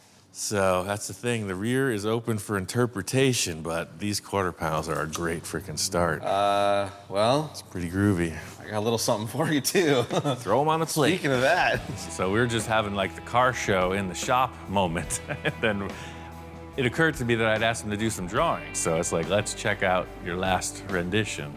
So here's what I got. Oh, wow. That's pretty freaking good. Where did you photocopy that from? Who drew that? That's freaking nuts, man. So, you know, brought the body panel down. I still kind of left the spears in there. Right. With the lower look to it. Yeah, love it. Again, added the, you know, the mohawk that you liked from the first drawing. Mm-hmm. I kind of extended out the outer fins. Love it. Right. Everything's just a little bit more dramatic.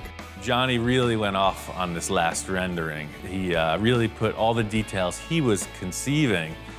I love the fact that he put this giant aluminum fin across the bubble. We knew that, but he's got some wild ideas with the headlights. The front of the body has some vents incorporated in it. I've never seen anything like it. That's why I want to build it, because this thing's far out. Dude, I like that better than all of them so far. So I hate to keep asking you to draw stuff, but you see what it's developing into, man. It's freaking amazing. Nothing's cooler than, you know, being some guy that just draws a bunch of doodles to get to be a part of something as big a scale as this. When he said, hey, I need some help, I didn't expect it to be like this. Well, man, I hate to say it, but I gotta head home. I wish I could stay longer and help you. What are you talking about? You mean you have a day job? Yeah, I gotta get back to the day job. Johnny's time has been short and sweet. He nailed this concept, and now all I gotta do is build it. Thanks for doing the hard part, man. Thanks for letting me come and be a part of it. Right on. Johnny Jalopy had to hit the road, but there's a new kid on the block. I called up my friend Eric. He was on board to come by and check it out. He walks in, and I think he's a little startled. Thanks for coming out. Thanks for the invite. Right on. What, What? You act like you've never seen this type of thing before. When I came in and I saw it, it was like, okay, the gravity of it kind of spread apart, just bits and pieces here and there. It's, you know, it's a little like, what did you do? Just collaborating with Johnny on all the potential this car could have made me think I gotta redo everything. I pulled the engine out because I want to freshen up the paint on the frame, pulled the wheels and the hubs off. Everything needs a little once-over, freshen up. Eric walks in the middle of this strange disassembled state. I'm almost kind of glad I wasn't here to see it being unbolted. It's kind of like pulling apart Frankenstein's monster. And okay, we're gonna make a cooler version, but you don't want to be in the room when, you know. So this is kind of what Johnny comes up with right off the bat. So he's thinking like slingshot, dragster, bubble top show car thing. I'm ready. Yeah, we're sitting there messing around, right, mocking stuff up, and he goes back to the drawing board and he comes up with this ridiculous aluminum mohawk fin thing across the top. Dude, this is gonna be sweet. There needs to be more bubble tops in the world. Just like calling in Johnny, I called in Eric for a reason. He has a background in building crazy stuff. I never wanted to have the same kind of car. I always went to the next thing or something different. I cut up a perfectly good 65 Thunderbird and built my own version of the baddest bubble top I could possibly think of at the time. It's the iron lung bubble top. It's pretty freaking far out. I'm not that easy to impress, and that guy impressed me. It took me about 4.5 years to build. I wanted to build something that looked the part back then, but just something a little more current or just different. Just break away from the mold of it all. He built a bubble top before I built a bubble top, so I think this is gonna really get taken to the next level. As soon as Eric got here, we got right to work. First, I wanted to frame out the structure for the body panels. Basically, you need to have a squared structure and figure out, how you place these, because if one's off by an inch, when you go start tying things together, you're gonna be off by a mile. I wanted to get this set up so we could focus on creating the rest of the body. Any concerns? You think it's gonna be all right? No, I'm good. The gear drive is just buzzing away like a blower belt. Being able to work with somebody that, like Ian, that has this talent, I'm excited to see what happens tomorrow, and I can't wait for it, This is something cool. It's gonna be all right. Today we got right into it. Had a lot to accomplish. I wanted to see the front of this thing fleshed out. We're trying to avoid this generic shape that the rear quarter panels offer us. I want to taper them in, try to follow the contour of the acrylic bubble. So Ian has this idea that we're gonna do these slices into the quarter panels to kind of try to draw things in. I'm a little skeptical of it, just simply because you're trying to curve something. The metal does not want to go that way. We only have 2 of these quarter panels. We can't go out and find another 59 Ford Ranch wagon for quarter panels if we screw this up. I have Eric on the mission of modifying what's already in place, and I'm going to create what isn't in place. There's a series of bends that I need to make for the front cowl area, and it's pretty complicated. The way that these quarter panels are created, it was like a big stamp, bang, one-shot perfection. I don't have that capacity, so I'm gonna have to make these in a number of different shapes. So I'm comparing each contour to different parts on the original fender, and I know how I'm gonna piece them together somehow. So I get all the slices done on both sides. We start to pull it in, and it works. It's funny, it's just a big piece, so you're looking at it and you're like, yeah, after we slice this, cut here, bend this, twist that, it will be perfect. This is an important piece simply because if it's off, the front of the body will not match. Once this is set up, there's other pieces that go into the cowl that everything has to be cut in a certain way that it has to match. So this again is another piece where if the foundation is not square on both sides, you can't get the perfection that you're looking for. It's big trouble. The easy thing is making one side. The more challenging part is duplicating it in a mirror image for the other. So Ian comes in and he's like bending metal and panels and cutting this and cutting that. And as I'm doing my thing, he just keeps kind of coming over my shoulder and like, think, yep, no, here, hold that, wait a minute, mark that. Like he'll leave and you'll hear all this banging and clanging and bending and like, and stuff screeching, and then he comes back over and over my shoulder and here, all right, we're good, we got it. He's like, all right, weld it up and we're good. Look at that line. That is Everybody's just, always critiquing. That is years of You should see what I do with the other guys. unsurpassed talent. The other guys that work in the shop, sometimes it's like a freaking football playbook. I think Eric's a consummate professional, and I got the wild style going behind his back. He doesn't know what's going on. Maybe he thinks I'm not working up to my capacity, but this is how I roll. He has a certain style and a certain way to finesse his equipment to do what he wants. And it's entertaining to say the least. We got about that much, and then it gets bigger. Look at that much. Then it gets bigger. Holy moly, we're getting good at this. We're both standing back and looking at it, and it occurs to me that Eric hasn't seen this thing mocked up. Johnny and I set up with the fenders and the bubble on, and I think it's time to show him what's happening. Totally fits. That's pretty ridiculous. I can't say that I've ever seen one like this. That's pretty No, weird. I want to see the holy mohawk on it. With the bubble on it and the body panels going, it's starting to really take shape, and it's amazing. The front is looking perfect, man. I couldn't have imagined it better, but now we have to imagine a better rear section. The rear portion of the car is a blank slate. Eric's got a couple ideas. He's not talking, so I guess we'll see what develops. Eric was holding out on his concept for the rear, so I finally asked him what he's been thinking. All right, while you're in a good mood, Yes. open to ideas, I have an idea for this. What if we were to maybe dish this in? Right. And do a radiator, since I like doing the pod things with the headlights and the grills kind of thing. What if we did a pod for the radiator and had it separate and exposed, like show the mechanicals of it, but do like a case for it? I like that idea. So it's almost like the engine is like a piece of jewelry in the front. Yes. And the radiator is another Is the one piece in the back. hanging out of the back. Yeah. I'm totally down for that. All right. This is a complete blank slate at this point. I am open to suggestion, and the more outrageous it gets, the better. It's not something I would have thought of, but I like the idea a lot. So do I earn my supper for this evening? Yes, I think you're gonna get a gold star on the refrigerator. Cool, man. For today's efforts. My mom will be so happy. Yeah. I told him my idea, and he was like, yes. And then almost instantaneously, he's like, I got some stuff that can do, I'll be right back. Just give me a minute.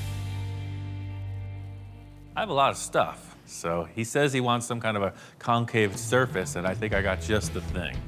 Well, I was looking for this, but then I saw that. This is a good start. It's about the dimensions we're working with. This is what we need.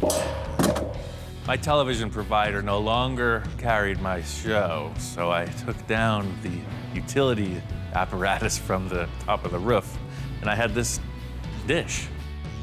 And he comes back in here. I got some stuff.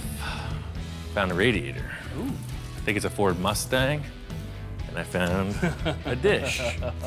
You were asking for a dish shape. I totally think he took a ladder, climbed up on his roof, and stole a satellite dish. This is perfect. Concave shape, right? This is perfect. And it's steel. Oh, man. It'll be perfect. This is like the perfect shape, and he comes in and we kind of set it in place. I'm like, we're totally putting a satellite dish on the back of this car. Satellite dish on a car, that makes no sense at all, but it works. The thing was mainly that it fit the car. It's gonna be modified, but this shape is a keeper. It's just gotta take the paint off and tack weld it on.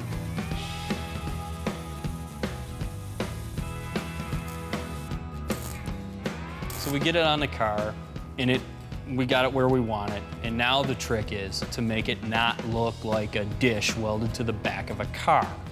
I'm thinking we just need to put something in place, start to get a feel for the dimensions of this, and I'm gonna make a simple roll pan for the back of the car. Just throw it in the sheet metal brake and roll it.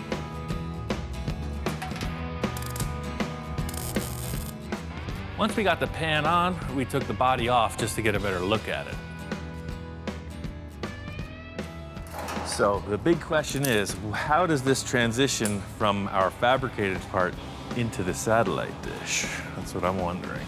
You know what, maybe let's make the top first, because you could see the old line right here. The way these things here from the factory, I'm digging them. So, this is just a line. I was thinking a tube shape with a nice round edge, not just coming only straight across, but coming back and down. Yeah. The whole thing was just to get some line in place. You use this round tube, and I just create kind of a shape, but I'm thinking like a V shape. It kind of tapers down. Something that'll just give a landing point to whatever sheet metal we put in place. I'm building out the back of this car with these strips just because we're trying to move fast. This car's gonna have a lot of fiberglass, a lot of filler on it, so I'm just creating a surface. It's very simple. We're not getting too crazy with it. We're gonna put in a series of strips, trim them to fit, and then weld everything together. The whole thing is just standing back and checking it out. There's still a lot of loose ends, but you could see that the dish was the right call. It's a great centerpiece, and nobody's gonna know what happened. Yeah, so I'm real happy with this contour, just the way you're seeing the mimicking reflection of this and this, but it's set in. That's exactly what I was hoping for. Yeah, it's the makings of a fine bubble top. So, Eric's gotta hit the road. All good things must come to an end. This has been like hot rod summer camp. And it was really neat to meet somebody else in this universe that gets this stuff and gets these things and like it doesn't matter the work, the time frame, just that it's gotta be the best that it could be. And the ideas are just, the possibilities are endless. It was really great having Eric here. He brought a lot of great ideas to the project, and I'm inspired to take this thing all the way. Next time on Full Custom Garage, Master Metalman Ian Roussel continues the transformation of his wild show car. I had a t-shirt when I was like 15 that said normal is boring. This car, it's gotta follow suit. Sky's the limit. Ian gets some help from an old friend, and the ideas keep flowing. It started with Johnny Jalopy, continued with Eric, and now Mark's here. So it is all about the collaboration. I brought you some stuff. Cool. Is he gonna like it? Is he not gonna like it? Whoa, that thing is nuts. With the car taking shape, Ian heads out on the hunt for parts. I'm building a Roth-style bubble top. Now that you mentioned that bubble top, let me show you something. He's like, you gotta come inside. This thing is like a snapshot of heaven. Back in the shop, things don't go as planned. Stepping back and looking at the car, it's just not good. There's something terribly wrong. He's got his vision, he's got the drawing to consider, but if it's not aesthetically the way he wants, then it's not gonna happen. There's one final element that's gonna seal the deal. People start to wonder, how the heck did that happen?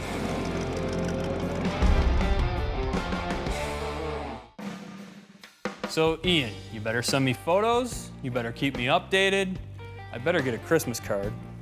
And other than that, man, keep trucking on. No.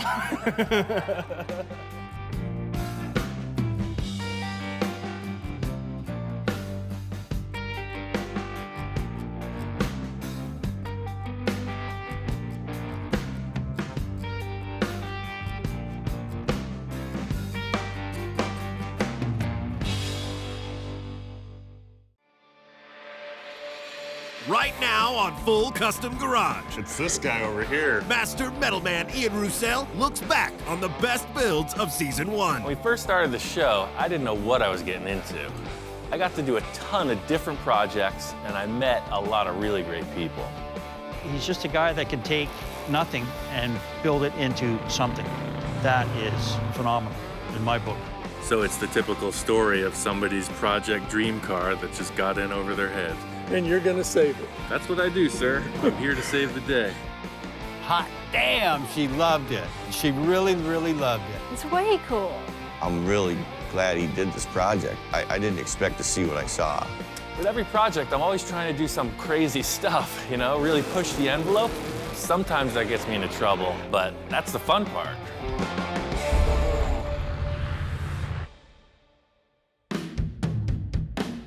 One of the first projects I did was for my friend Bill. We took his 1948 International truck cab and we put it on a modern roll-off chassis.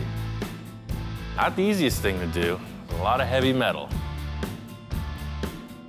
The truck needed to be wider to fit on the frame, so I started with the front fenders.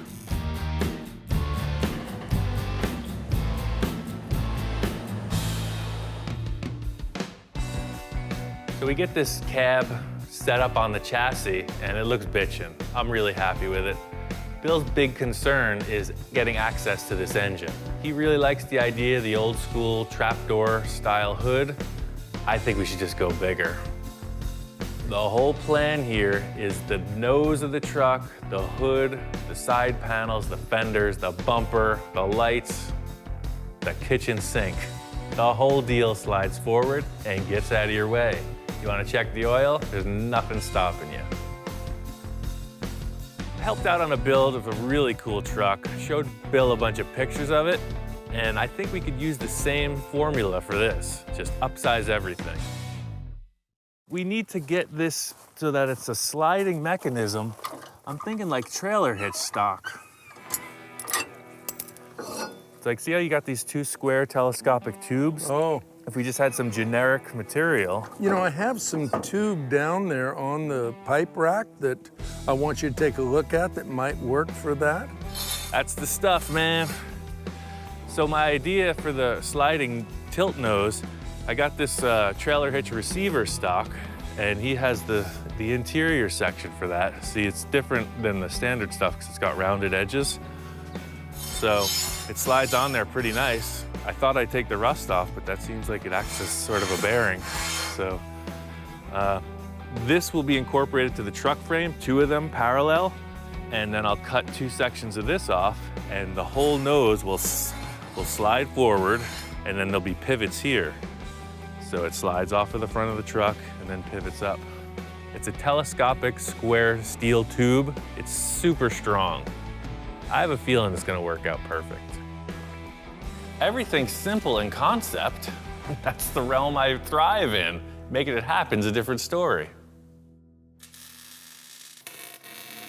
This concept needed a lot of fabrication on the understructure just to get to the mock-up. I never built a tilt nose on a truck this big, so I needed to see it in action.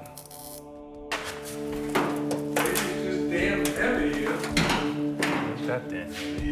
Par for the course. All of this work, I finally get the thing ready to tilt, and it's stuck. Bill's standing right there. It's just perfect. It wouldn't move. It wouldn't move. And I went back to the, damn, it's so heavy, we can't do it.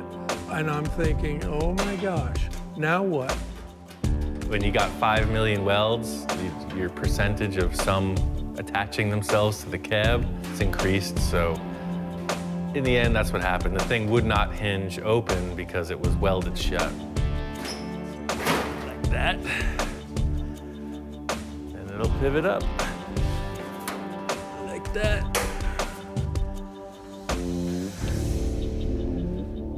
There it is. You got a tilt nose. It is just awesome. Really cool. Everything I hoped it would be. I was going for the KO, but I hung in there. I was bobbing, I was weaving, I was ducking. Pulled it off. A lot of blood, sweat, and tears by that young man right there.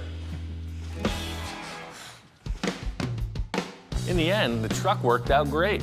The thing I like most about it is the front view. Obviously, we know the fenders are widened, but you don't think that when you look at it. You just think, what a frickin' big truck. There's not one thing I would change on this truck. I love everything about it. A lot of that is due to Ian and his persistence and his fabrication. It's a multi-functioning truck. It'll function as a flatbed truck, a dump truck, a van, does everything. Bill's truck turned out to be one of my favorite builds. The biggest satisfaction comes from the fact that it's a real working vehicle, and that's cool. Another project I did was a super custom 1964 Bug. It was based off a toy car someone gave me. One of the coolest custom pieces was the headlights and mounting brackets. These headlights are pretty crazy. They're actually pieces of spun aluminum that I found in the scrapyard. So I really made this whole unit. I had some glass lenses and I made everything else. They're seal beam bulbs that I glued in behind these antique lenses. So they're 12-volt high-low beams. They look like vintage car parts, but they're handmade. Really badass. The other cool feature is the way they mount on the car. So it's a round tube, so they're adjustable up and down. You can move them in and out because you'll see when you steer, it's very close, like so. And when the hood shuts, these strange little shapes clear the hood. You could really see the difference when we pulled it next to a stock Bug. I really loved the stance and the radically chopped roofline. The thing I like most about the chop and the roof is just the radical nose-down look of the whole thing. At first, I was building the car for myself, but I listed it for sale, and that's how I met Mark. He became a good friend and a long-term client.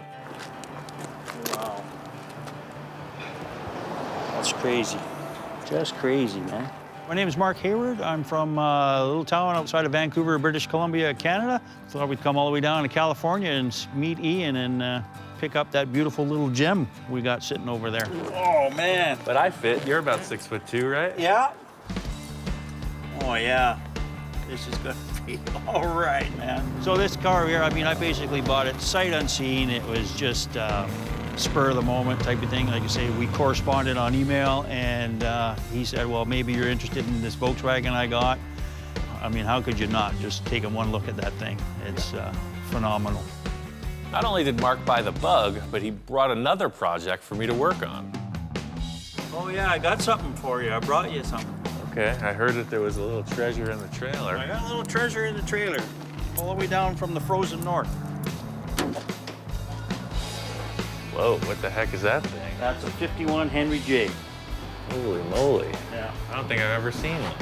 That's crazy, and it has no trunk. What kind of car doesn't have a trunk? We have lots of projects, both Viv and I, and I'll never get to them all, so it's like, okay, let's give one to Ian and see what he comes up with. And if it's anything like that Volkswagen over there, we're gonna get a pretty nice hot rod out of this. Seeing his work, you know, through the video, seeing the car now in person, yeah, I mean, I trust him 100%. I think it's just his creativity, and it gets down to his hands, and that's what he can fabricate and do. So, yeah, I have full faith in him to turn that project we just left him here into something. He's just a guy that can take nothing and build it into something. That is phenomenal in my book. When I first met Mark, little did I know I would be working on some of the craziest projects, and this Henry J was just the tip of the iceberg. Next, I got started on Mark's Henry J, and it was all about chopping the top. It got pretty technical, but I knew I wanted to retain as much of the rear roof as possible, so I started in the front and worked my way back.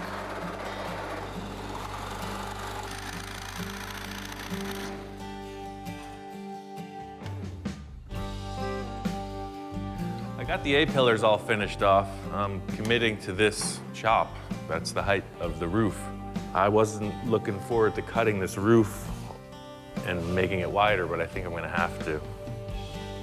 I started looking at it, and I found that this drip rail was actually tapered.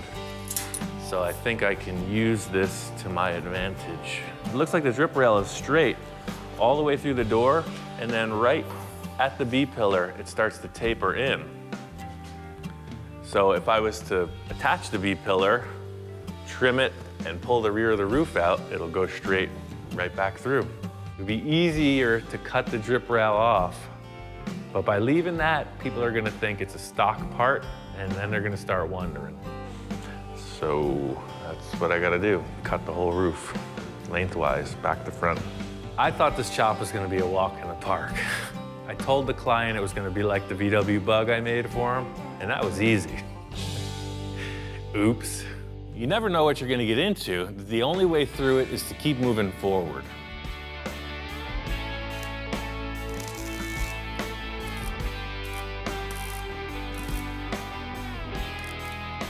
So I'm just gonna cut up to the B-pillar. I'll probably do a little relief cut on the inside and see if I can just twist it a little, but I have a feeling I'm gonna have to go all the way to the front. This is the thing I'm unfamiliar with. I'm just feeling it out. I'm gonna make a relief cut on the inside of the structure and then just zip the sheet metal open and see when it moves.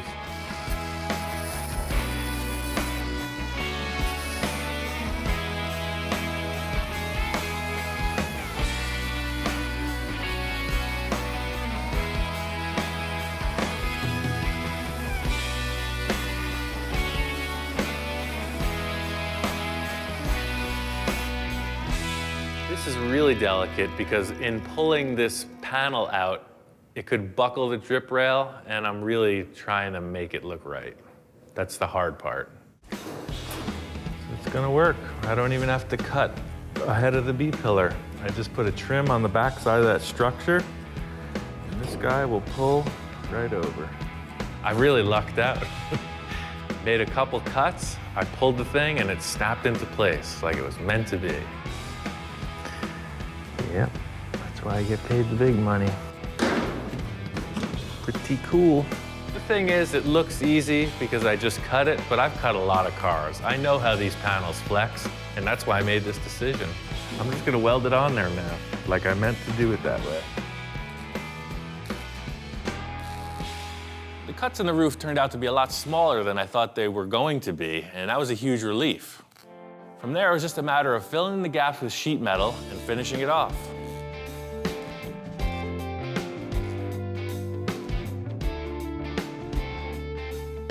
This kind of work is really tedious, but it's the end results that really show what the effort was from the start. I think the end result with this chop was that it's very subtle. Could have gone really radical.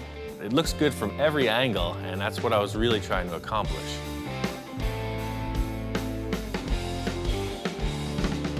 My friend Don, his wife Patty's birthday is coming up. He wants to get her something really cool. Her family has a long history with dune buggies, so he's thinking about putting together one for her. It's going to be a total surprise for her. Growing up, her dad had a Myers-Manx when they first came out, and my wife had a lot of good memories with that dune buggy out at Pismo and some of the desert areas with that. Don is a car fanatic. His wife is a little more conservative. She's always wondering what he's doing over here. He's got 6 million cars. I think that this dune buggy might seal the deal. It might win her over to our side.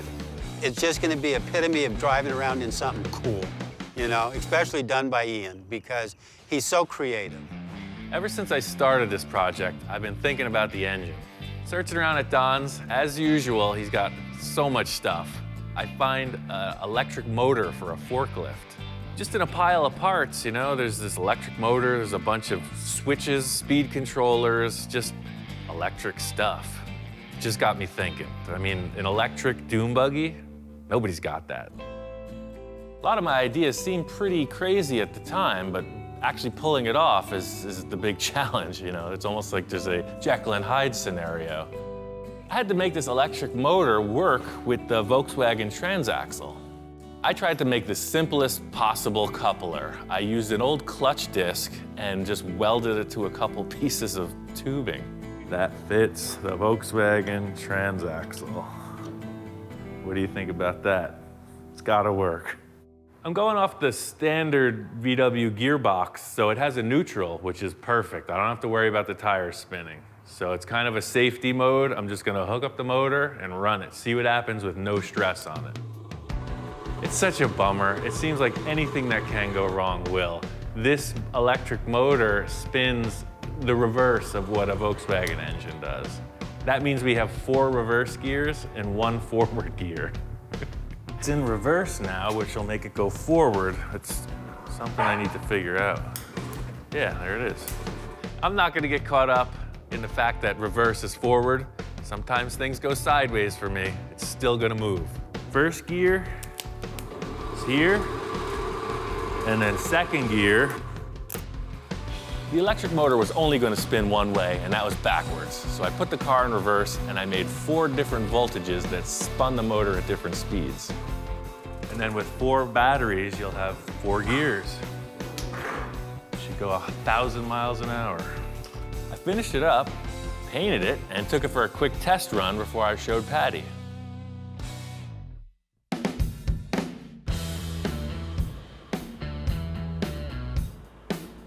And it cruised great. I think it came out pretty cool. I couldn't wait to bring it to Patty and see her reaction. And here is your birthday present. Oh, I like the red. Hot damn, she loved it. She really, really loved it. It's way cool. I like that it's sparkly, and I like the red. The pinstripes and everything on it is really cool, draws a lot of attention. It's way cool, I like it. I think my favorite thing that Ian did with the car is going electric with it. I think that is just way cool, and it shows how talented he is. It's really cool to drive. It's a lot of fun. I love it! The cool factor about this whole build was that Patty's family was into dune buggies. I mean, for years, like old school when the thing first happened. So to restore this original survivor and give it back to her, it's like it came full circle.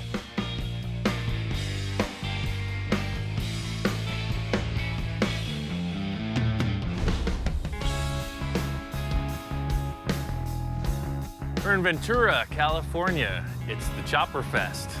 Just looking around, see what's happening. I got a couple ideas of a bike I want to build, and I'm just seeing what's out there. Seems like the bike world's taken a couple turns in what's popular with style. For me, the 60s, 70s, the chopper thing that was going on is really the core of it. A big part of the chopper scene were these straight four engines, Hondas, Suzuki's. Denver's Choppers was building frames for these kind of engines, and I just think it's cool. I want to take that element of a really long bike, but make it a three-wheeler. Trike conversions have always been popular for motorcycles. It's really hard to get style into this three-wheel design, and I'm just gonna push my skills and try to make it happen. This project was all about the look, so once I got the engine and frame kind of figured out, it was really all about the seat and body shape. This bike has a solid rear end. It's a rigid, it has no rear suspension. I need a comfortable seat. I was looking around for seats, motorcycle seats, horse saddles, wheelbarrows, anything. You know, it just occurred to me, I've been sitting, working for 10 years, 8 hours a day on this freaking work seat. I think it's perfect.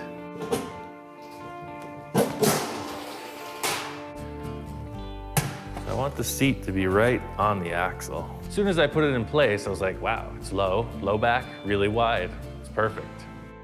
With the seat in place, I wanted to start building the fenders. Here is an improvised arch maker.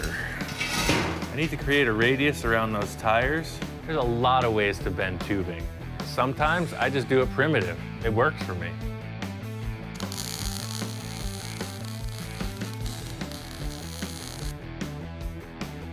Weld the end, flip her over, and roll out the barrel.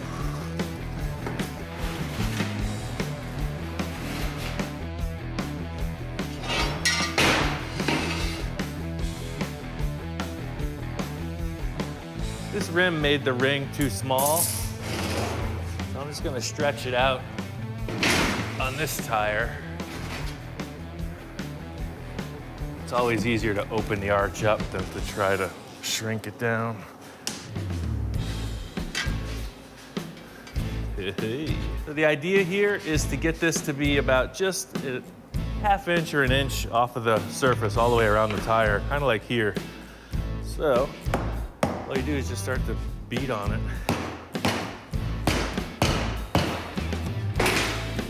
It's right about there. This puts an even ½ inch perimeter all the way around.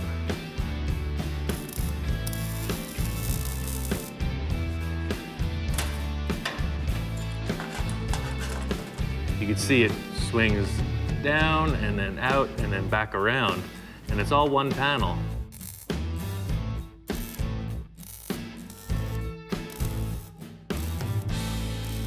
In the end, I'm gonna paint these fenders so they look like some kind of a carnival freak show. I want it to look like you're locked in on some kind of a wild ride.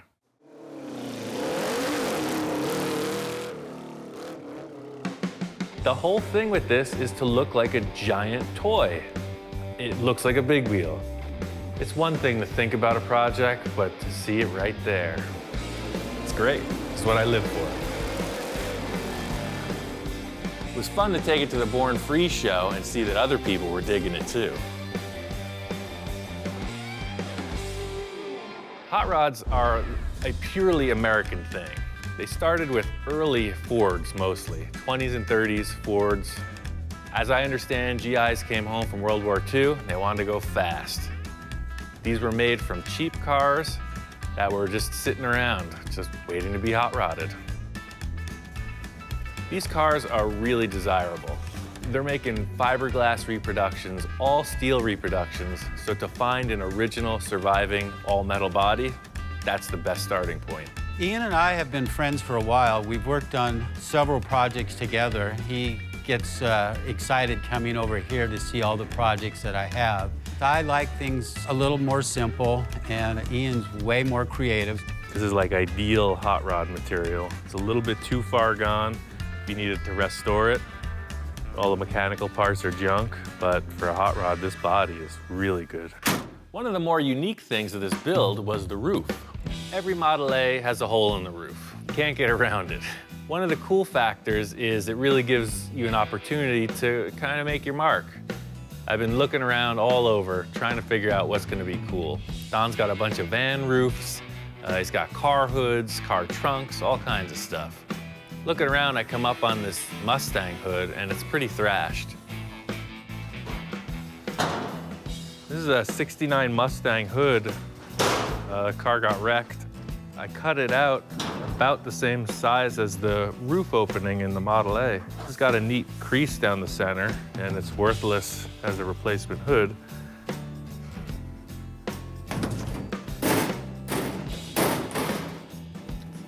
The contour fits, and it's got this cool little detail in the roof. The selling point to me was the ridge in the hood.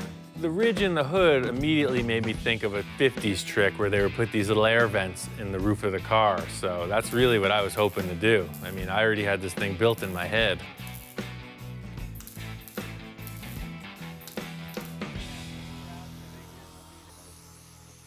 When Ian was gone, I went ahead and I got some LED lights. In my absence, the hood scoop, this great styling element, has become a third brake light. Very interesting.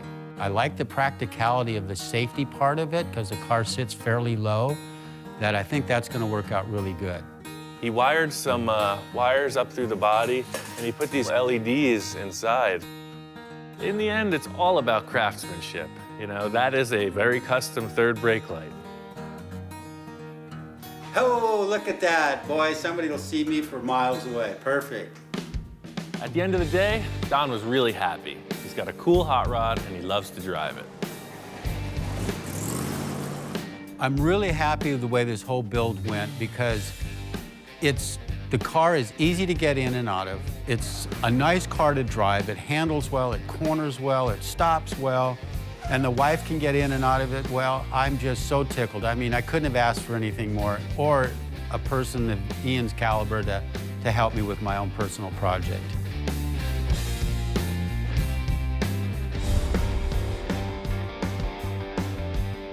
The whole thing about 50s customs is the style, the flow of it, the silhouette. It's really an artistic thing. What most people are trying to do with these cars is make them look better than stock. Everybody has their opinion, and that's why no two cars are alike. My friend Bill had a '55 four-door Oldsmobile. The initial idea was to freshen it up a little bit, but of course, as things went along, it got a lot more involved.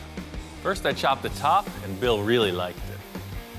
Seeing the roof 3 inches lower, I know I nailed it. But standing around looking at it, it just needs something else. I've already gone this far with the chop.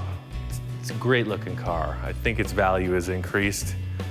If I go for two-door conversion with the chop top, this thing is solid gold. Ian now wants to turn this into a two-door. I really don't want this to turn into a big, huge project. I said to him, if you can do it in one day, great.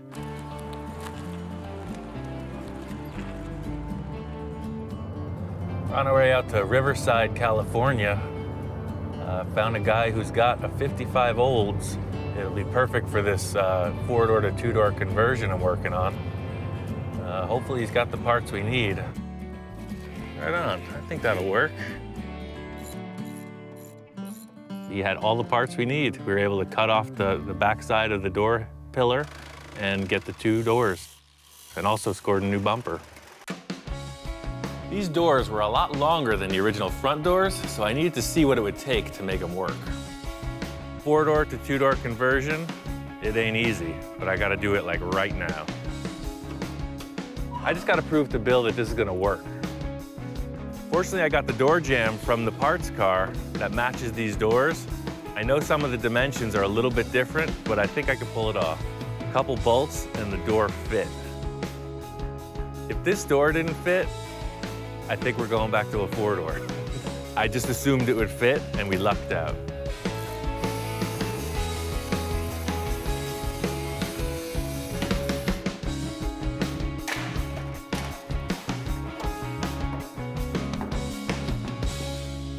I used the stock rear door to complete the quarter panel, and Bill and I decided on a two-tone paint job.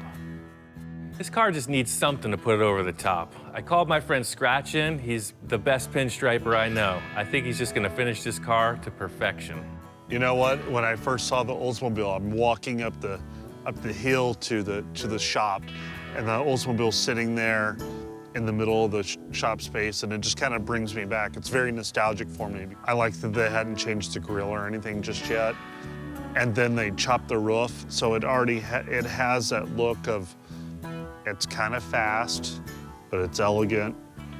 Don't mess with me. Scratch really likes Oldsmobiles and traditional customs. I knew it'd be perfect to pinstripe this thing, but Bill was a little skeptical. What's your thoughts? I'm thinking kind of conservative, probably by your standards. Well, I'm super conservative. I know that's hard to believe. It is.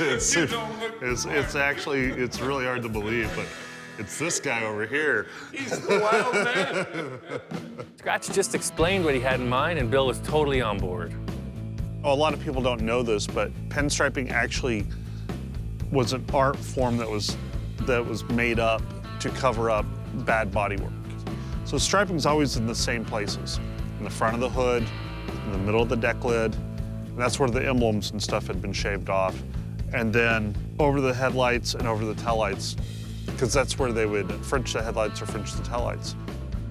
But later on, custom bodywork was taking so long. People would have their cars at their shops for so long that they're like, let's just get a stock car, lower it, and do a panel paint job on it. Like, has a stock original paint around it, we'll just tape it all off and spray another color, or we'll tape it all off and just do striping around it.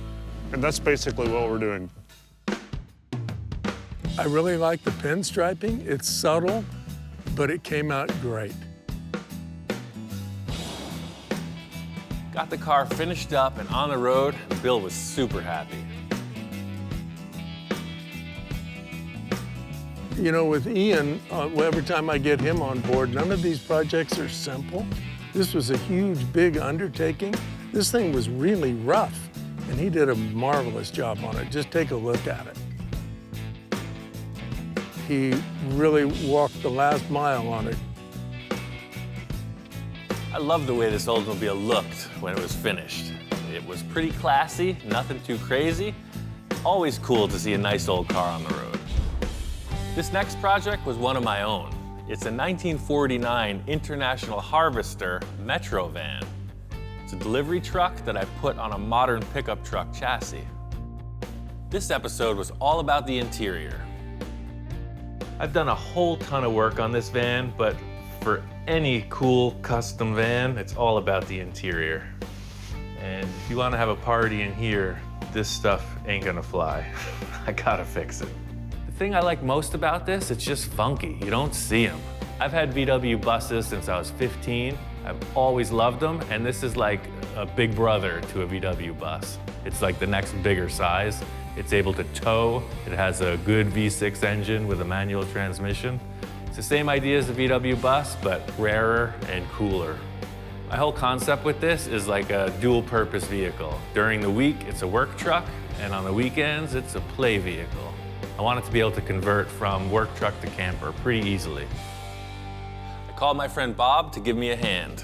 Ian's working on a project, and he said he could use my help, and so I thought he'd come out and work with him again. Every time I get the opportunity, I love to come out.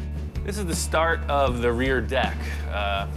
The whole idea is these panels are gonna fold up and become the walls of the van when you're in work mode.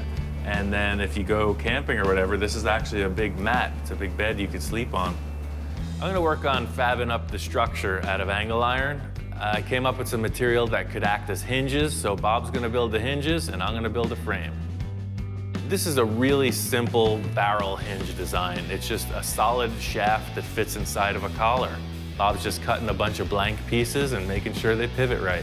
Since we're fabricators and body men, we don't like to go to the store and buy hinges when we can make them.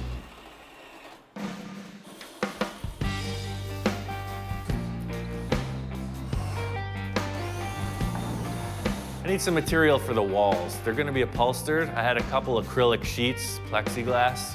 It'll work perfect. You could use pretty much anything. It's gonna be covered with vinyl in the end. I just cut it to fit and put a couple screws in it. What do you think, man?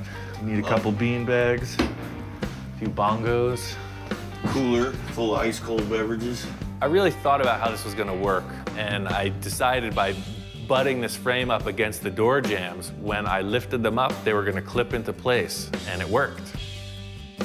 I'm really enthused about getting to work on it, and I'm really glad he did this project, you know, for himself. You know, it's something really, really nice. The van's together. I got the airbags in, it's a driver. The big secret it's hiding is it's my old work truck. It's a 1988 GMC pickup truck. From the radiator to the gas tank, I modified the whole thing and put this international body over it, so it drives like a modern vehicle. It's got a Vortec V6 with a manual 5-speed. Airbags all around. It's a bitchin' ride. I chose this kind of oxblood color vinyl for the interior because I just thought it would look rich. You know, the exterior of the van is pretty mellow, but when you look inside, it's pretty special. I spent a lot of time on the structure of the fold-down walls. I wanted them to be very usable, so this whole hinge and steel mechanism I came up with has proven to work well. The whole concept with this van is its usability. You know, it's not a show car. So the back is set up to load and carry whatever, or you can hang out in it. That's the whole idea with this. It's a utility vehicle. I still have this van. I'm kind of glad I didn't get rid of it because my friend Rich Evans is going to use it for his vintage flats paint company as a display vehicle. One of the craziest projects I did in season 1 was for my friend Victor. He wanted to make a custom bubble top for his 1962 Thunderbird. I'd never done it before, and creating a bubble that big turned out to be really difficult. In order to do it, I needed to build a massive oven in order to heat the plastic. Big challenge trying to figure out how to heat this thing up. I'm just hitting walls with it. I'm talking with Victor about it. And he said, well, we need some igniters or elements. I said, I got some perfect elements. Let me just finish cooking my steaks. I guess his family barbecues a lot. You know, they have big family events, go on vacation. They do a lot of motorhome camping. And they got these 2 huge commercial barbecue grills, and he thinks that it's gonna make it happen. Victor and I share a lot of the same characteristics. I think this barbecue thing might just be too much. He's convinced it's gonna work. All I have to do is prove it. Each grill has 2 propane tanks, so we'll have 4 5-gallon propane tanks, which should be plenty of capacity. As long as these guys get that volume of air warmed up, it should work. All you can do is try. We're either gonna have the right amount of heat or not enough. We'll see. They make some heat. Let's put the lid on. In keeping with the low-tech approach, I've got some plumbing pipe, a simple gauge, and some air fittings. The idea is to just create a controlled air source to inflate this thing. Target temperature for this is 375 degrees to get the plastic that hot. I had the idea that this laser thermometer would be a perfect way to check out the temperature, and yeah, the readings are consistent. It's heating up, and it seems like it's gonna happen. Pretty weird. This huge sheet of plastic, as it heats up, is starting to deform. It's getting like all wobbly looking, and just putting a little bit of air pressure in it. Ian just strategically putting the air in and heating it up, and I walk up out of coming from a project that I was on, and I said, Ian, crank it up. Let's take it to the limit. Yes, Captain. Taking it to the limit. Take it all as requested.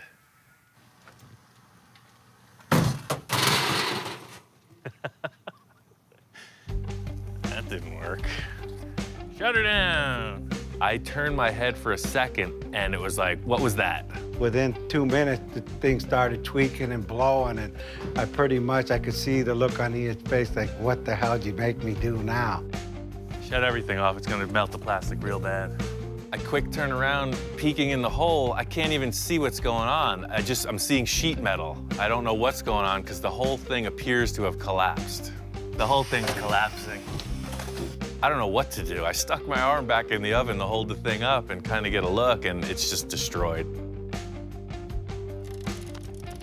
We gotta lift the lid up and see what went wrong.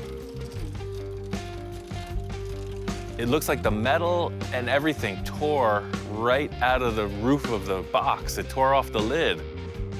So we actually damaged and warped the first mold. I said, you know, just crank the pressure on it. That was the wrong thing to do, but hey, it's a good story.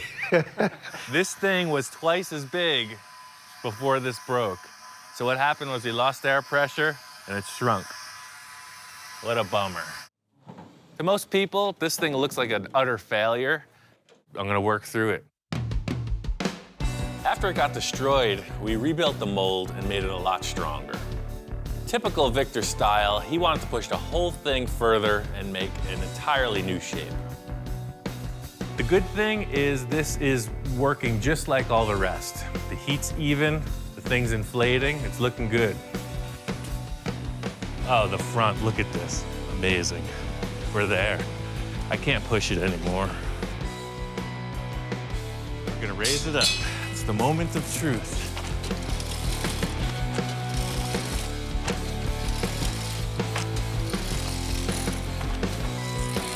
Oh, we got it, man. Look at that.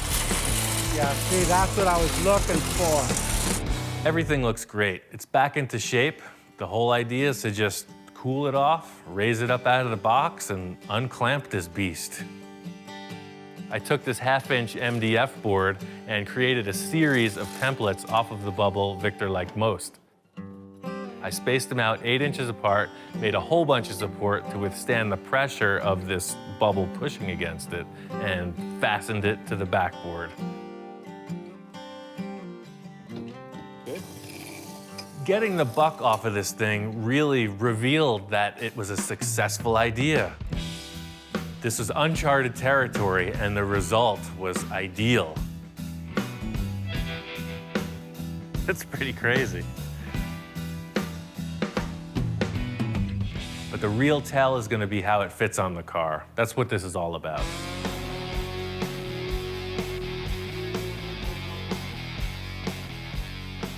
This car has been in the works for a long time. It is a concept car. It's gone through so many phases of development, and now to have it finally wrapped, I'm stoked. The car came out amazingly, beyond my expectation. On the bubble top, the interior, this is a total custom build. The bubble top is next level. The car is, like I said, a piece of art. I mean, the car is a masterpiece. I saw Victor pull in the driveway with this thing. It's like, get out of the way, mister. I want this car. Well, Ian, when he came in and seen it, all of the ideas all came together, and he was impressed. The thing drives up, and it looks like a spaceship. I wish it didn't have tires. You open the bubble top, and the interior is just going off. There's all kinds of crazy stuff going on in there. I'm ecstatic. He's ecstatic with it. Everything flows just perfect. The first season was a ton of work, but I'm used to that. The thing was the great unknown. We just threw it out there to whatever might come in the door, and it really was a great time.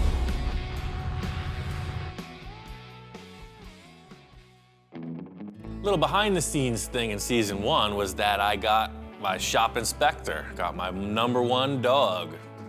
Think you can have a snack and then just mosey on out on your own accord? I was super nervous about having some kind of responsibility, and it's turned out to be a really fun time.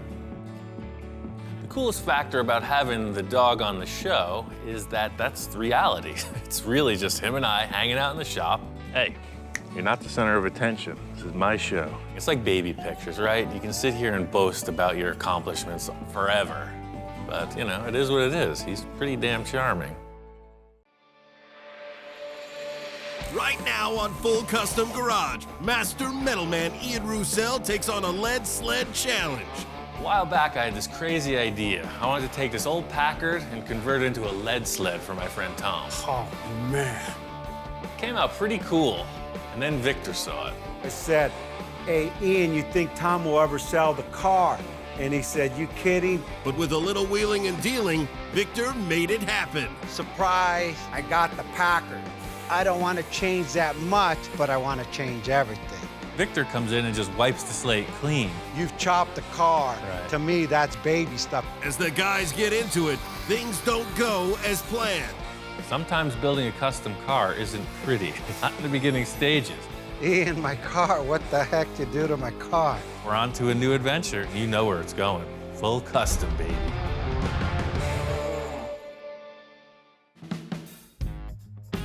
Victor wanted me to come over, some kind of consultation. I'm walking down the driveway, and the Packard's already there. Surprise! Yeah, right. It's been a while since I saw this car. How'd you pry this out of Tom's hands? I said, hey, Tom, you want to sell it? No. And just like everything else, I made him an offer he couldn't refuse. When I first seen the Packard, I said, hey, that's a Packard? This thing could look just as nice as any Merc. So the whole thing with this car is I thought it was a great looking vehicle. I mean, what do you want to do with it? I don't know. I just got the car. My goal is to let it compete with a Mercury. This, I want to be the new lead sled. So that's a Merc eater right there. If it's done right, we could give the Merc a run for its money all day long. First sentence in the conversation, Victor says, this is going to be the Merc killer. I'm thinking about his last Merc we did, and he cut the roof off it. And I'm like, oh man, we're not cutting the roof off of this Packard. Whatever you're thinking, all I ask is don't mess with the roof line. That's my favorite, that's my pride in the whole project. Yeah, no, I love the way the chop came out. It's perfect. The rest of the lines, we could do a minor adjustment on it. I've seen your minor adjustments before. Well, you know that, but it's gotta be crazy. Victor and I have built a lot of cars together. He likes to go from top to bottom with all his builds, so who knows what could happen with this one. You know, I'm into the crazy stuff, man. I always thought we could go way further with this, and the chop was a good starting point. The whole drivetrain has to be replaced to something modern, right. So let's see what we could come up with, you know, kick it around. Victor's kind of vague. All I'm getting out of him is that he wants this thing to be a driver like the rest of his fleet. They're all road-worthy vehicles, and that's where this Packard's lacking.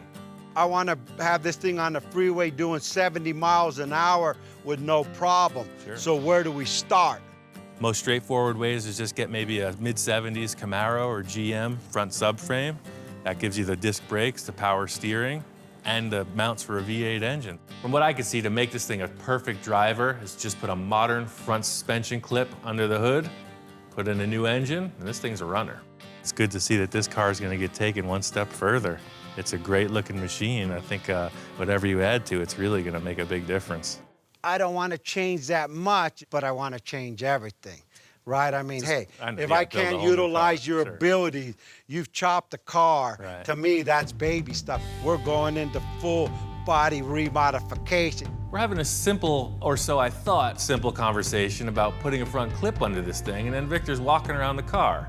He's talking about adding this, doing that. Fortunately, he's not talking about the top, but he's talking about everything else. We just want to bring out them bulges, and we want to bring out the lines, and we want to layer on the ground. Whenever I'm around Ian, the lights turn on and all of this stuff comes out of my head on ideas. I mean, on the spot, it's like the switch is on. So we're talking about this Packard, and he's saying Merc killer. It's gotta be better than the Merc, yada, yada, yada. So he pulls out his black Merc, the Misfit. We built that a few years ago. It's a great looking car. He's looking to take it out with the styling of this Packard.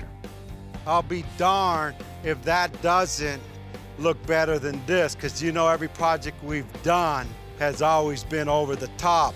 I see the Packard being a Merc eater, and that people are gonna be buying up Packards throughout the United States. So if you have any money, start buying Packards.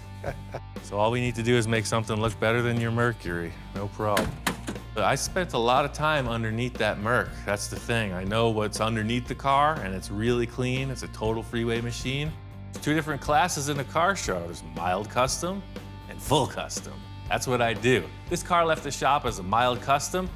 Somehow it found its way into Victor's hands, and you know where it's going. Full custom, baby. It's time to take it all the way. I'm totally into it. Let's do it.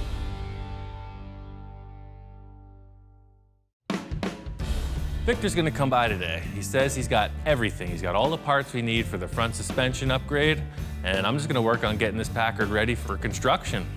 This is like deja vu, like I'm viewing it all over again. It's amazing. The cool part about this project is the greasy, nasty part is done. Victor has a team of guys at his place, and they took out the engine and trans. He's got all the front sheet metal unbolted, and he's already talking about donor vehicles, so I think he's got everything pretty much sorted out. Pulling this nose apart, I know when it goes back together, it's not gonna be the same car. Victor has hinted at a few things. It's kind of an ugly nose on the car, so taking it off, just hopefully when it comes back together, it's way cooler.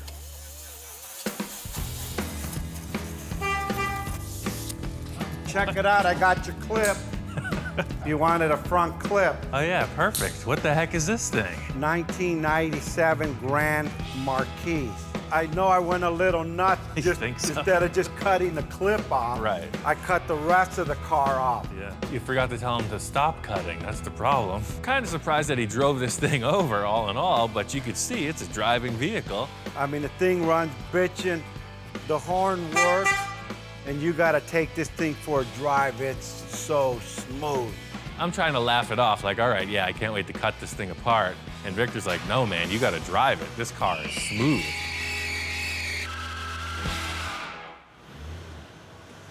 Not bad, huh? I think it's a good contender, man.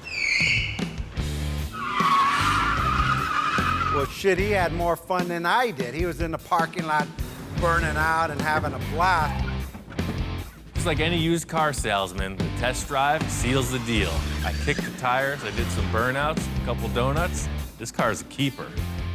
When he came back, he said, yeah, that's gonna work. But little does Ian know, I have different plans. At first, when we were talking, I was thinking just the front clip. Oh, sure, makes sense. Then as I started taking it apart and drove it, I'm thinking the whole car, utilizing everything, even the pan, everything that's here, air conditioning, computer, motor, disc brakes. I mean, do you know how much time and money will save? Now the story starts to flesh out. That's why you left the floors. You want to put the body skin on this whole car. So Victor pulls the old switcheroo, you know? Oh, well, we're not actually going to cut this one apart. We're going to use the whole thing. So the challenge is to put that body on this car. We want that to be a 1997 Grand Marquis. With a Packard on suit a Packard.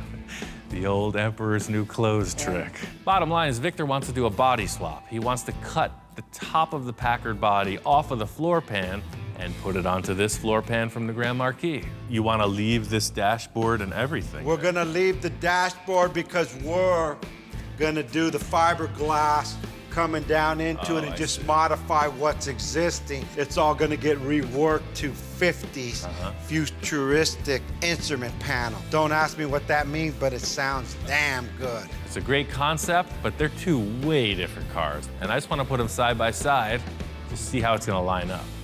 The wheelbase is definitely off. Did you even measure this? It looks like the proportions are pretty far off. What's the deal? You guys did some preliminary? My thumb, I looked at it like this and like this. No, I'm kidding. We got some measurement. Don't get me wrong, there's a couple inches here and there that need adjusting, but it's pretty close. It's really close. I could see they're less than a foot apart. I know Victor is well thought through in all of his processes, but when we put them together, you can clearly see there's some issues, and I'm like, hey man, did you measure this? Did you take the time to really think this through? I said, well, kind of, and you know me, I'm always ambitious. You know what, my thing is I just see with my eyes. Mechanical stuff, I don't give a shit about you. That's your issue. My thing is that this should go onto that. How, I don't know. That's why I brought it here. I see. Probably my greatest fault to date is to tell you, you know what? No problem. We could do this, no sweat. Victor was just saying, this is gonna happen. He thought about it enough to know that I could pull it off. I guess that's all he needs. Another walk in the park, as usual.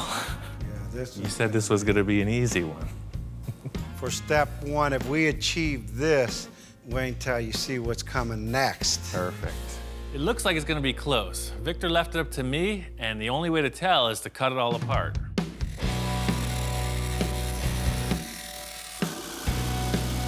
So you think about cutting a car, and it's pretty technical, but when I think about cutting a car, it's like taking the top off of a tin can, and that's exactly what we're doing here. You have this shape, and you have a lid. It doesn't even know it's a lid. We're gonna make it one and take it right off. Main thing I was excited about at the start of this project is a lot of the hard work is done. The whole demo of this Grand Marquis is done. Body's off, the Packard's pretty much stripped out. The big question is, will they fit together? Hey, that's my seat. Passenger side, thank you. Come on, let's take that car body off. Getting all this sheet metal separated was not that big a deal. So the harder part of it with the Packard is gonna be lifting this body so it doesn't distort. Just like everything else I do, simplest possible manner. I could have built a big structure and raised this thing. Instead, I stuck a forklift right through the window openings. This is called the old rag and welding glove trick. Added it so it wouldn't ruin the window channels and lifted it right up.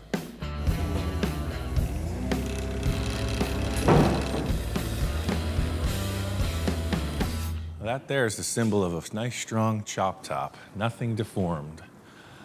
The guy who built this knew what he was doing. Well, that being said, that sucker is out that door forever. Away with you. Pretty simple, lift up that body and get rid of the trash. We got something better coming in. Done all you could up until this point, but it just wasn't good enough. I think the biggest challenge here is about 50 years difference in technology. You got two giant metal shapes from completely different generations. That's the challenge. It's like stacking blocks. I'm gonna put this car on that car and see where they clash. Oh yeah, and that's how the tires are supposed to sit. The back laid down perfect. The best thing I was satisfied with was how this car just kind of bottomed out. No scratchy noises, no weirdness. It just clunked right on the floor. The back looks perfect. This is exactly what Victor's looking for. That is a huge problem. The thing is, the back went in so perfectly, I was focusing on that to come around to the front of the car, and I could see the reason it's still up in the air. You got major issues in the A-pillar and the dashboard area. He wants to keep the dashboard stock, cut off as much as possible without affecting any more of the structure of the donor chassis. And I really need all of this in here. I already compromised the structure of one. I'm not gonna do it to both. What's happening is the Packard's a triangle coming up into the window areas, and the Grand Marquis is a box. It's parallel, straight up and down, versus triangle. As you bring it down, it ain't gonna work. Definitely hit a major snag in our grand scheme. Just as I'm trying to figure out my plan of attack, Victor walks in. Hey, how you doing, man? You did it, huh? I done did it. I have some bad news for you, though. Your call on this frame is perfect width-wise. Tires tuck. It still can go right to the ground. Okay, good. The issue I ran into is the dashboard and the wheelbase. Ian pointed out to me, hey, the dash doesn't fit in the car. Off the record, and don't tape this, it wasn't gonna fit, and I knew it, but I had to challenge this guy. Everybody that I was talking about what I was doing with all my friends, and they said, that's not gonna work. I said, I know it's not, but Ian will make it work. The whole problem here is not only the issue with the dashboard clearance, but it's also the wheelbase. Well, the wheelbase on the Packard is way out of line. You could see it's gonna need at least, say, a 10-inch stretch if you look at the center of that hub. Okay. So this is kind of what I was thinking. We could kill two birds with one stone. If we cut the chassis and extend it, it looks like maybe a foot. In car terms, a foot extension is pretty significant. So check this out, this is what I'm thinking. So I think if we cut off right here, correct, and we can just extend it. It's too generic, just like a ladder frame right there. Simple. But it would solve the issue with the wheelbase in the front fender and the dashboard. As long as you're cool with it, I'd like to cut that chassis and bring it forward. Extend it out, let's go for it and see. So I explained the fix for the front wheelbase and dashboard issue, and then further directed him to the rear, where I was really proud of how well it worked out. I want this thing on the ground. Go underground, go an inch below surface, and then when we go up a half inch, there's no questions, it's on the ground. Victor, you know, he's shaking his head no because he says it's not low enough. He wants the thing down on the ground. So it's close, but it ain't there yet. That thing gotta smash beer cans. Okay. After the talk with Victor, it was affirmed that we needed to stretch the car a foot. This stretch is going to be very straightforward, simply because we're taking existing pieces and just moving them a little bit apart from each other. Look at that. You can make a limousine out of this thing if you wanted to. The way that they put these frames together from the factory, it's a series of metal shapes that are stacked, and then they're fillet welded all along the joins. I'm accomplishing the same thing with much heavier stock. I have my rectangle tube mimicking the shape of the original frame, and I'm stacking another piece on top of it, doing a fillet weld everywhere I can reach, then drilling through and plug welding the parts that extend past the original join in the frame extension. So it's a series of stacked metal shapes, all reinforcing each other. This thing is done. It's time to get the body on.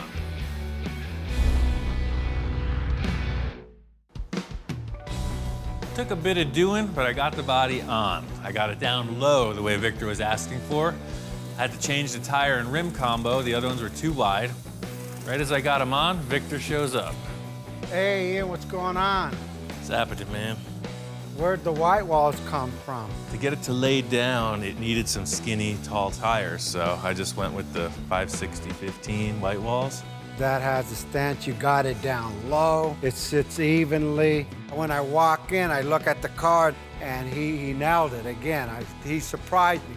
Any problem with clearance in the back? Well, that's why I had to put the tires on, because those fat mag wheels were not letting it lay down. So I went with the skinny tires. It dropped right on the floor. But how about up front? It looks like you took care of all this stuff here. Well, I had to do a lot of clearancing, and that's where the bad news starts. When you're looking at this car from the rear three-quarter view, it's sitting pretty. It's all good. The front end is a different story, and I gotta break the news. Let me show you how this fender lines up. Okay. It's close. In an effort to try to keep it as intact structurally as possible, I've just been picking away at it a couple inches at a time. And then the front. So what's stopping it from hitting that? Is it this corner? As you see here, it's the headlight bucket is right on that bolt. Okay, with this here, the solution, we're changing that anyway. That's all gonna get cut off, and this will sit up a few inches here where it actually comes up. It's going from here up and back down to flow. Right off the bat, Victor shows me the headlights he's planning on using, and they're a completely different orientation as the Packard units. And at the same time, we're coming off this level, and then we're coming here and up a little, and then back down. So it's got an enhancement. Victor comes in and just wipes the slate clean. He wants to restyle the entire front fender. In fact, the entire nose of the car, as it turns out. So if you're willing to just delete the front of both fenders, then it's a perfect lineup. We'll just build around the underlying structure. It's a 10-minute cut. I'll do that, and we can get this hood and fenders on. Awesome, I'm there, let's do it. I'm just going to eliminate everything that's in the way. I'm going to leave a small area representing the front where it meets the hood, and that's kind of it. The whole headlight and grille area is out of the fender. Well, now you can see you have plenty of clearance. That changes everything. It eliminates the ugly in the front of the Packard, and it helps me mount the fenders without an issue with the headlights at all. Hey, look, it fits. That's going to be all right. Damn, look at that thing. That's one long-ass front end. There's a million ways you can go about restyling a car, and I know Victor's got a plan. He's been thinking about it for a while, and it's not gonna be okay to just mock something up and have him check it out. I need to nail a few of the core lines with him here so that we can get it right. Probably a little bit more to your left. Yeah, the fender, the tire side. Before you do that, I want to do, like put something up so we got a little high point. Just like an artist is drawing a line, we're gonna do that same thing. We gotta figure out how to suspend a nice graceful arc. First call is to try to just pull some tape across, and it looks terrible. It's all faceted, flat, straight lines. Just up like a 3/4, half an inch, and then back down. Well, I have this round rod. All right. I got a pretty good idea on how materials work, so I got this 3/16 inch round rod, and I just hold that up on the same plane as the tape, and it just bows gracefully. Just the weight of it makes the perfect arch. Yeah, that's it right there. Shit, that's it. After he put the rebar on, he handed me a piece of cardboard. So, got the little envisioning board. Yeah, Try well, that check out. this out. Coming from this point, yeah, look at that. That's like perfect right there. So I get it, I fold it over gently so I got the contour of the car. I could literally see what I was thinking. As soon as he expresses this upper fender ridge, I could see where he's going with this late 40s Caddy styling. They have a very pronounced upward curve in the fender, and it's just a super deluxe look. It flows right in, right off of this line to that line right there. I'm over here going, yeah, man, that's cool. Ian gets quiet again. That design's great, but that's a lot of metalwork. You got 6 foot on one side, 6 more makes 12 by 3 foot. It's like 30 square feet plus of metalwork. I hope you know somebody who can pull that off. Did I ever say it was gonna work or not? That's a question. He says, yeah, you're not the one cutting the car up. I go, yeah, that's why I come to you. I don't want to say it's above my skill level, but I haven't tried this yet. I've cut up a lot of cars, changed a lot of stuff, but I've never done 2 fenders like this. Victor loves throwing down the gauntlet. All I gotta do is run it. I gotta run through all these tasks he's envisioning, and we're on to a new adventure. Here we go. I knew I could swap this body, no problem. These fenders he's talking about are pretty challenging. I gotta match that wire Victor set up on the fender, and a flat piece of sheet metal just ain't gonna work. It's easy to just piece together parts, but to create something from scratch is a whole different skill set, and that's what he's asking me to do. It needs to look kind of like the shape of a potato chip, if you can envision it. It's going to curve this way, and it's going to curve that way. Something for eating salsa. Gotta start somewhere, and I'm thinking that the main line of the fender is exactly what Victor created with this round rod mock-up. So I'm gonna try to create the biggest piece I can with the tools I got. The first step is to shrink it along each side of the sheet and curve it. Doesn't look like much has happened, but I'll tell you, those molecules are feeling the pressure. Hear that? It's tense. This is potentially a disaster. Victor's asking me for something he conceptualized with a piece of round rod and a lot of hand gestures. I don't have any blueprints, I don't have any sketches, I just have a conversation and I'm trying to build a car around that, so it could go either way. That's pretty darn close to what I need at this end, but you can see it's just a straight shot. So I got some stress in here and I got some stress up here. Now we're gonna put it in that wheelie thing. Let's see what happens.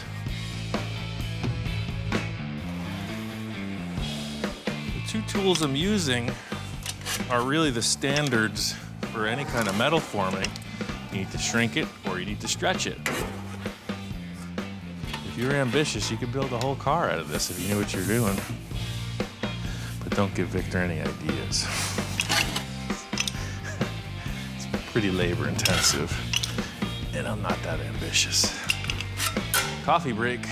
This piece is the backbone of the design, so anything can happen, but you need a center line, and that's what this is establishing. I don't know what Victor's thinking. I'm just trying to set up this line, this one line he established. Everything for me has been structural and alignment oriented, so this is the first bit of art. Having done this one curved section for the fender top, I think that's gonna be the same process all the way through. As soon as I figured out this backbone ridge top thing, it's on. So the whole thing with this is it's gonna be made in so many pieces. I'm just trying to hold it on the car. I'm just gonna start assembling parts. It's kind of like a puzzle that you're making the pieces out of. But I'll be able to take smaller sections for this reverse dip that he was talking about. In getting this fender line to look proper, I had to just trim back, and once I figured out a line that it's gonna join properly, the challenge is to get them to flow evenly. If you don't want it to look like a bunch of bricks on a wall, you want it to just look like a smooth, slippery surface.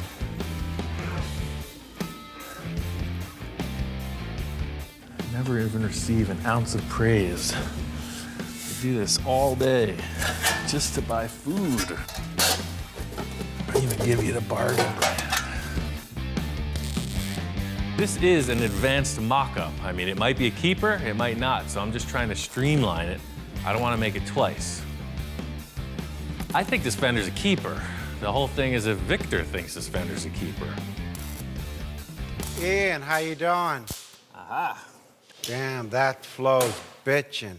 That's it, man. The good thing is Victor walked in and right away you could see the gleam in his eye. The difference from this side, stock just straight down like nothing, to come in here by just raising this up and giving it an arc here, it give the whole fender like it's on steroids. No steroids, steroids. Right. It's in proportion, it flows, and it's gonna eat a Merc. Well, I was really stressing about the fender creation issue, but if you're happy with it, then the big challenge is what do we do about the grill? There's nothing going on there. I brought you surprise, so come on out and I'll show you what my idea is. All right, let's see what you got. Victor's got people. He's got people all around doing stuff. So he tells me he's got some of his guys dropped off a bunch of things in the driveway and I need to check it out. I've been thinking about this for a while too, like I think about everything else in my mind. And he's looking at me now, what the heck this guy gonna come out with? Whoa, a Mercury. What is that, 1950, just like your other ones? 1950 Mercury, it was another project. I figured I'd donate it to help you complete the front end on that other project. Crazy, man. You could sell this for a grip. It's people who want this part all over the place.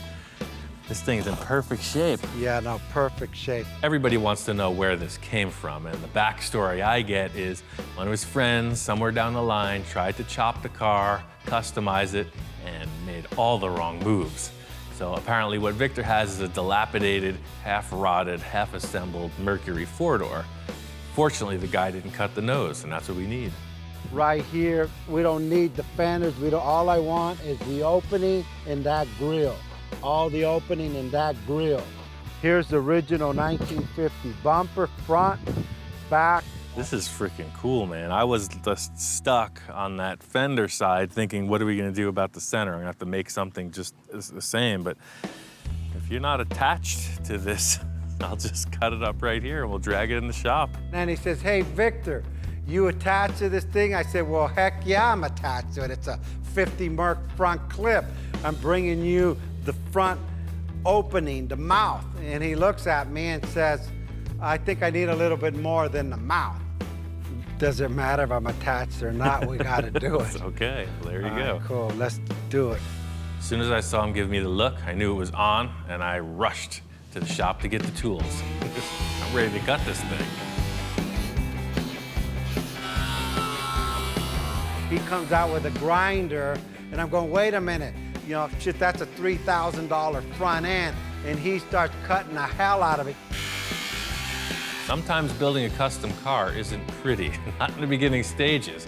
Everybody knew this had to happen, but going through the experience is somewhat traumatizing at times. And I was tripping out. I was like, wow. That finishes it, man. It's never going back to stock. Ian, my car, what the heck did you do to my car? And then I turn around and see Ian's dog. Dude. He's concerned. And even the dog goes, that's a 50 Merc you just cut up. Look at his face, he's saddened. Dude, sorry. You'll be okay, you're going to good use. Let's take this Mercury inside and see what she's got. The anticipation of bringing that front end up to the Packard, I was like, I gotta see this, I gotta see this. Here she comes. That's a trip, huh? Putting this grill to it, it gives it like this masculine, like a bulldog, literally. Like maybe that's why the dog was tripping out. He probably thought it was his relative. Look at that, it's like, I can see a clear path to victory. This nose piece is a game changer, but it's gonna take a little bit of doing though. I gotta trim out a lot on both cars to get this thing in position. But this nose thing takes it to the next level.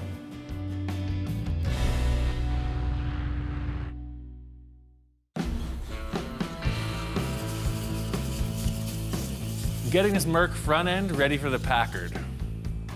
It's a rusty old car, it's been sitting around. I'm gonna clean as much of the rust off as possible just so I can start to get an idea of how this will fit on the car. Yeah, let's see. Yesterday this was way out. Now it's way in. See, the look is really good, the way it mates up to the fender, but it's way wide. It looks like this nose is gonna get sectioned into 3 or 4 pieces. The 2 headlight shells I think will mate to the fenders really well, and I'm just gonna cut it apart and fit it up on the car in pieces. Look at that. Right up to the headlight, mates into the fender, just perfecto. And we don't want it to look crooked or weird, so I'm gonna build a jig so that they're parallel and at the same orientation. So I can weld it right to the headlight bucket. I want them to both be at the same plane, and they'll still be parallel. The big thing is to just get these headlights positioned, and then I can hang the grille and move forward from there with the sheet metal. I have to build the whole passenger fender, which is an exact mirror of what I accomplished on the driver's side, and then I'm gonna sheet in around the headlights. Fenders are a sure thing. The big concern is this nose and the way the hood is gonna come into this grille shape. The Packard nose comes to such a point, if you continued it forward at that trajectory of the 2 sides, it would be like a little triangle shape. And we don't want that. We want it to have like a really pronounced hood. So Victor's got another Merc hood I'm gonna have to section in so that the front end's a little more bulbous. So this is the hood from the Merc. It came off of the same car. You can see it's in darn good shape. It looks terrible because it's completely rusty, but it's not cancer rust, it's just surface. It's almost a shame to cut this thing. Victor's got the resources, we're gonna cut it. Somebody will pay a freaking mint for this thing. The decision has already been made, it's out of my hands. Strangely enough, the one piece we're saving is the only place on the hood with a dent. There are a few things that I won't cut up, and this is right on the border. This is gonna be a tough one. Just made every other 49 Merc hood that much more valuable. That's all you gotta remember. What a shame. It'll be way easier to just try to graft this little nose section on, but I want this ridge. And it'll actually be a much stronger join if I lap it to the Packard, so it'll be like a big diamond shape. That's why I'm completely ruining this hood, but it'll allow us some artistic window of opportunity.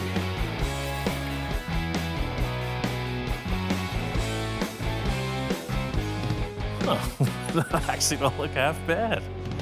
Sure switched up that ugly Packard. The Packard looked like a beak, a bird's beak. It was just way out and it's very thin. The Merc new as a really wide, low car.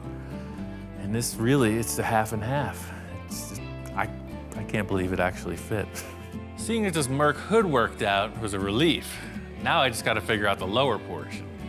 The cool factor about the Merc grille and the hood is it's got its factory latches in place. So by lowering this section, you'll see there's a structure in here that is designed to mate up against this. And since I need to lower this, I'm going to have to section it somewhere. So I'll section it right through the dent and then repair it, weld it back together. So it'll have a strip coming right through here. I've got a clear path to finish out this nose, and it's gonna be all right.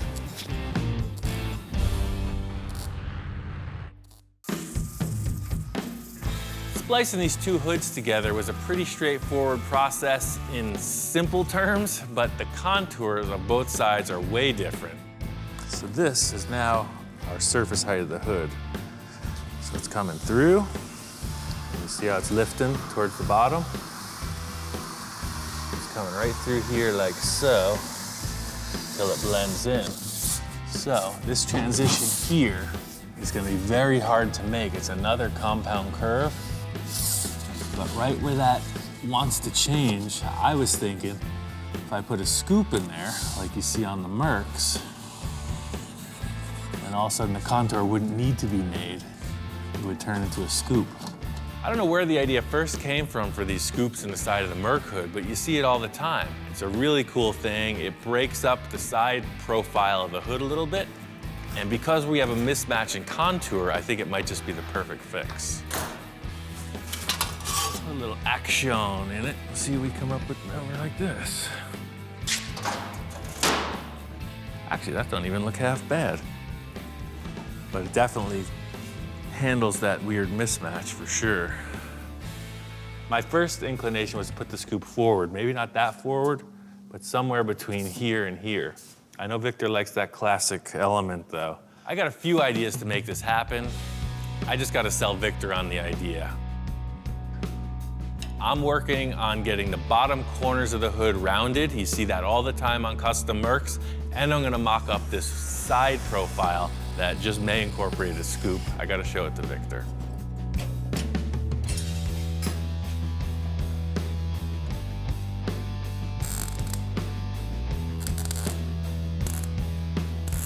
So this is now the new shape of the hood opening, and I'll finish off the shape of the fender surround with the smaller rod. So this will be a nice radiused hood edge. You see it on a lot of customs. Victor's got it like that. Ian, what's going on? Hey, man. Just kind of getting this hood together. Oh, yeah, what a difference, man. I haven't seen the car in a while. I came by today, and that thing looks crazy. It follows the rest of the curves on the car. Curve, curve, curve, curve.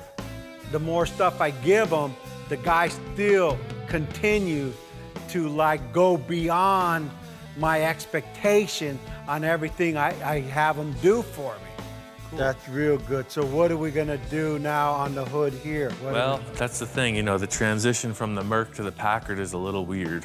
But once Victor digested the look of the front of the car, he was really pleased with it, but then I tell him about the problem, and that is in the side contour of the hood. I want to show him the mock-up for the side panels and see what he thinks about this scoop idea.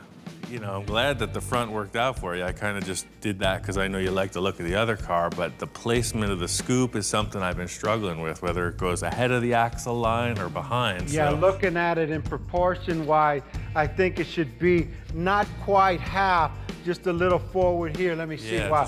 just like. Coming in, and it shouldn't really be that drastic. So that's kind of the opening.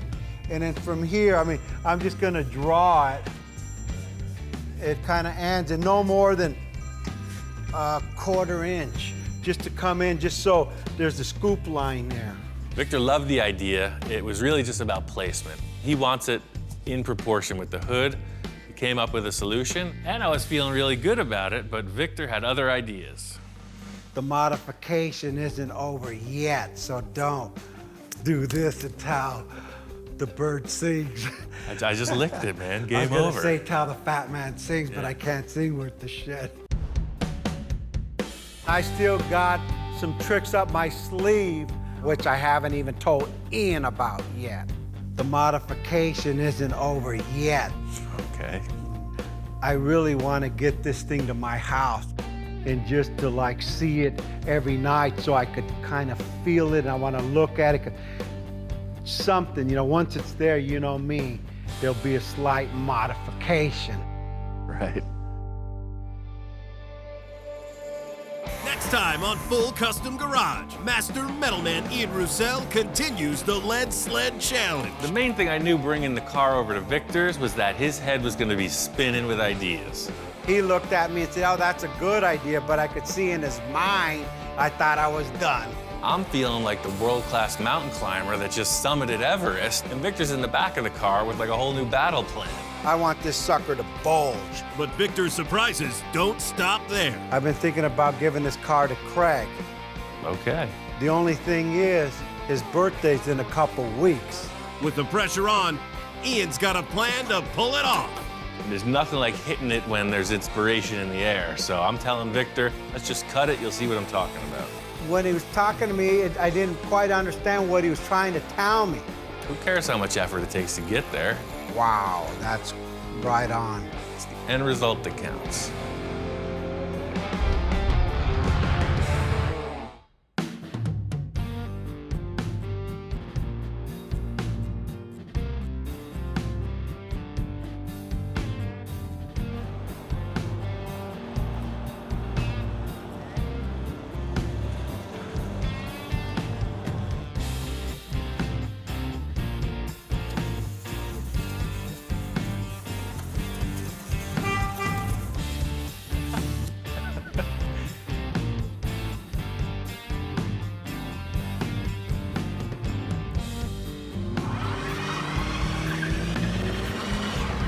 Easy, Ian. I don't got insurance on it yet.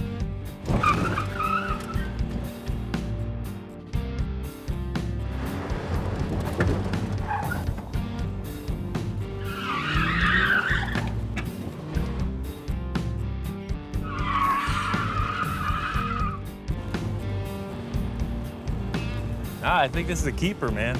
Yeah, no, look good, but hey, you didn't have your seat belts on.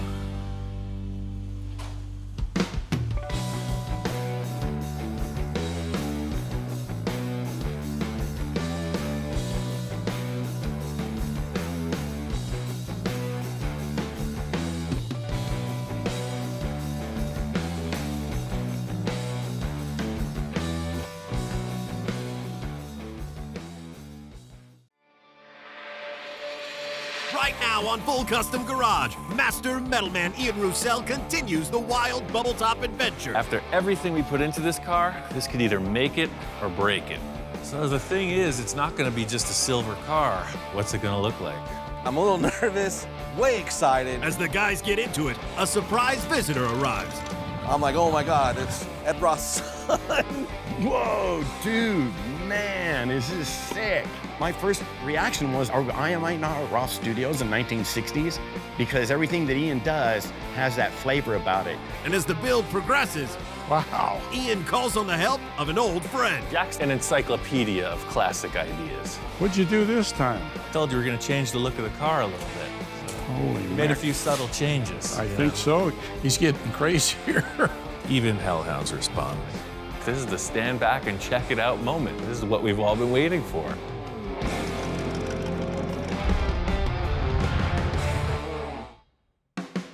This thing all started when I decided to redesign my first show car, Space Junkie.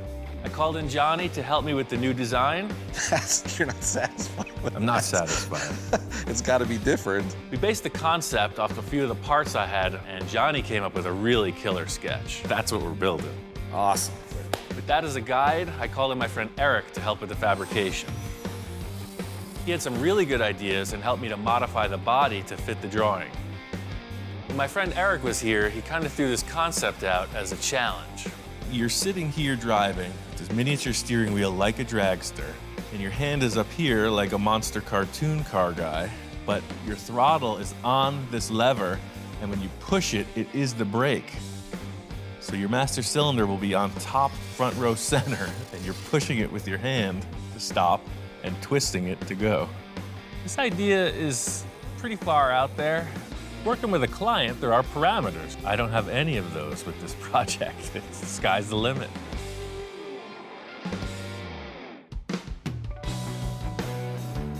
My friend Johnny's coming in. He was the main inspiration and collaboration on this design from the start. Hey, man. Whoa. Hey. Welcome home. Holy cow, man. Lots happened since he last saw it. It actually looks like a car now. When he left, there was a bunch of sheet metal shapes.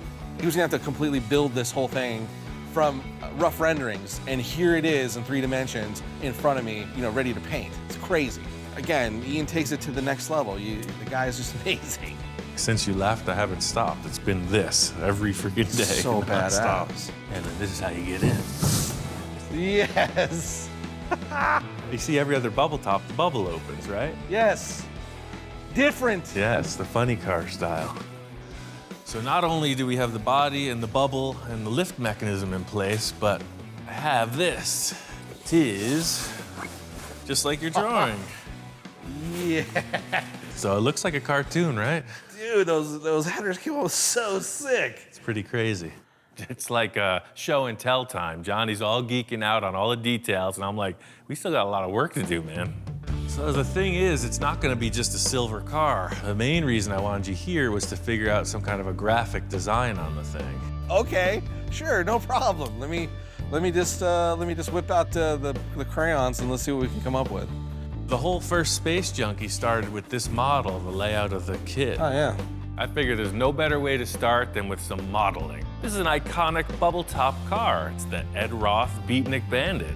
So a little nod to the original Space Junkie, a little nod to that. Right. From my formative years, Ed Roth has been like the go-to guy for all the crazy style choices. I always wanted a bubble top. There's no better path to follow than that of the master. We'll just try to be better than that car. That's not a tall order. Be better than Ed Roth.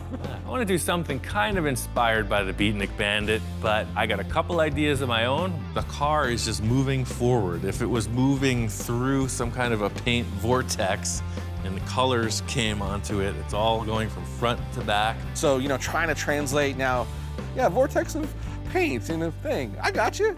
So I got this 3M tape. I got tons of it. Maybe I'll just throw a couple lines what I was thinking, and then you just color in between the lines. I'm thinking the whole process here is keep Johnny in his comfort zone. I'm sure that's where he's most creative. So he's gonna mock it up on paper, and I'm gonna mock it up on the car.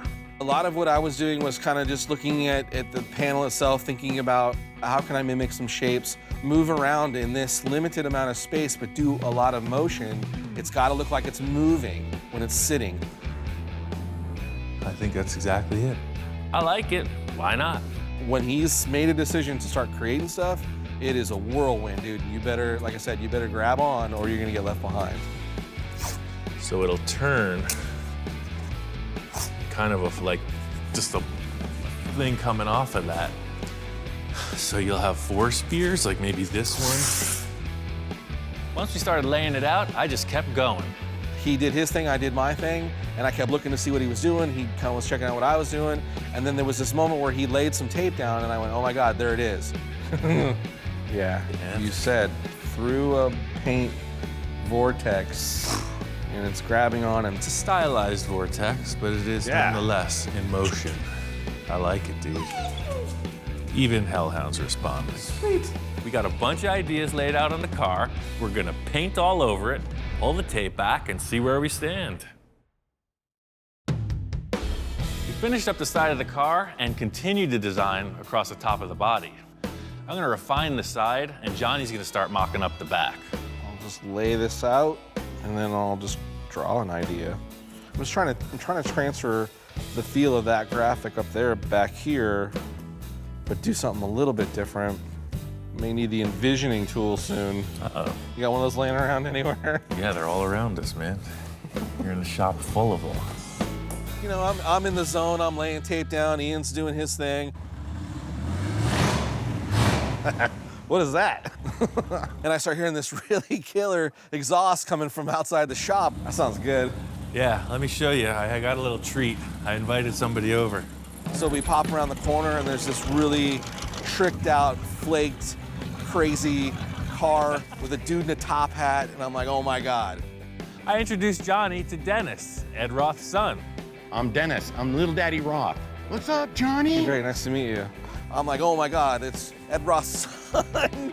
And he's like, I got goodies for you guys. I asked Dennis to come by because he's got a line of paint products designed specifically for this type of car.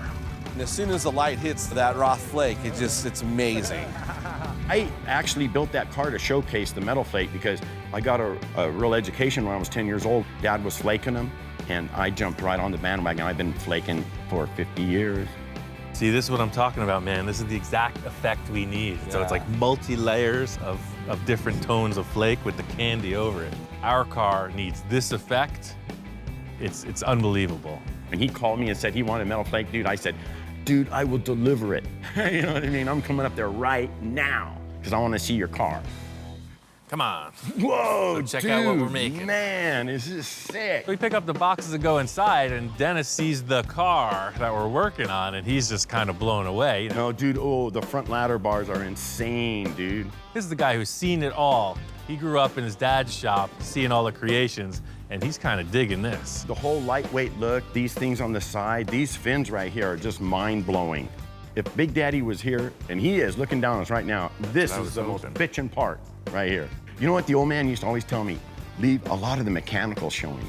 And people never do that, and they cover these cars with all that. But your mechanical is so sick, dude. You have... Well, I read the books. Yeah. That's all I can say. The power, bro. I got the bottles and I read the books. That's kind of what this whole thing is led up to. Well, my first reaction was like I was back at the shop in Maywood. Like, you know, I am not at Roth Studios in 1960s because everything that Ian does has that flavor about it. You know, I know Big Daddy's looking down on Ian right now and going, oh yeah, Ian, you know what's up.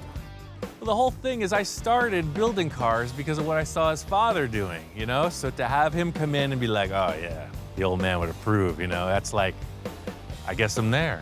It's just great craftsmanship. I love this car. Cool. When can I drive it? We should be done in a month. We were hoping to make it to the Moon Eyes show, but Johnny came out. We're on the final stages with the paint. We got the flake. What I got the flake next? for you, baby. Yeah, exactly. Metal flake. He didn't just come in with one little like packet of stuff for us to sample. He's got the whole kit and caboodle. He's got a box full of every tone you could imagine. Different prisms, different effects, different colors. Well, when I was a little kid, Dad always liked the big chunky flake. He wants to be able to tell it's metal flake from a block away. Bam!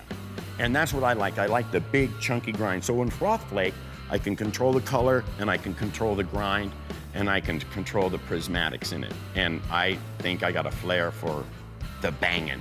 So all Roth flake is banging, baby. I think we got to go with the beaver brown. Okay, that's what you got, beaver brown. Do we need a special gun for this? Or You got it right here, baby. Aha. The little Daddy Roth flake bomber. Well, he's got a lot of energy, and I'm just trying to hold on. I'm trying to keep up. He's a salesman, and I got the stuff. He's giving us the song and dance. Giddy up, baby.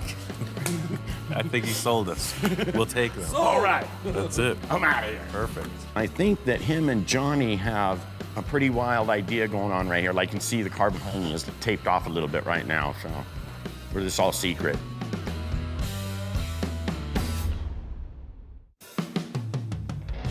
We got the first layer of paint on.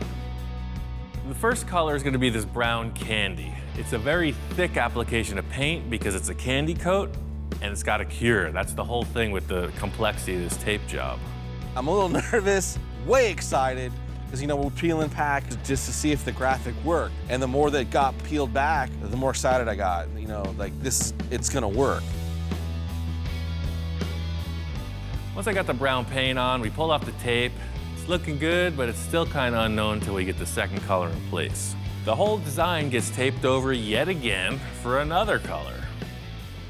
This part becomes super critical that we really are meticulous in making sure that the turns are good and the lines are crisp because this is gonna be the graphic. The next color was this cream tone, and that has the silver flake in it. We put that on, and you can really see the effect of the metal flake. As much labor as it is, the reward is at this point when we're untaping it. Pulling off the last set of tape, you really see the contrast, and that's it. It's sparkly. It's like Las Vegas. So we laid graphics down, we've got this cool chassis, and now it's the excitement of knowing that Ian always takes it to the next level. And what is that next level gonna be? It's the worst part is I have to leave and not see it finish. Johnny has to take off, but before he leaves, I want to take him to the Moon Eyes car show for a little more inspiration.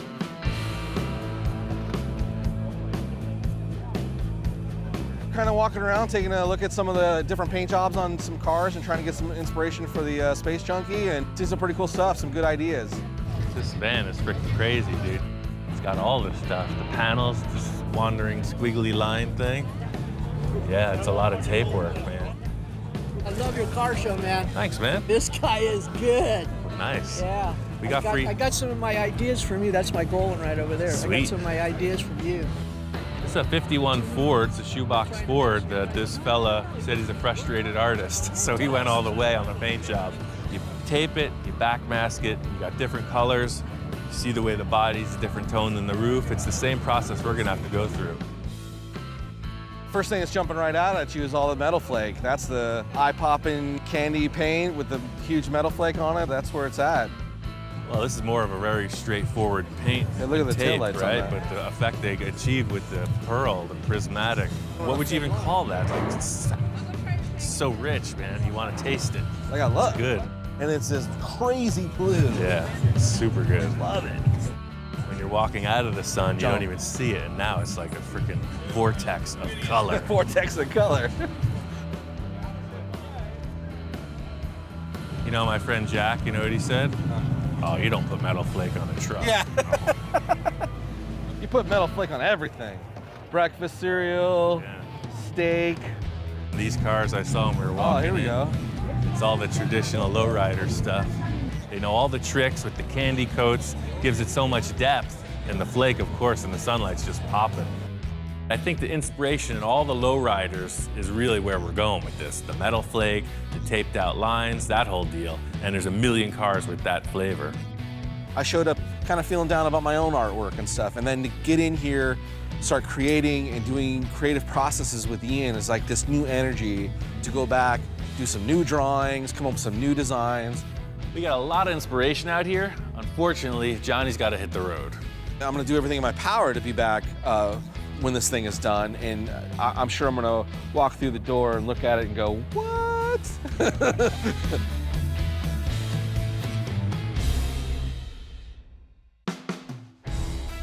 Dennis dropped off that Roth flake, and he told me once you start with this, there's no going back. It's true. I used the blue, the silver, the brown, the gold, the whole palette. The color combo is exactly what I achieved in the first car, but only using blue now instead of pink. You have two pretty mellow tones with a really contrasting kind of a neon line through them. The whole angle here was not to make your ultimate hot rod, you know, nothing conservative. It's a total cartoon, and I think we've accomplished that. I'm pretty happy with it, but as always, I have to have the shop inspector check it out. So, what do you think? I know you weren't allowed in here for a few days. It was a toxic environment. It's over here. Hey, it's this, right? Remember before it was primer? Look, think. It was primer. Now it's painted. I know the engine is good to go. We started it, but the transmission's questionable. I got a brand new unit from Monster Transmission. They always work perfect. It's a simple bolt-on replacement.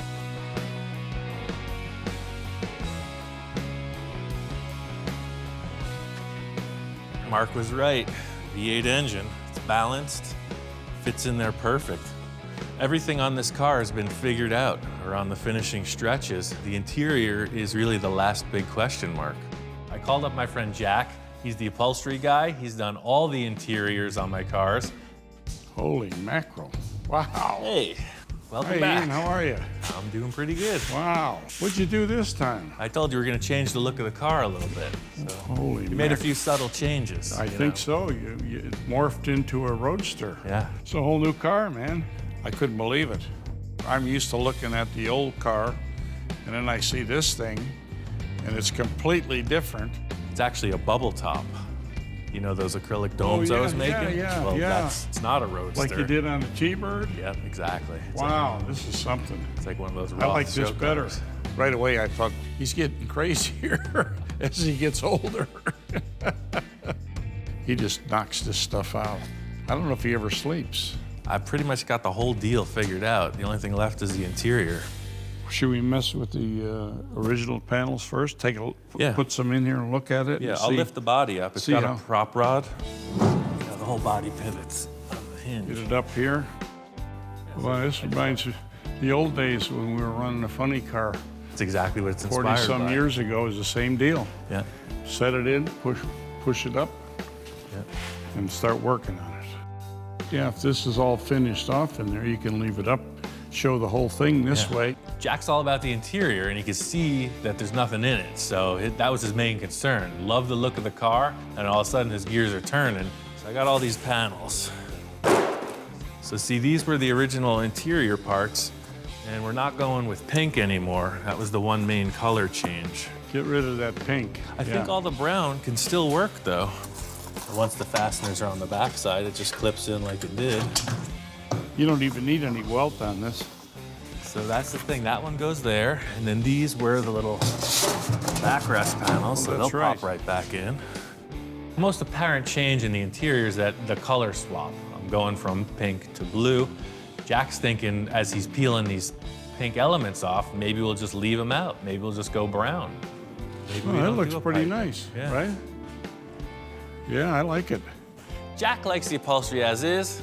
I got some other ideas. I've known Jack for a while, about 15 years. It started from him just upholstering one of my seats one day, and he just keeps getting more and more involved. See, the whole thing is I'm not using the seats that I made originally because I'm way more laid back. Literally, like this becomes a headrest. I'm actually laying back. I'm literally like with my head. I'm like, actually, that's perfect. Look at that. I'm sitting in there like this, like a freaking dragster. Wow, that's what it looks like, Right. yeah. The interior is always last. So then what you got to do is adjust the seats, the panels, and everything to make them fit into what they built. Yeah, do you have something we can lay in here, like a piece of cardboard or something? Yeah, I got all that offhand? pattern paper. Yeah. The interior is going to mean a lot because the body's up like this. You're going to see a lot of it. It has to be done right. Oh yeah, it looks better already. It should fit, follow your back. So if I lay in and push it down, that's I'll kind of hold where it I so want it to be. doesn't move. Yeah, like that. There you go. How about you just lay in it like a hammock kind of thing? Jack's idea was why not make sort of like a hammock, you know, just a simple little thing to support your back and not even have a seat, just a simple pad that you recline on. That looks just kind of like a generic panel, though. Well, yeah, but we can do something with that. I'll make some, all in the stitch put a work. seam, couple of seams in it or something, and we'll make some design in it. Jack's got a bunch of ideas. I could see him scribbling around with the pen. He's talking a lot. I don't know what he's going to come up with, but it looks like he's got plans. So the whole thing is with the interior being so mellow and subtle, I want the fabric to pop, you know? I was thinking like that metal flake, blue old school glitter vinyl to complement these pinstripes. So when you're looking through the bubble, you see these two blue things broadcasting out, you know? This blue metal flake, they don't make it anymore, from what I understand, so it'll be pretty hard to get. That's, if we can find it. And blue metal flake vinyl? Well, he likes metal flake, you know. He tried to metal flake my truck. I know it's impossible to find. It's the hardest stuff in the world to get a hold of. So Oh, I wait a got minute. this instead. He was playing with me, see? Well, that's what we're talking about, isn't it? Yeah. Of course. I could pull a few strings, man. Oh, man. So you Look at think this guy. 2 yards of this stuff will be enough? Sure. Check Plenty. it out. Check it out in the sun. Plenty That's the good. thing. It's just like the frame. Put the God light on it. Jack's not a big fan of metal flake, so I just wanted to catch him off guard a bit. He pulled one on me. Had to pull a few strings. They're back in the men's room, but they handed it through the wall, through the back window. Well, it is a bold choice, and it's a lot of people are afraid to take chances because they think they're going to ruin their reputation or something like that. It's his personality. That's what he does. He likes to zap you with things. This is perfect. I was hoping that it would work with the blue pinstripes, but that's exactly it. So you see, when you're walking up on the car, you're like, why is there blue in it? And then when you look inside, it makes sense. Then you know why. It totally adds to it. That's kind of it. I'll roll up this material. You could take it with you. And, Okay. We're good to go. I've got some ideas, but I'm not going to say anything until the seat's finished. And I'll bring the seat in and then see how he likes it. The great thing about this interior design is that most of it's already fabricated. All I have to do is make a couple simple seat pans and some side panels, and Jack will upholster them. What? Oh, were you looking for this?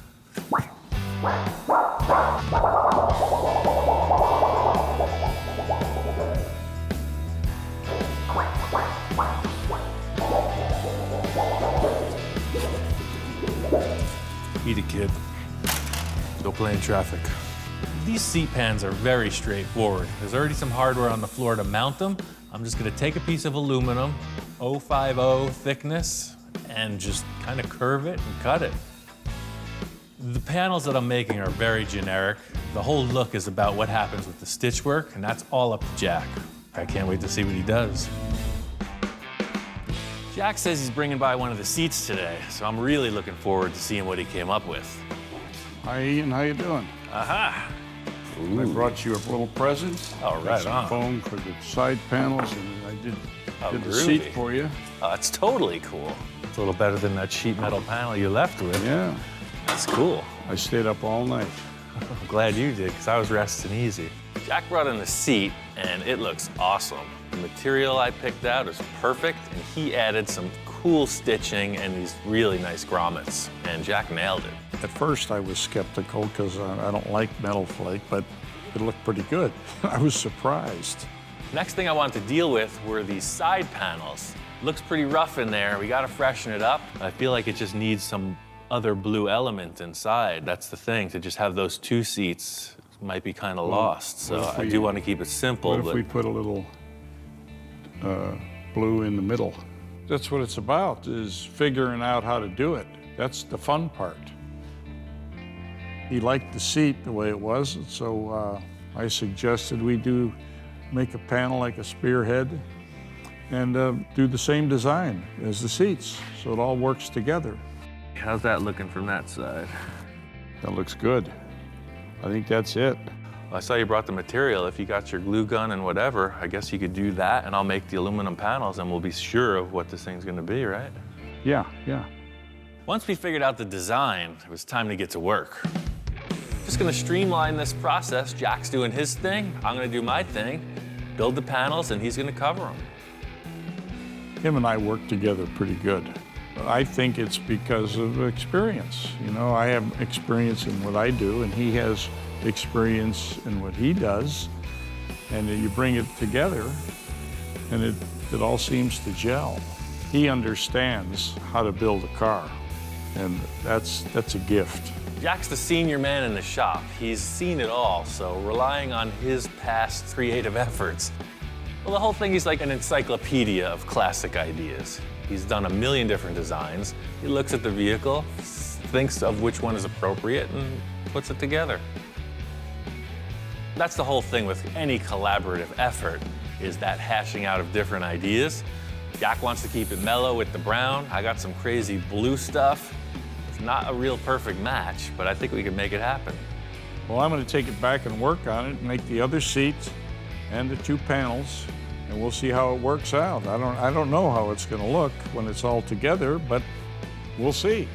This is going to insert right here. Oh, perfect. Yeah, I get it now. You put the blue in there. That way it's all flush. Right. Totally Drops cool. down. See, it'll be nice and even. Wow. Are you concerned? You're not totally sold on this yet, huh? Okay. Well. I'm just doing busy work, getting the steering put together, this weird brake throttle assembly, you know, mechanical stuff, and Jack walks in.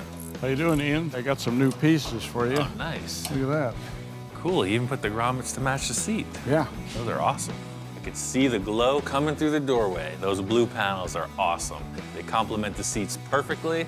Stitch work and the grommets look like a perfect match. What surprises do you have for me over here? I can see some extra standard mechanical little work. arms sticking up here. What is Yeah, this is a motorcycle throttle, so there's no room for a gas pedal in there, so we're gonna have a hand throttle. Ah, so what do? Push that? That's the master I cylinder. see. You push just like your brake pedal. Oh, I see. That's your brakes. Ah. That's your gas. What's this little deal? You don't move that except in emergency. I didn't put the sign on yet. Oh, It's for what the is that? ejection seat. all hell you mean breaks it loose. puts you through the right bubble? through. Well, you've seen all the fighter planes, right? The canopy goes. Oh yeah, and then you go. Exactly. Jack was just checking out everything I was putting together. You know, the shifter throttle thing was one thing, but then the steering components were totally different from the original car also. Yeah, what's the deal here now? You got a little wheel in here? Oh yeah, typical dragster stuff, right? Stock steering box that I had. Yeah, right. I just hooked it right up. I like the steering wheel because it looks like an old dragster wheel. In fact, on a dragster, the brake was always a handbrake. And he's doing the same thing, except you push it. That's the thing, all this mechanical stuff is boring me. It's all about the interior. Okay. So these guys just index right in there like we set up. Perfect, right in the hollow. That's the thing, it's not too crazy, but it gives the seats a reason to be blue. Sure, You know, right. The pinstripe on the paint's one thing, but now at least there's two blue elements inside. Jack wasn't sure how I wanted to attach these pieces. He was thinking we would just glue them and clamp them, but I had a different idea. It would be a lot faster. I was thinking that we would put screws right through the center of the grommets and we wouldn't need any glue. That's good. It makes it look Gives a even little better. dip in it. That looks good. As we're doing this, it creates a really three-dimensional pattern that neither of us expected. It just looks way more plush, and it's going to be a great complement to the whole design. And it looked good before, but now with all those push downs, it just looks way more. Now we have to do it with the seat. I might even do that because it looks so good, right? Working like Ian works is like you're doing it on the fly. You know what I mean? You plan it as you go. It's enjoyable. Welcome to upholstery, full custom style. That's right. The proof is in the pudding. We got to put it in the car. So this one comes in. You set the panel in, ran a couple screws in on both sides, and we looked at it. It even looked better. I was really surprised because I didn't think it would look that good. One thing I wasn't expecting is after putting in the second panel, as we dropped the body down, there was no more looseness. It fit like a perfect thing. Hear that? It's like you're putting cushions on your sofa, man. Right. I love it. But that's kind of the layout, man. The seats and the blue door panels sell it. Now what's happening back here? I walked around the back of the car, and all these holes are in the back. One thing I didn't explain to Jack was that the car doesn't have a radiator in the front like you typically see. Instead, it's got this weird contraption that hangs off the back. So that's the thing, this crazy swizzle stick is actually the radiator. This actually works then, right? It's functioning? Oh, heck no. Come on, what do you think this is? Well, you put a fan on it, you'll be. So there's a fan, that's what that hole is. See, yeah, the electric I see. fan? Yeah. This electric fan boy, goes right up you behind got it all I think figured everything, out. man. Jack was really curious about this thing, so I wanted to show him how I actually made it work. So that's the thing, these big flex hoses, it's just like any other radiator. You gotta feed and you gotta return.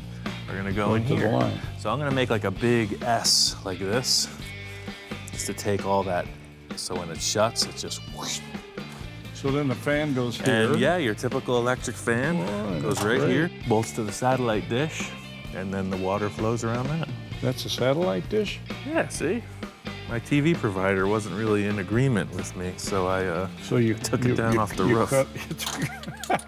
I thought that was a hell of an idea. Different, it's really different. That looks good though, I like it. Almost everything he builds like that is functional. It works. I can't wait to see how it's finished off. When it's done, it's really gonna look good. Yeah, it makes no sense at all, but somehow it works. Doesn't have to. Story of my life. Jack's gonna take the last panels and finish them off.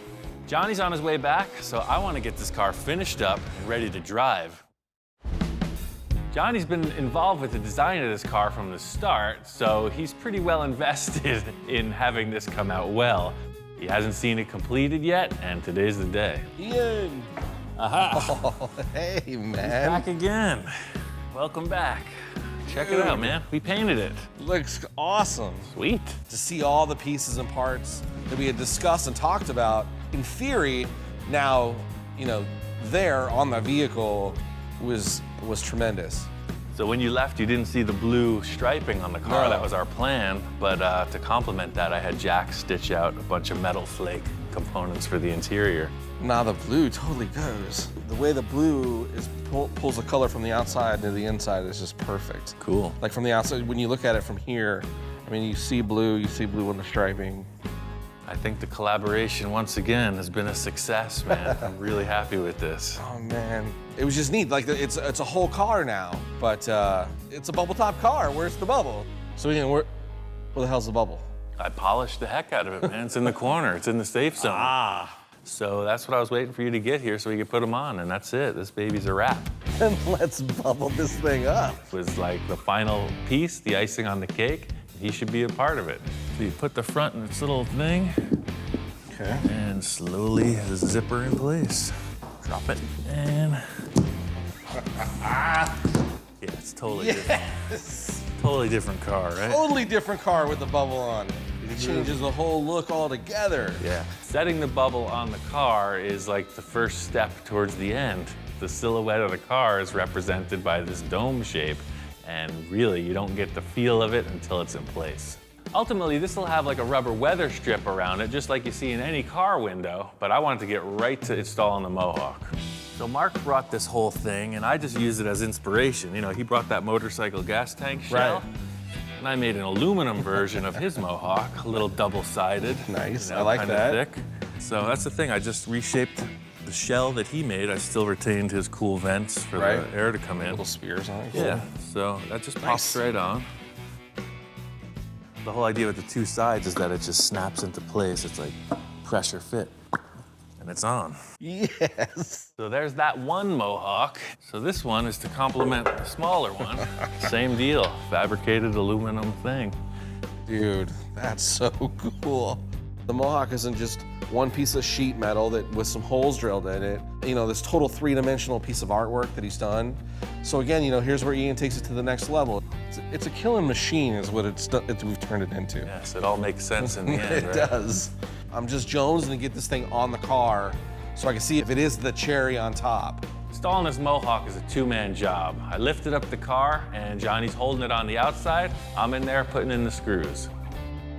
This is the full look. This is the stand back and check it out moment. This is what we've all been waiting for. Man, are you kidding me?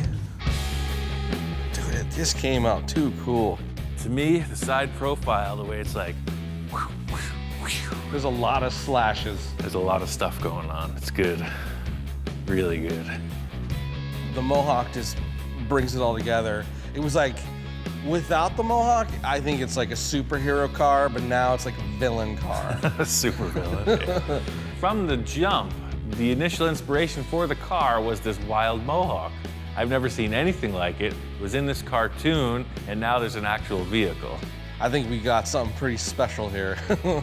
Well, it's kind of like when the UFO crashed in Area 51, right? Everybody's like, huh? Yeah, exactly. Now what do we do with it? I can't wait to see it in motion. I think it's time to clean up the mess and drive it.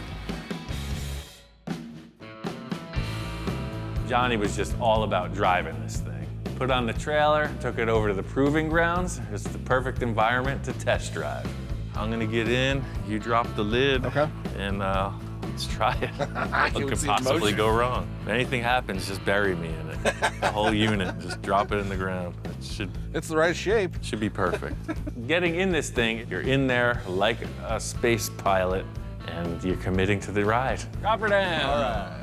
Yeah, lower the top. You can hear it almost like seal, like a coffin. I feel like a friggin' fish in a tank.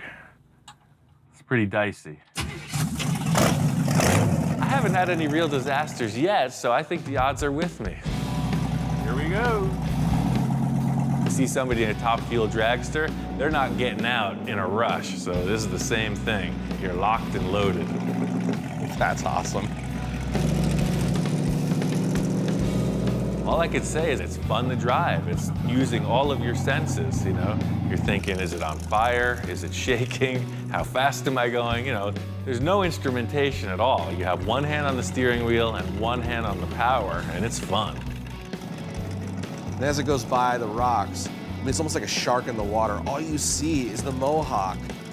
It doesn't look like it's supposed to be there. It's just nuts.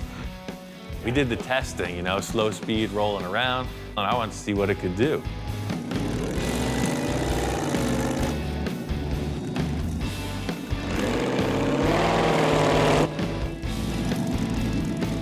And then, you know, he makes the turn and starts heading back towards me. And then that's when you really see, you know, all the eye candy. It was just so much to look at as it's moving toward you. And it just looks so sinister. That wasn't so bad. That was awesome. In motion looks freaking even better. Feels like you're in outer space, man. This is the first time it's been in motion. I've never seen it driving. I'm just pulling up, seeing Johnny's reaction. I got to get him behind the wheel. Totally drivable, dude. It feels confident. You want to try it? Yeah, let's do this. Imagine how the astronauts. T-5, right, that's what I'm saying. Imagine how an 4. astronaut feels, dude. Yeah, that's why there's no fat astronauts. But I was damn determined I was going to fit inside. If I had to lay over the other side, I'm getting in that car. That feels crazy. Wait till the top's Dude, down. it's just a... Are you claustrophobic? I don't think so. I guess we'll find out. I wasn't claustrophobic until I shut that thing. It's like, it sounds funny in there. I was a little concerned about the way it was controlled just because I was, you know, it's brand new. And I didn't want to be the guy that wrecked it. There's no foot pedals, right? So this is your brake. You just push right on there. See, it actuates the master cylinder. Gotcha. Motorcycle, throttle. And then that's your shifter. It's an automatic. And that's the kill switch in the starter. Exactly. If you're gonna start it, that's on. Okay. Start. Anything happens, just hit that and the car's dead. No power. It's a learning experience. You know, you don't really drive a car like this. You drive a motorcycle like that, so it's kind of like a really low-slung chopper on 4 wheels. So that's all up to you, man. Pull the button and push the pin. You can't drive it for somebody, right? I just told them how to do it, and that's it. See ya. I was looking at the car in motion, just really responding to it, and I realized Johnny's hands aren't where they're supposed to be. Well, he first kind of went over the controls with me and how to do it, which I didn't really pay attention. I was just wanting to drive it. So I let go, and I just started grabbing the steering wheel. He's just rolling away, and hopefully he'll figure it out. I'm looking through the bubble now, out into the front of the car, it's just this sick look. You're so low to the ground. Johnny got around the corner, so it looks like he's under control. For me, it was just really good to see this thing finally in motion. It's been a crazy experience. It was one of the coolest things that I've ever done. Yeah. It's kind of hairy. Crazy. It's predictable, but it's really weird. That's nuts. This whole project kind of blew the lid off it for me. I don't really consider any of my cars finished, so maybe someday I just take this thing apart again and improve on it once more.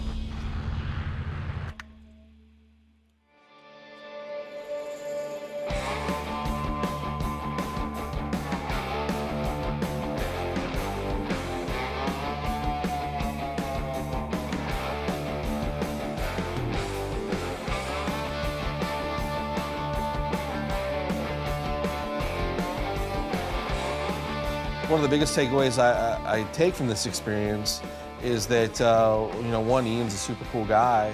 As much as he challenges you to create something, he kind of gives you a little bit of full reign to do what you think. And then it almost like it challenges him to go, yeah, I could probably do that. This project was a total crapshoot, complete roll of the dice. It could have gone all wrong. All of Johnny's ideas were dynamite. It's a really great collaboration. I can only hope there's a third car in the future. Having accomplished this, it was one of my all-time dreams to own a bubble top, right? So I consider this just the beginning of the next chapter.